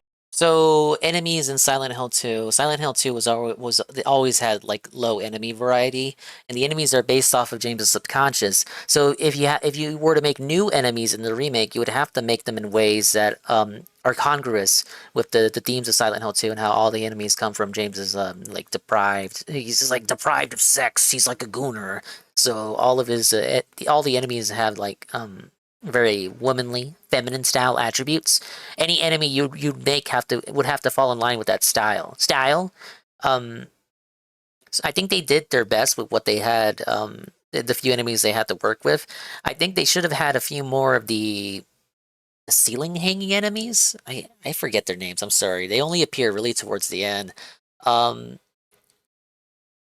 I think it was a good decision for the abstract daddy, the boss fight that's Angela's father. It was good of them to not spam that enemy throughout the hotel. Because in the original, after you defeat him, he becomes a downgraded enemy that wanders the hotel, like multiple smaller versions of the Abstract Daddy. And I think that detracts from the immersion because it's supposed to be like Angela's enemy. So it was a good choice of the remake to not have the enemy there. But I think it's his worst games of the year. Naturally, he starts with the game Dinger said was good, and Synthesized Man is exposing them. It's both the worst and the best. He's just starting with the worst. It's both. Look, the title says best and worst games of 2024. He starts out with the shitter games. Very quickly. This is truly a remake that is inferior to the original in every possible way except arguably I remember graphics, calling it a side and even grade. then, the aesthetic design looks a lot more generic, if you ask me. But yeah, this remake just was felt he born like when it was Silent Hill 2 came out? Maybe. I think he's around my age.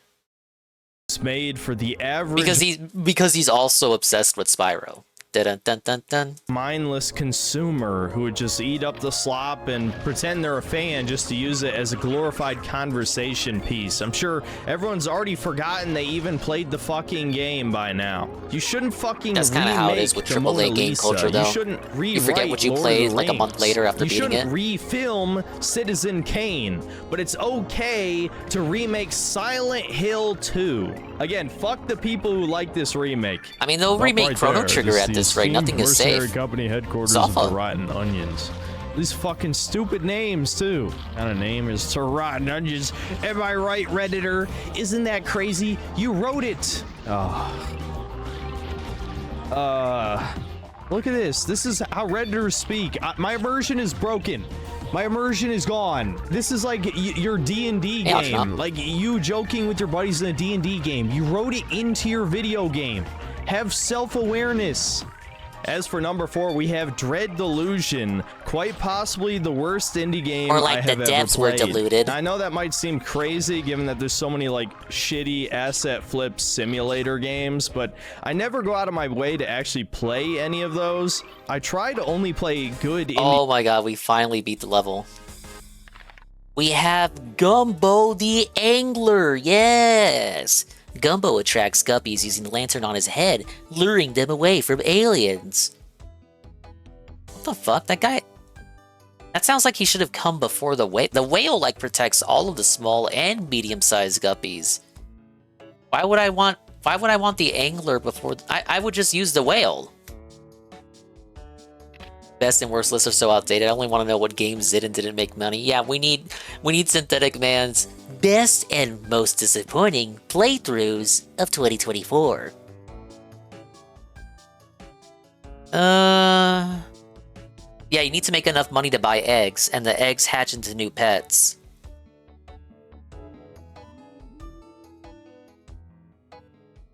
Oh, you're right. It doesn't specify a size. You're right, Pim Pam. So he could technically lead away the large guppies.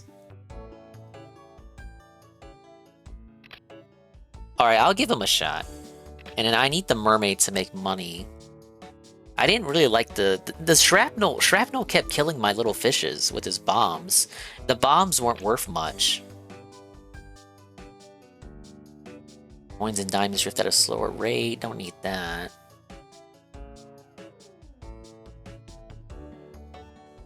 I think I'll actually put Clyde in. He's good to drift around and collect money. Especially when she showers coins for singing. Okay, I'm gonna go for a refill, but I'll have the video playing and I will be listening with the power of the Dingus phone.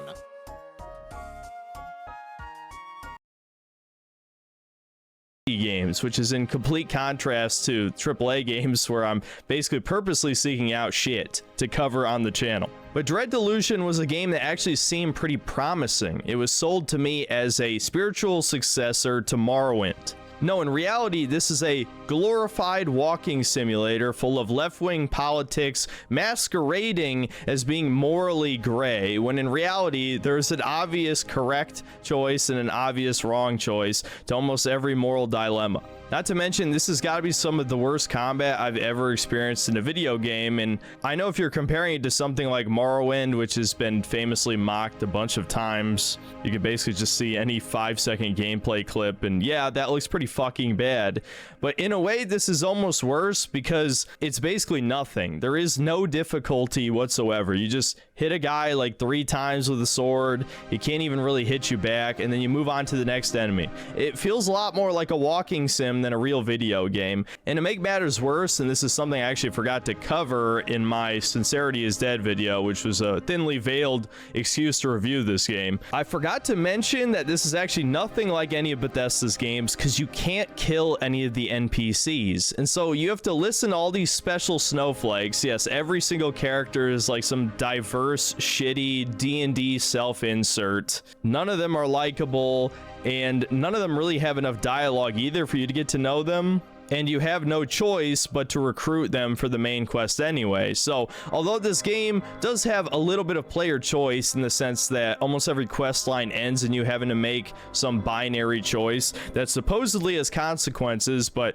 you never see any consequences for your actions. It basically just gets one line of dialogue during the ending slides. And I know some of you might say, oh well, Fallout New Vegas is sort of the same thing. First of all, that's actually not true, but I'm not going to get into that in this video. But the difference is nothing in this game feels earned. Essentially, the entire gameplay loop is walking from point A to point B, talking to an NPC, then walking somewhere else, going through some dungeon where you could realistically just run past every enemy because the AI is that brain dead and helpless, and then interacting with another object or NPC until the quest is over. And ultimately, this is like an r/atheism game where all of the gods are evil, but the evil fascist government is also evil. And so when you finally get to the ending, you chase this girl boss pirate captain who's built up as the greatest thing ever, of course. Not gonna get into that, but there's a shit ton of girl boss female characters in this game. Right, there's even like a quest about a character Right, transitioning in a fucking Golem. medieval fantasy world. Again, just watch the video if you want details.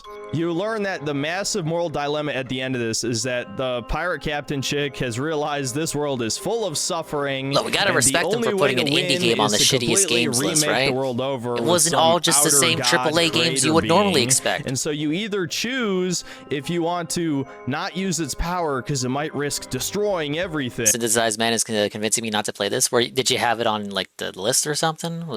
And also the whole game has kind of been teaching you gods are bad anyway, even if killing the gods also kills the land. That's the gray moral dilemma part. Or you can use this creator god's power to remake the world and make everything happy and wonderful. Does that sound like a morally gray choice to you? Even after I made that video, I went back and I did the good ending. And yes, there's no consequences. You literally just save the world. It is the objectively correct decision. This game was written by absolute fucking it's like Life is Strange with the save the town or save the lesbian decision. Who think if they were God, they could fix the world's problems. That is exactly what the hell this ending means. It is so ridiculous on so many levels. It's so childish, but it definitely perfectly reflects the leftist but she mind, cucks you in the next game. A bunch game. of midwits with Dunning-Kruger who think they're better than fucking Elon Musk or Trump or even people we all hate like Jeff Bezos or Klaus Schwab or whatever. Yeah, the Redditor would be the much better world dictator. No, everyone would be happy. There'd be no more racism or sexism or homophobia if they remade the world. What a fucking joke. But Dread Delusion is just fucking garbage. It's basically if a bunch of Redditors came together and wrote a D&D setting. It's full of misery and suffering and also strong, diverse female characters who save the day and are cool. So really just fucking takes you out of the experience because it's not grim dark, it's not edgy. No, it's safe edgy. There's no racism. There's no killing NPCs. It's awful.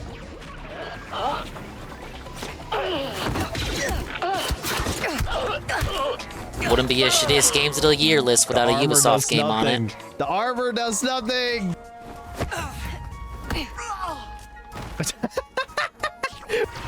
It's a Cyclops, not a Golem. What? Did I just drive right through him? No way. You can't hit enemies with bikes. No way. But Goon, I can fix her. No. Well, I want to be coming, but I'm not coming, so this is a problem. That's a double grenade? What? The AI just bugged out. They released this. This is a complete game that costs full price. It would cost a full $70. Stood there. Fuck oh boy, you, you knew Ubisoft. a Ubisoft game had to be on the list, and Star Wars Outlaws is absolute trash, man. I don't even know where to begin with this one. I feel like everyone already dumpstered this game, but long story short, it's a Star Wars game where you don't play as a Jedi or Sith or really anyone with any interesting abilities. No, you play as a discount Han Solo, who is a mystery meat Goblina woman who is completely unlikable. Okay, we're gonna get a bit weird. He says this is mystery meat and this isn't white. I personally think he's being a bit picky, but he says this character is not white.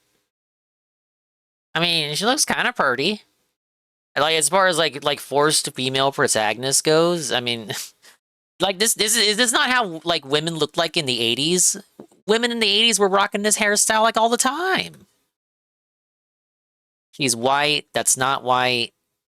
She looks like an average woman. Makeup's a super strange time. Makeup's red animator. She's not white. Her face looks like a mask. Carl would bang that. She's wearing a goblin mask. She's got that like she's got that chud chin going on. I don't know what's going on with her chin there. And the player character's abilities are basically the same as every other Ubisoft game. It's a third-person shooter with really shitty stealth. And I feel like if I continue to describe the gameplay loop, it'll just sound like every single other Ubisoft game you've ever played.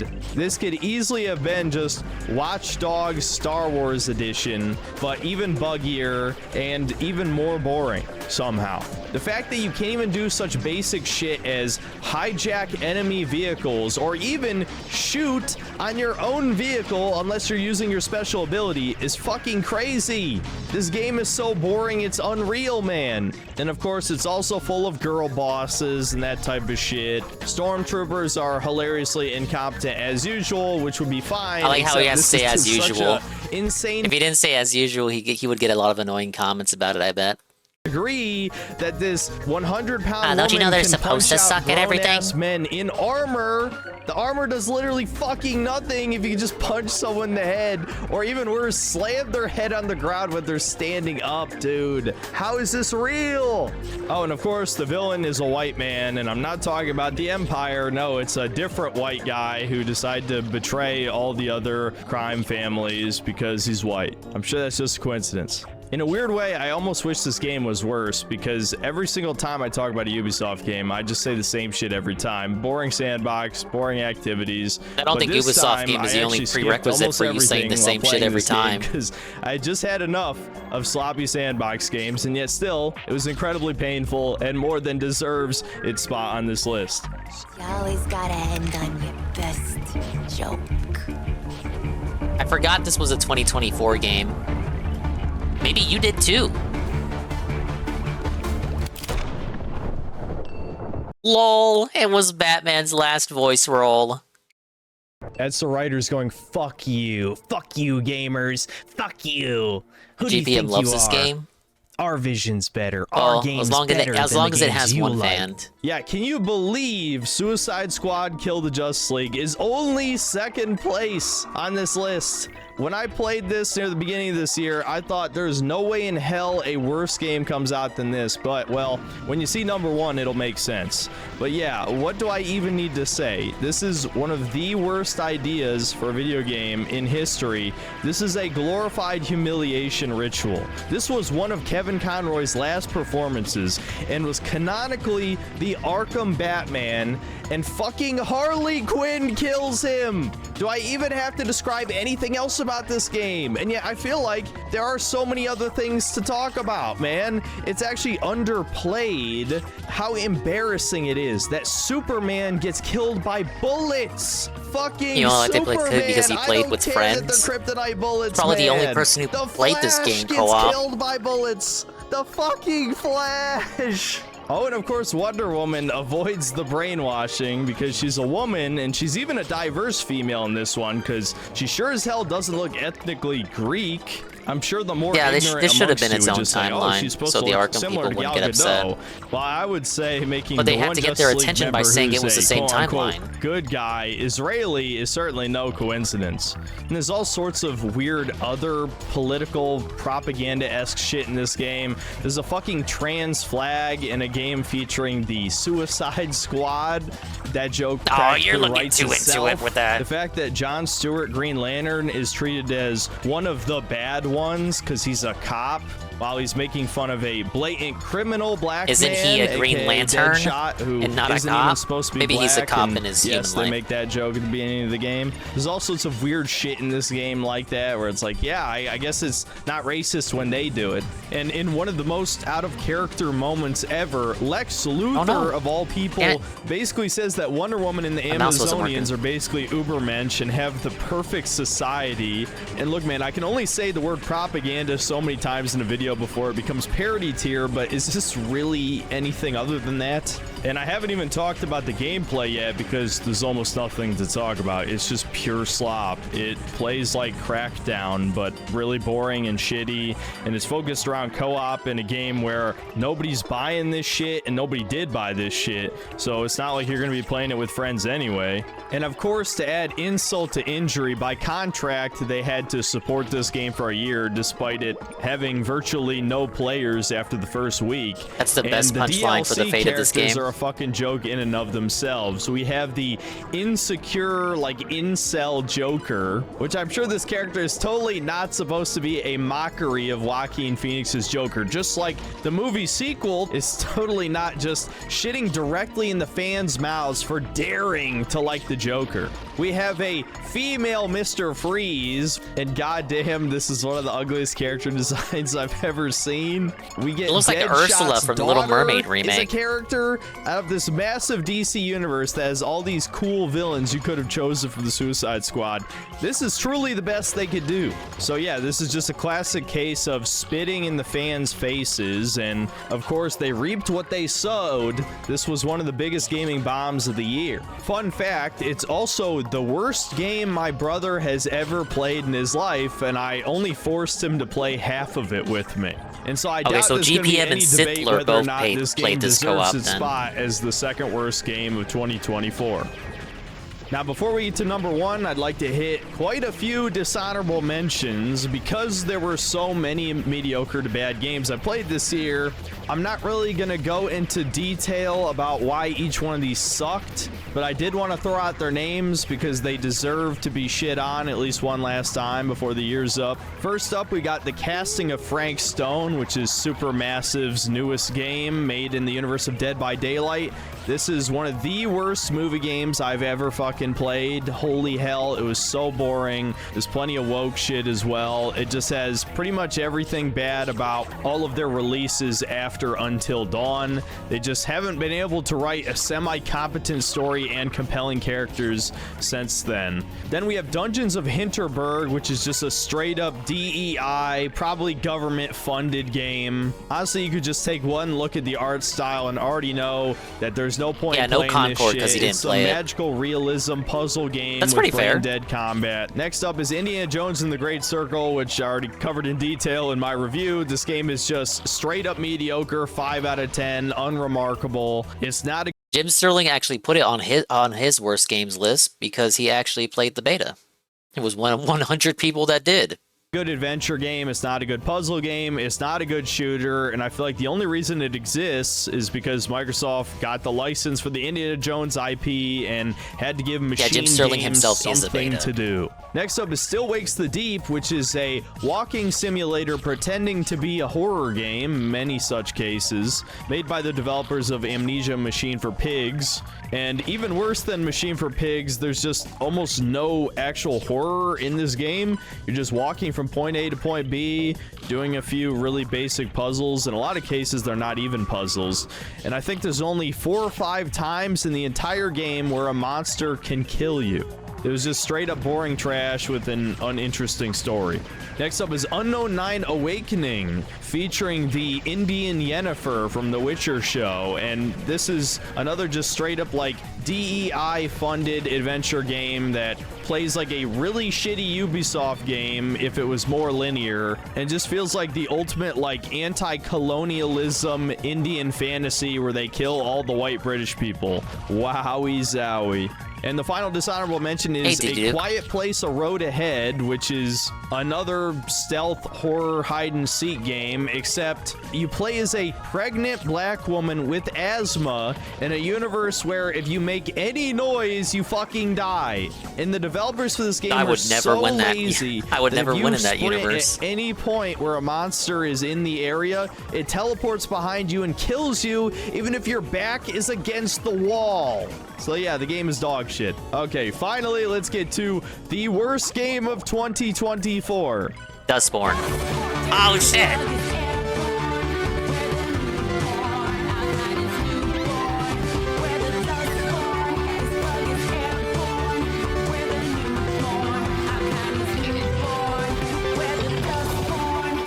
Now, for those of you who watch my streams, this is not the least bit surprising. Dustborn is probably some pretty bad government-funded optics in rhyming newborn with new porn. The most woke video game ever made. He did play it. He played it on stream, quite so literally it's good to rank it. Funded propaganda, and the worst part is the U.S. government helped fund this game despite it being a Norwegian studio. And what is said propaganda, you might be wondering? Well, I almost don't even want to say this phrase out loud because I know there will be a Wikipedia article under the video title, but this game is quite literally about great replacement theory and how it's a good thing. You're not supposed to say that. Spells this out for you in its most iconic song, We're the Dustborn, and famously they rhyme the term newborn with new. So that's why he thought, that's why he's under the belief the video was shadow banned, because he mentioned the theory of certain demographics of people being replaced by other demographics of people. Hey, Saru. We're looking at Synthetic Man's best and worst of 2024. For worst, he had Silent Hill 2 Remake number 5. 4 was Dread Delusion, an indie game. 3 was Star Wars Outlaws. 2 is fucking Suicide Squad, and Dustborn is the worst. We're about to get to his best list. New porn. Again, I have a warning strike on my channel, so I'm not going to describe what this reminds me of, but let me just say there's a certain ideology that may or may not be associated with the Illuminati that starts with a Z that pretty much directly describes Dustborn's a bad things this game. game is pushing. Even worse, the entire plot of this I don't know game if it's promoting the great these theory of magical replacing ghosts, certain which demographics of put individuals. I don't even want to say it misinformation in myself. people's heads. I might get You put know, on a things list. like maybe an untested vaccine that might alter your RNA, or that the LGBT community might be coming for your kids. You know, that type of misinformation, right? You know, all sorts of right-wing beliefs are all misinformation. Look, that if the he character's played it, and he correct did, he by streamed it, removing I said mean, it's ghost fair to from her rate head, it. aka lobotomizing you. You can't silence all of us. I would have more to say if he put it as worst game That's true, despite they not do have a playing right to it. speak, and we are silencing them. We're literally silencing dissent, but we're the good guys. Infected with disinformation. Oh my god. What the hell? Why did I say those stupid things? I have a medical degree. There's no woke mind virus. This is supposed to be an alternate future. The word woke wouldn't even exist in this. And the main character's vocal powers are basically just gaslighting. They even describe them as gaslighting in the text, and sometimes even worse. You bully people, and I gotta be careful about how I phrase this. He does kind of have a point. So the plot of the game is that JFK's assassination leads to like Mad Max. It leads to like a dystopia or something. Oh no, isn't it that JFK survives, but he becomes like a tyrant or something? That's the plot. So that would lead to a radically different timeline in which the term woke probably would not be something that would get coined. I don't want this to be age restricted, but you tell people to just walk off of a cliff. There is literally a point in the game where you tell enemies to walk off a ledge. They're jumping off the fucking Yeah, ledge. the wife is killed instead of him. There it is. So canceling people, okay, hold on. They're admitting that canceling people makes them game end, makes them Minecraft themselves. This you're is shocked the unreal, GameSpot isn't man. original? Like, if Norwegians had any self-respect, these people would be in prison. Who do you think they're referring to? The worst part of this, too, is like the main gang of characters, this diversity squad, they don't even really like each other. They lie to each other. They manipulate each other. Lie, gaslight, on numerous manipulate. occasions throughout the story. The main character, Pax, uses her vocal powers to brainwash her own friends to agree with her or to force them to do things they don't want to do. Her Korean ex-boyfriend, girlfriend, non-binary, whatever, uses their powers to gaslight you. The giant fat Muslim cow is a fucking cop informant. Whoa, it's Blip. Blip provides you with info that helps you better combat aliens and keeps your fish fed? That's kind of a bit unimpressive for this late in the game.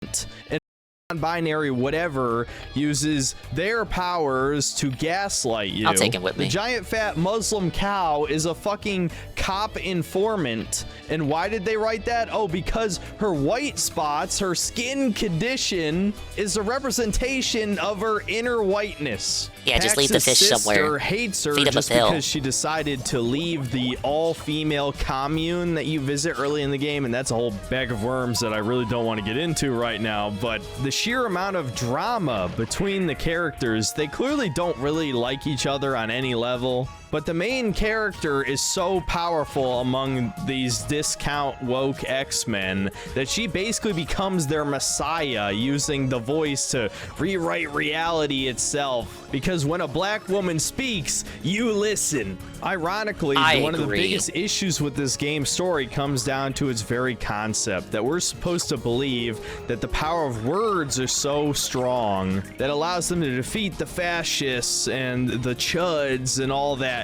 When immediately the thought came to my mind, all it would take the final boss to do is just say the N-word and boom, total party kill right there. It would be absolute Kino. Sadly, this is not that No, they would hold hands and this game is they would hold hands fucking and blatant I don't know, with this political shout propaganda microaggression. that leftists don't even accept this thing because they know it makes them look bad. Everyone hates this game because it just spells out the truth with no filtering about what progressivism is really about, what cultural Marxism is about. All that couldn't shit. even You play know this what say woke A-log actually it. means for the fucking drooling retards who Oh, still it tells don't you know where what the it alien means. comes from. This Right there. is what woke is. Oh, it gives you a health you bar, can too. look way past the surface level that this is the most diverse cast you've ever seen. I don't have to describe that's a that. microaggression Your there, eyes bud. just watching this footage already knew that. It goes much, much deeper than that, to the point where people thought this was a fucking parody because it's so blatant. But no, it's because the elites are that fucking out of touch. They think they can do whatever the hell they want. And this game is a perfect example of that. And if you think the game bombing means that their ideology failed on any level, you're wrong. Because governments have infinite fucking... It just means they'll be more subtle next time. They thought they could get away with it, and people told them, no, it's fucking stupid. So when they try it next time, they'll be more secretive about it.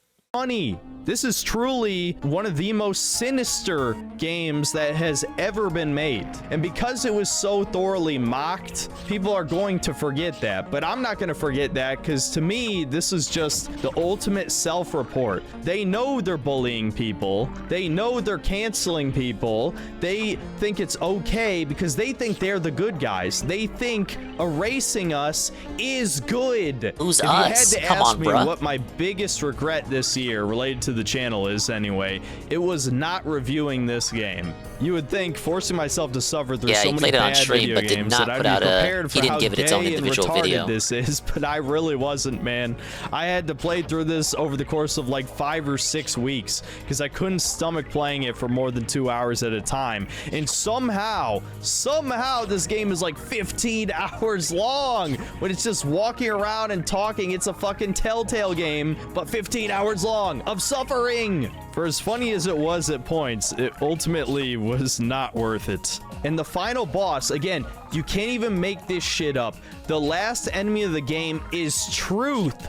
Objective truth is the ultimate enemy of the leftist. It's fucking mind-blowing, man. It's too late. Well, the whole idea is rewriting history and rewriting the truth, right? So of course, objective truth will be the final boss. It's like how every JRPG ends with you killing God.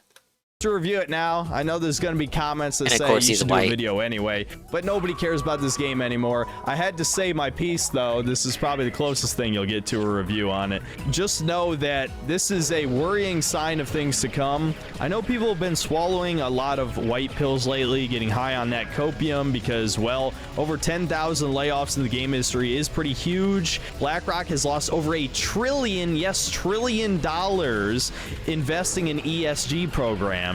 But at the end of the day, these people have wormed their way into the game industry. The very developers themselves are far leftists who hate gamers and have told us on many, many occasions that they hate us. And the powers that be, the elites, whatever you personally define that as, think it's perfectly fine to burn money. Sometimes I just want to punch a demon and to tell us what they want to do to us, because there are no repercussions. Okay? Again, I don't want to get banned, so I'm not going to say anything else on this. But this is one of the worst games I've ever played in my life, and is definitely the worst game of 2024. All right, now that we're finally done with talking about bad games, we can finally cover a few decent ones. Since I never really review good games anymore, this will be a nice change of pace. Now, I'm sure there's going to be some of you who think a few notable games got shafted from this list. But like I said already, you need to view this as a list of recommendations. I purposely omitted a few games because I think you either already played them, or if you didn't, you have no interest in trying them in the first place. So for once, almost every game on here is an indie game. Usually I'm a bit more critical of indies than most other people are, just because I think there's already been so many quality ones released over the past 10 to 15 years. There's no reason to gas up the mid ones just because they're better than AAA releases. No, shockingly, I actually played 4 really good indie games. So without further ado, let's get into the 5 best games of 2024.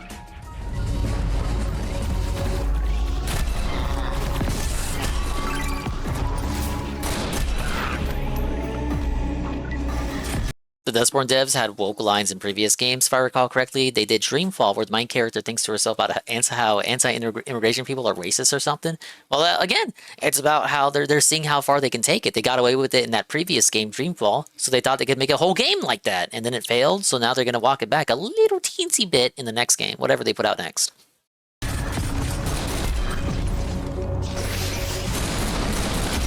Starting off, we have an incredibly simple game that managed to be entertaining from beginning to end, Echo Point Nova. I feel like this is a game that isn't even really worth describing in detail because what you see is what you get. This is a very fast-paced FPS. It's basically a bullet hell where you ride on a surfboard, grind on walls, and try to avoid a dozen enemies shooting you at the same time, and you just kill enemies at high octane speeds over and over and over again. And what makes this game really fun is the movement just feels so good. Your surfboard basically lets you defy gravity. You can just ride straight up walls, jump super high into the air. You have a grapple that lets you swing from any object. And if you're a god at aiming in FPS games, you're definitely gonna love this because you can go as fast as you want and just fucking get trick headshots at Mach speed. Most of the guns are actually pretty fun, despite them being the basic shit you've basically used in every FPS by now. You know, shotguns, SMGs, assault rifles, pistols, etc., etc. But with more realistic projectile speeds. If they do make another game Goon, I'd have to assume the government would have to be involved again. This is Where one else of would the they get only funding? FPS games I've played in recent memory where the shotguns are actually eye out on that realistic. studio. So you can actually pretty accurately kill enemies at 50 yards, which feels really fun, man. This is also a little bit like Ratchet & Clank, where as you rack up kills with each gun, they get upgrades, which improve them, which really it is like incentivizes Ratchet. you to use Oh, your I love whole that arsenal instead of finding the broken perk combo, namely the one that gives you ammo back as you're grinding on walls, which applies to rockets, by the way. Kind of completely trivializes the game, but still, obviously you want to use all your guns so you can get all the upgrades. On top of this, you also get powers. The default one is just throwing a grenade, but you can also shoot a wind blast that lets you jump high into the air or send enemies into the air. You can freeze the floor to let you surfboard faster. You can use fire to burn straight through walls. And all these mechanics just kind of come together in the perfect way where this game was easily entertaining from start to finish. I could never say I was bored. There's even a bit of a platforming element in this game, and if you know me, you know I love platformers, and given the really fun physics in this game, even just surfboarding around the huge ass map was pretty fun in and of itself. Also, the boss fights are actually pretty damn good as well, where you're basically just jumping onto a huge ass mech, whether it's like a sandworm or a dragonfly, and you shoot all of the weak points, which slowly disintegrates the creature while you're being shot at by like a million auto turrets. It's just cool as hell, man. This is one of those games where I think you can already tell if you're gonna like it just by watching this footage, and I can confirm that it's exactly as fun as it looks. The only reason it's not higher on the list is because you're basically just doing the same thing from start to finish, and the guns certainly could have been a bit more creative.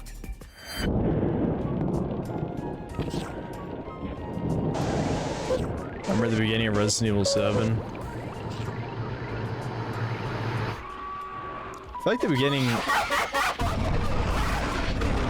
whoa, holy shit. Run, homie, run! On to number 4, we have another callback to classic survival horror games with Hollow Body. I think those of you who enjoy the yellow paint Signalis video should mentioned this definitely game. check this one out. They're somewhat similar in the sense that they're both cyberpunk inspired and obviously have a lot of Silent Hill influence in them.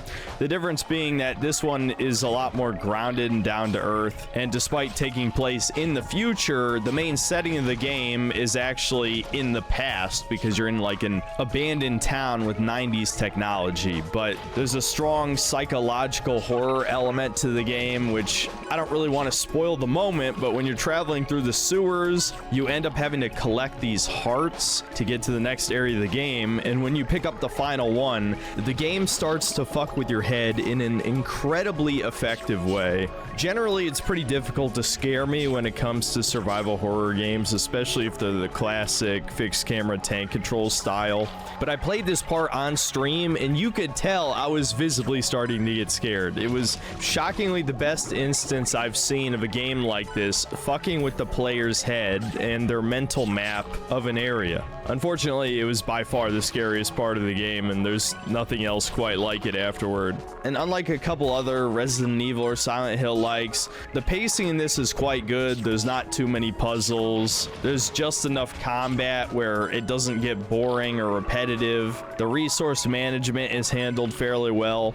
And this definitely has a lot of that melancholy sort of depression atmosphere. There's a character who you talk to at the top of a rooftop, and depending on your choices, I think you can guess what happens to him. That said, even though I'm building up this game to be like the next big survival horror indie classic, it does have quite a few flaws. The first of which being the game is definitely a bit too easy. Another is that a lot of the puzzles aren't really puzzles and more like games of I Spy, where you notice the obvious shit in the environment and combine the obvious things in your inventory, outside of one weirdly cryptic puzzle where you essentially have to use battery acid to melt a lock. That was not very intuitive. Another issue is the town's layout, which is very similar to the Silent Hill games in the sense that in between the dungeons, you're basically just wandering around and meandering until you figure out the next objective. Where am I supposed to go? Unlike Silent Hill, this game really does not guide you effectively to the next destination. It needs more yellow paint. Now, the map isn't big enough for you to really be wandering around more than 10 minutes at most, but it still felt like you were just wandering aimlessly in a map that has way too many enemies that you can just run past,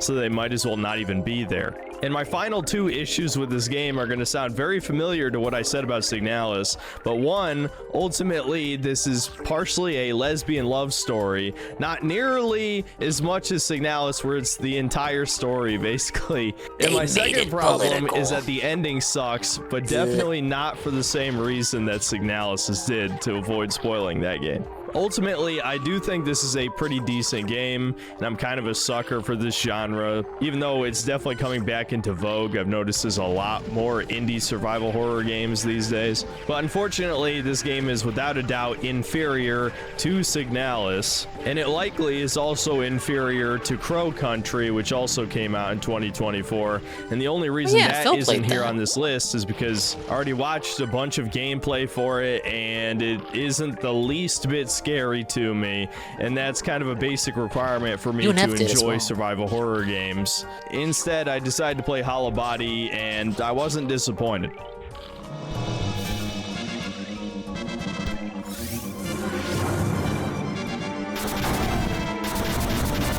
Now, as for number 3, we have a tactics RPG that I can't say I really heard anyone talk about this year, King's Vein. As someone who really likes tactics RPGs that give the player creative freedom to interact with the environment, I end up really liking this game. It reminded me a lot of Divinity Original Sin, where every tile in the game can be affected by the elements, like you can freeze a tile, or set it on fire, or shock it with lightning, to allow you to set up these huge combos to absolutely devastate the enemy army. This is a game where you're very frequently outnumbered, and unlike something like XCOM, the enemy army isn't split into cells that are split up by the fog of war. No, you're fighting the entire squad at the same time. And so if you understand basic action economy, if it's your 5 guys versus 15 of the enemies, if you let those enemies all attack you, you're gonna lose right in the first round. And so this is where the mages come into play. They have these massive AoE attacks that can burn the entire arena, and the enemy AI is not just going to walk through the fire, even if they could survive it. And so you can use this to cut off part of the enemy army from getting to you, buying you an extra turn. And some of the elements will combine together, like you can strike fire with lightning to make it explode if you have the right passive perk. Some arenas will have bottomless pits, and you can straight up push enemies into the pit. This is one of those games where pushing and pulling is really effective, so if you like that sort of thing, it's got that. You can freeze enemies solid, you can cover the arena with spike traps. There's all sorts of different things you have at your disposal, and this game has a really good class system where if you invest EXP into one class, you unlock another class, and then you put EXP into multiples to unlock a more advanced class. But if you decide to dedicate yourself to one class, you can use all that extra EXP to upgrade the individual skills. This is one of those games where it uses a lot of small numbers, and so when you can cast a spell one more tile over, or you make your spell do 1 or 2 more damage, that makes a massive difference in whether you win or lose. Another kind of unique element to this game I haven't really seen before is you can use all of your combat abilities outside of combat, sort of turning this into a immersive sim, where any of your spells that would have utility in a combat arena also work in the overworld. So let's say there's a building with a locked door that you have no key to. Well, you can use fire to burn down the walls if it's made of plant matter, or you can use electricity to activate a special electric tile to open the door, or you can even use a whip to pull a switch inside to open it. And one of the late game classes allows you to teleport wherever you can throw an object, and you can use this to basically like jump around the map and basically skip certain puzzles or do things out of order. And so I thought that's a really cool element, and I don't want to go into too much. All right, level's done. Rhubarb the Hermit Crab. Rhubarb snaps his claws at fish, keeping them off the bottom of your tank. Oh, we got a bonus round. Okay. Time for me to suck at this. And one of the late game classes allows you to teleport wherever you can throw an object, and you can use this to basically like jump around the map and basically skip certain puzzles or do things out of order. And so I thought that's a really cool element. And I don't want to go into too much detail about all the combat stuff, but I really liked a lot of the different synergies that classes had. I made my character into a dude who could summon flies and then shoot said flies with his crossbow, which did absolutely massive single target damage, especially when teamed up with one of my other character classes who was more like a tank. He could set down a tile that boosts the attack of anyone who stands on it by 3, which is huge in this game. And so the fly dude was doing like 20 damage in a shot, which is like crazy. And the enemy variety is pretty damn good as well, where the main enemy of this game is like these little ghost dudes who can inhabit bodies. And so whenever you kill a wisp enemy, it spawns a little node, and the nodes can resurrect enemies. But they do it on a delay. They have all sorts of delayed attacks, which are essentially the balance mechanism for AoE moves, because most of the best magic spells only activate after your opponent's turn. And so the enemy AI is smart enough to move out of the way of the AoE, but you can Silent set Hill up 2, scenarios where it didn't have yellow paint. We were watching a video on it earlier. It doesn't have yellow paint, but it has white cloth. So they noticed that people were shitting on the yellow paint. They just switched it around to something different.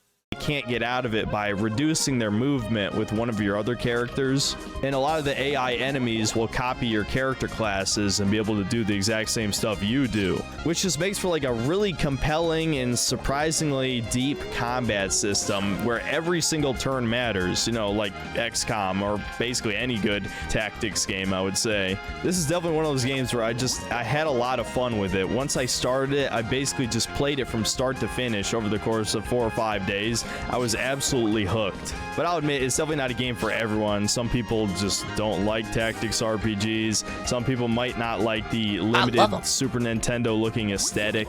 And in a way, you could say the game's almost a little bit too balanced, where even though there are a few semi-broken combos, the mage classes were kept almost a little bit too in check by the fact that you had so few ways to effectively limit your opponent's movement, so they can just run out of the way of your giant AoE explosions, and then it feels like you kind of wasted your turn.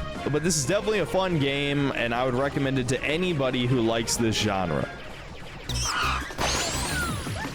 Oh my god, it's Astrobot! A AAA game made it on his list. This whole game is like, remember when PlayStation was good? Stop, you're gonna make me sad. How the fuck did this get made? Is there like one guy at Sony like, I'm making a good game? Fuck this gay movie game shit. I'm making a good game, and you can't stop me. Oh yeah, you knew Astrobot had to be on here. Anybody who's been watching this channel long enough knows I love 3D platformers, and I've been waiting for them to make a big return for something like 7 or 8 years at this point. And this was finally the year of the 3D platformer. Astrobot has to be the best PlayStation exclusive since, I hate to say it, but probably Bloodborne. This basically feels like Super Mario Galaxy, but made by PlayStation with an absolute metric ton of references to their classic exclusive franchises, and even more third-party games Crash was that great. used to be Oh, exclusive. Crash 4? Basically, no. If you grew up with a PlayStation 1, not. 2, or 3, all of your favorite characters God are forbid going to if you be try to in this 100% that game. Even characters that were weirdly snubbed out of the original release just got added in the Christmas level, that being Gex, Croc, and Rayman. So they basically got I love all 3 of those guys. Again, the cynical way to look at it is that this is basically a graveyard of all of the great PlayStation franchises Crash 4 isn't that are never Sony coming exclusive. back. But all of the member berries definitely brought a smile to my face. Now, as a game, ironically, this is where Astrobot sort of falters a little bit.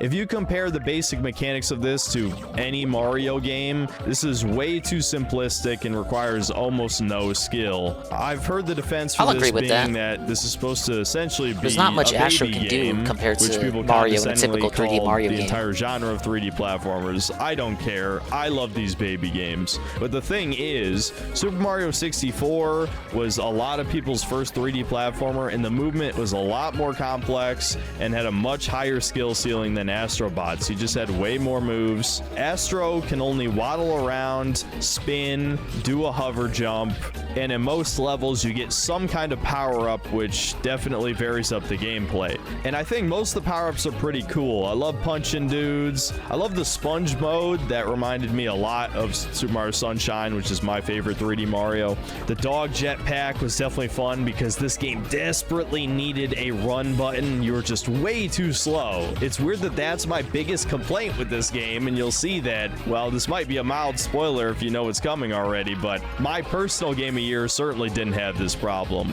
But yeah, the fact that you're just moving at like a jogging speed, and even though these are mostly linear levels, I'd still say you move definitely a little bit too slow for how large they are. Another problem, weirdly enough, with this game, but only in certain levels, is the camera. In all of the challenge levels, it has this weird isometric perspective, and even if you move the camera, it moves back by itself. And when the background of these levels is endless space, the depth perception is off, which really makes the levels harder than they needed to be. And a lot of the challenge kind of feels artificial as well, because Astro dies in one hit to basically everything. Yeah, he loves Sunshine. So that was kind of annoying. I mean, on the one hand, I do welcome the challenge when most of the game is so brain dead easy, but on the other, it wasn't exactly a fair challenge. But I'd say like the actual level design of this game is really interesting because you brought up Mario 64 first in the comparisons. You've already seen a bunch of times already, like the spooky level, the forest level, the Japanese level, the industrial level, etc., etc. I still think they were fairly well designed. They're pretty appealing. The exploration element of the game was handled fairly well. I always wanted to try and find as many of the bots as possible, especially for the member berries. And I think this is just the type of game that it almost feels like uncovering forgotten nostalgia from your childhood, where it absolutely could have slotted in as one of my favorite games when I was a kid. This was a game that was clearly made for the fans, for gamers.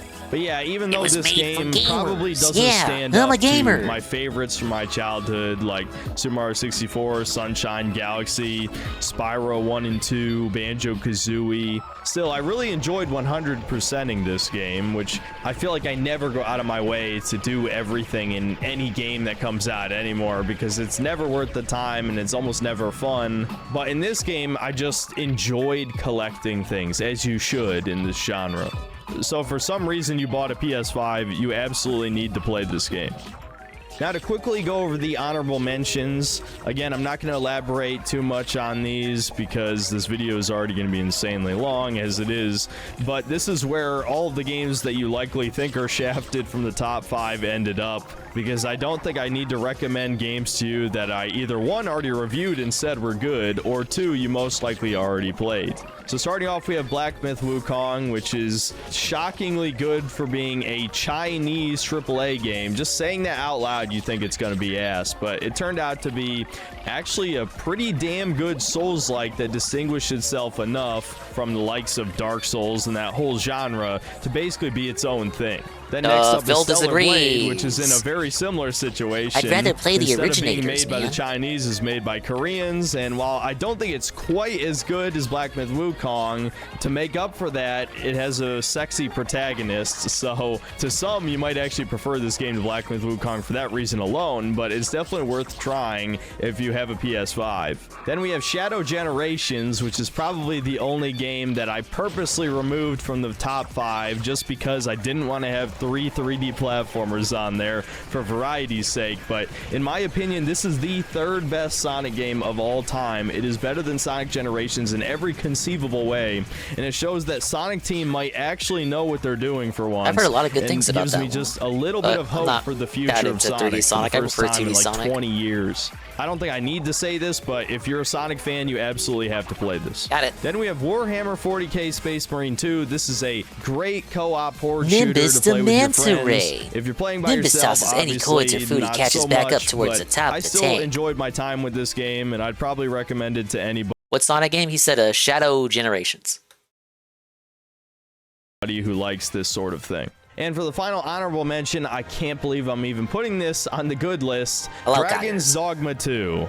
If this was a list of the most disappointing games this year, this would be number 1, but I have to admit it is also one of the best games I played this year, because even though it is inferior to the first game in almost every single way, it is still just a really solid action RPG. Yes, it's flawed in all of the ways that I covered in my video, but it is just really fun to play. It's fun to climb giant monsters and stab them in the face. The character creator is still one of the best in gaming, even if it was slightly nerfed in certain ways. But it's just so goofy, it brings a smile to my face, and it just has some of that Japanese soul, even though it's got less than the first game in certain ways. I'd still recommend the first one over this one in basically every scenario, but yeah, by 2020... He was quite disappointed with Dragon's Dogma 2, if I recall from his review video of it, but he did not dislike it. For standards, it's one of the best games. You just thought it was Dragon's Dogma 1.5. Game of the year 2024. Okay, so his games of the year were all indie games. What is gonna be Synthetic Man's game of the year?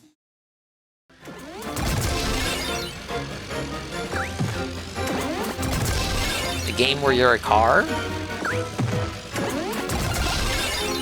This actually looks kind of fun. This is a game that if you don't watch my streams, you probably have no idea what this is. Game of the Taxi year. Goes Vroom. I'm sure even hearing such a fucking Reddit-ass title makes you not want to try this, but I promise you, if you like 3D platformers, it is worth it. The title pretty much spells it out. You play as a taxi, and you drive around these 3D platformer levels while boosting off of ramps to cross impossible distances and collect all of the gears to save the world from the corrupted oil that Alien Musk, no affiliation with Elon Musk, is creating to destroy the world or something. Yeah, he's been very open about obviously does not liking matter here. platformers. This is another game where you just watch this footage and everything you're seeing right here is exactly what you get. The reason why this game is number 1 is because it has some of the best 3D platformer controls I've ever experienced in my life. The very simple way to describe it is to just say it's like Super Mario 64, but if you were driving a car instead of running around as Mario. And for some reason, that is just like the perfect formula for fun platforming that I would have never thought of in 1,000 years. Obviously, there is quite a bit of a learning curve if you've played games in this genre and you're obviously not used to driving around a car, because it really just does control exactly how you would expect a car to control in a 3D platformer. But once you get the hang of it, it just feels so great, dude. And this game has a super boost where you hit the acceleration. I don't want to be a car the whole game unless it's a racing game. Well, that's the niche, right? That it's a platformer game where you're a car. You can boost in midair to get even further horizontal This shit would make me distance. puke. Yeah, I don't think Phil could play this on the new PC, or Jade's gonna cry about it. Dedicated jump button in this game. The way you jump is Dev's you actually Italian? cancel Mamma a mia. dash and you start flipping, but you can also do this while reversing to do a back jump, and you can also double jump in midair, and there's a timer on boosting in midair, so if you get enough air time, you can boost or flip again. And all of these moves together just create like such a tight, fun platforming experience. And the level design is another thing that's like, it's creative, it's fun, it's shamelessly Italian. There's a level that's literally just all pizza. There's pizza people, and it's all about eating the pizza people, and there's a lot of stupid, goofy, kind of Reddit humor-esque jokes, but not to the point of being mega cringe. It's just kind of like charming, goofy, harmless humor. This game is just incredibly charming, and another thing it's got going for it is it actually has a shocking amount of content. I remember back when A Hat in Time came out and it only had 4 levels, it really left me wanting more, even if they were huge levels and there were a lot of timepieces to collect. Yellow Taxi Goes Vroom has like over 15 levels and 250 gears to collect. Carl, this don't has play more dumb. content than a lot It's of easier to just call modern it Marvel AAA humor. releases, and was basically made by 2 guys. This is truly an impressive feat, and almost nobody has talked about this what game. Super I Strange Time certainly said. haven't seen any YouTube videos about it. My brother only knows one guy who's talked about it. And yes, Nobody's at the end of talking the day, about I it. feel like that has to do with the worst title I have ever seen a video game have ever. I just have to say it again. Yellow Taxi Goes Vroom. I mean, really? But this is a game that I am 100% okay with shilling because this is exactly what a 3D platformer should be. It controls great, has awesome level design, has some cool power-ups, and it has a unique gimmick that makes it stand out from the rest of the genre. While Astrobot is basically a bunch of glorified member berries in a game that is worse than Super Mario Galaxy in basically every way, Yellow Taxi Goes Vroom is a completely new experience while being familiar enough to hit you right in the childhood. This is the best 3D platformer that I've ever recommended on this channel. I can promise you that. I know I've recommended a couple not as good ones in the past, like Hell Pie, but I swear to you, this game is awesome. Just give it a fucking chance. It looks cool. Dude, it's so good. Well, there you have it. There's my best and Too bad worst the other games side of probably can't run it. 2024. Oh, we Man, probably this could. year sucked ass. I feel like I say that every year, but this has got to be one of the worst in gaming history. If it wasn't for those indie games, it without a doubt would be. It's probably the worst year for AAA games of all time, where I don't even know if I really would consider Astrobot AAA, but if I would, it's like the only game that really stood out to me. It's published by Everything Sony. else, even stuff Probably got like a Black good Myth, budget. Wukong, Stellar Kinda have to Blade, be AAA. Space Marine 2. It's They a just feel platformer, like so it games can't be I've already AAA. played before a bunch Is Mario of times, Odyssey not even if they AAA? were pretty good. But all of the biggest game releases of this year end up being garbage, whether it's Suicide Squad or Concord, Dragon Age Veilguard, the list goes on. Pretty much everything sucked. There was a bunch of D-makes as well. This is probably the most woke year in gaming history, even though I'm sure some people are tired of hearing that word by now. It's just the simplest way to describe games full of DEI, ESG, left-wing propaganda, neo-Marxism, etc., etc., etc. Those words have more syllables than woke. And though I have gone on record No to say requirements multiple times listed. in the past that You're gonna have indie to is buy no it and then replacement test for it yourself, and if AAA, it doesn't there work, were a refund few it. indie games this year that sort of scratched the What a same prospect. itch that I was missing from the good old days. So yeah, ultimately, it was another terrible year in gaming, but at least Lazy I spent the fucking last devs, few weeks man. of the year playing mostly good stuff, so it's not all bad, I guess. Hopefully 2025 is significantly less shitty, and if it's not, I sincerely hope there is a video game crash. Either one would make me happy at this point. That's about it. See you next time, guys. There you go, Synthetic Man's best and worst of 2024. I'll say it again. I think it's really respectable to put indie games in the best of list. Most of them are indie games, except Astrobot. And then just to have the point about it be like recommending good games that you may have missed, because it's like there's no point really to saying, oh, Stellar Blade is like best game of the year. But with the kind of audience that Synthetic Man gets, everyone in his audience probably already played it, right? Same thing if it was like Warhammer Space Marine 2 or Wukong. So I think it's a better idea to recommend good games that people may have skipped out on. But his channel is still like epic rage bait, so of course Dustborn has to be there for like the worst games list. He knows that's what people tune. They tune in to hear him shit on Dustborn, but in doing so, they get a secret, a sly, sloopy recommendation for an actual good game. Alright, I think that'll be it for me. We went ahead and got up to the 4th tank. I owe one more stream of this per the Extra Life Chill obligations. It'll probably be another Saturday stream. Let me see. What's the virtual tank? Carl, it's anime night, and Zeru's starting early because we have so many shows to watch. Let me buy some shit from the tank. This fish is forwardly challenged, but it's great otherwise. Forwardly challenged? Is it supposed to be Jade when he gets to a ramp? Many regard this to be the SUV? The SUV of fish. Especially trained to not eat store-bought guppies, I promise. Choose from a dazzling array of colors. Come on, you know you want one.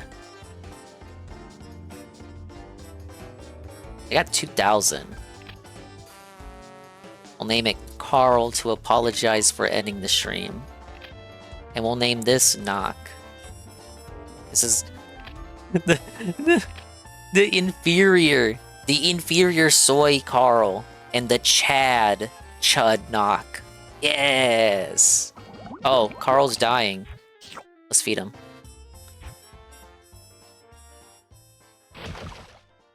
Okay, feed him the special food.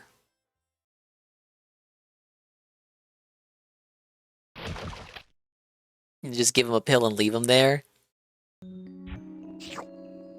Can you get the pills in this mode? I don't think you can. Oh, let me put some pets here. Who do we want to add? My babe, of course. The manta ray. I like manta rays. They got like a very they got like a mystique about them. And let's put the prego fish there because it's funny.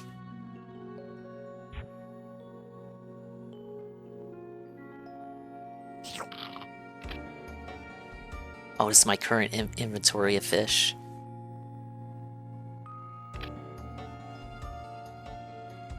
Yeah, I said at the start of the stream, but you can actually make this your screensaver. Pretty neat. This game came out like 2000 and it had that option.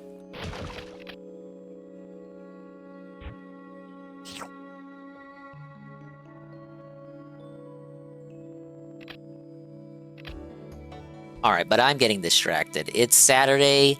It's anime night, guys. I gotta get out of here, you guys. We'll find someone to raid, and I'll be back tomorrow. Probably do Zelda or something else. And then Banjo comes back on Monday. They say the Switch 2 is going to be revealed next week. We'll see what becomes of that. I'll do like a big soy mouth reaction to it. And then DK on Thursday. It's already going to be time for DK. Yes, I can't wait to lose and sieve in it. Yeah, it's a current rumor. It's going to be revealed next week with a release for April? But JC was telling me March last night. I'm like, March? There's not enough time. March? Switch 2? Switch to March? DK might be a Golem Day 1. You loved that game as a kid. Did you play it on the Wii or 3DS? The 3DS version had more levels, and they'll be in HD on Switch, so I'm excited to see that. Wii? Okay, there'll be new content for you. True. Alright, thank you so much for chilling with me for a very modest, humble style, short dingus Saturday situation. 4 hours. I got to enjoy a game from my childhood. And if we play it one more time, I may even beat it. I think it's only 4 or 5 tanks. And then after that, I guess the time trials and challenges. Yeah, we're gonna dominate it. I'll finally be able to add it to the dominated list, baby. Alright, Pablo, play us out. Thanks for stopping by. Very short stream, secret stream, streak-breaking stream, some may even say. Big ups to the dingers, dongers, and swollen __ ones who made it to the end of the chill. Like Carl. Bye, Carl. Flippy 4-Man, Red Animator, Golem, Knock, Benjamin, Eddie B 43, Nadal _Cog, King, DD Duke, Rent Check, Goon, Super Strange Times, Pim Pam, everyone who's gonna turn up for anime night, and anybody else lurking. Thank you to Brian MK, re-up tier 1 for 12 months in a row, 18 months total. Everyone that followed behind the scenes after the raid yesterday, to the random guy that was playing Splatoon on our team. So we got Blood, Lemon Lime, Van X Dom, and the guy we rated, Nintendo 64, for the follows. It was his first stream on Twitch. It was a very positive situation. Hello, Tevin. And goodbye, Tevin. It's anime night. We gotta get out of here. Sarah, who's gonna host it?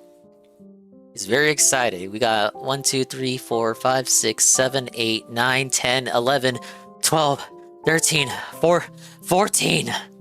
14 programs to watch. Now, if Carl is still here, I will give Carl the power to direct the raid. Carl needs to answer now! Right now!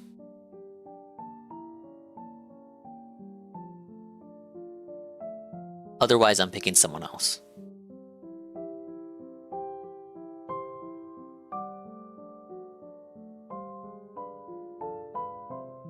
Carl rage quit in disgust. I know, it's disgusting, isn't it? Alright, well, Tevin gets to pick again. Yeah, 14 different shows is a bit hecticana. It's because it's a new season, so we're testing out a bunch of different shows to see what sticks. Tevin can direct the raid. Tevin, are we going to, who do we have? GPM, or Shroom Dukum, or, Halligan, or, someone outside of the sector? Alright, he says raid Shroom Dukim. That's what we're doing.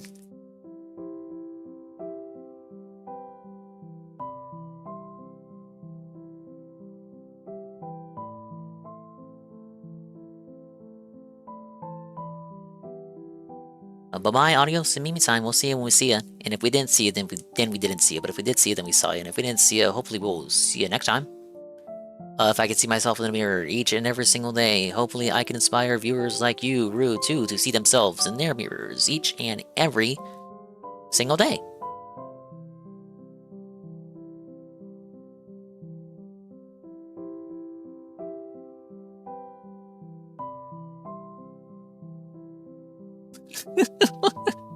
What fucking emotes does Witwig? Why does Witwigs have a Shroomer emote? That's what half of you guys think I look like. Alright, well, use whatever raid message you want. We'll be back tomorrow with Zelda, or maybe something else, I don't know.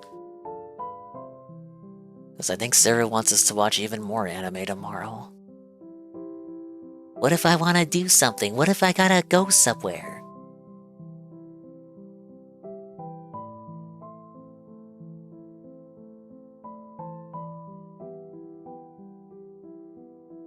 No sleep rule 5. Shut the fuck up.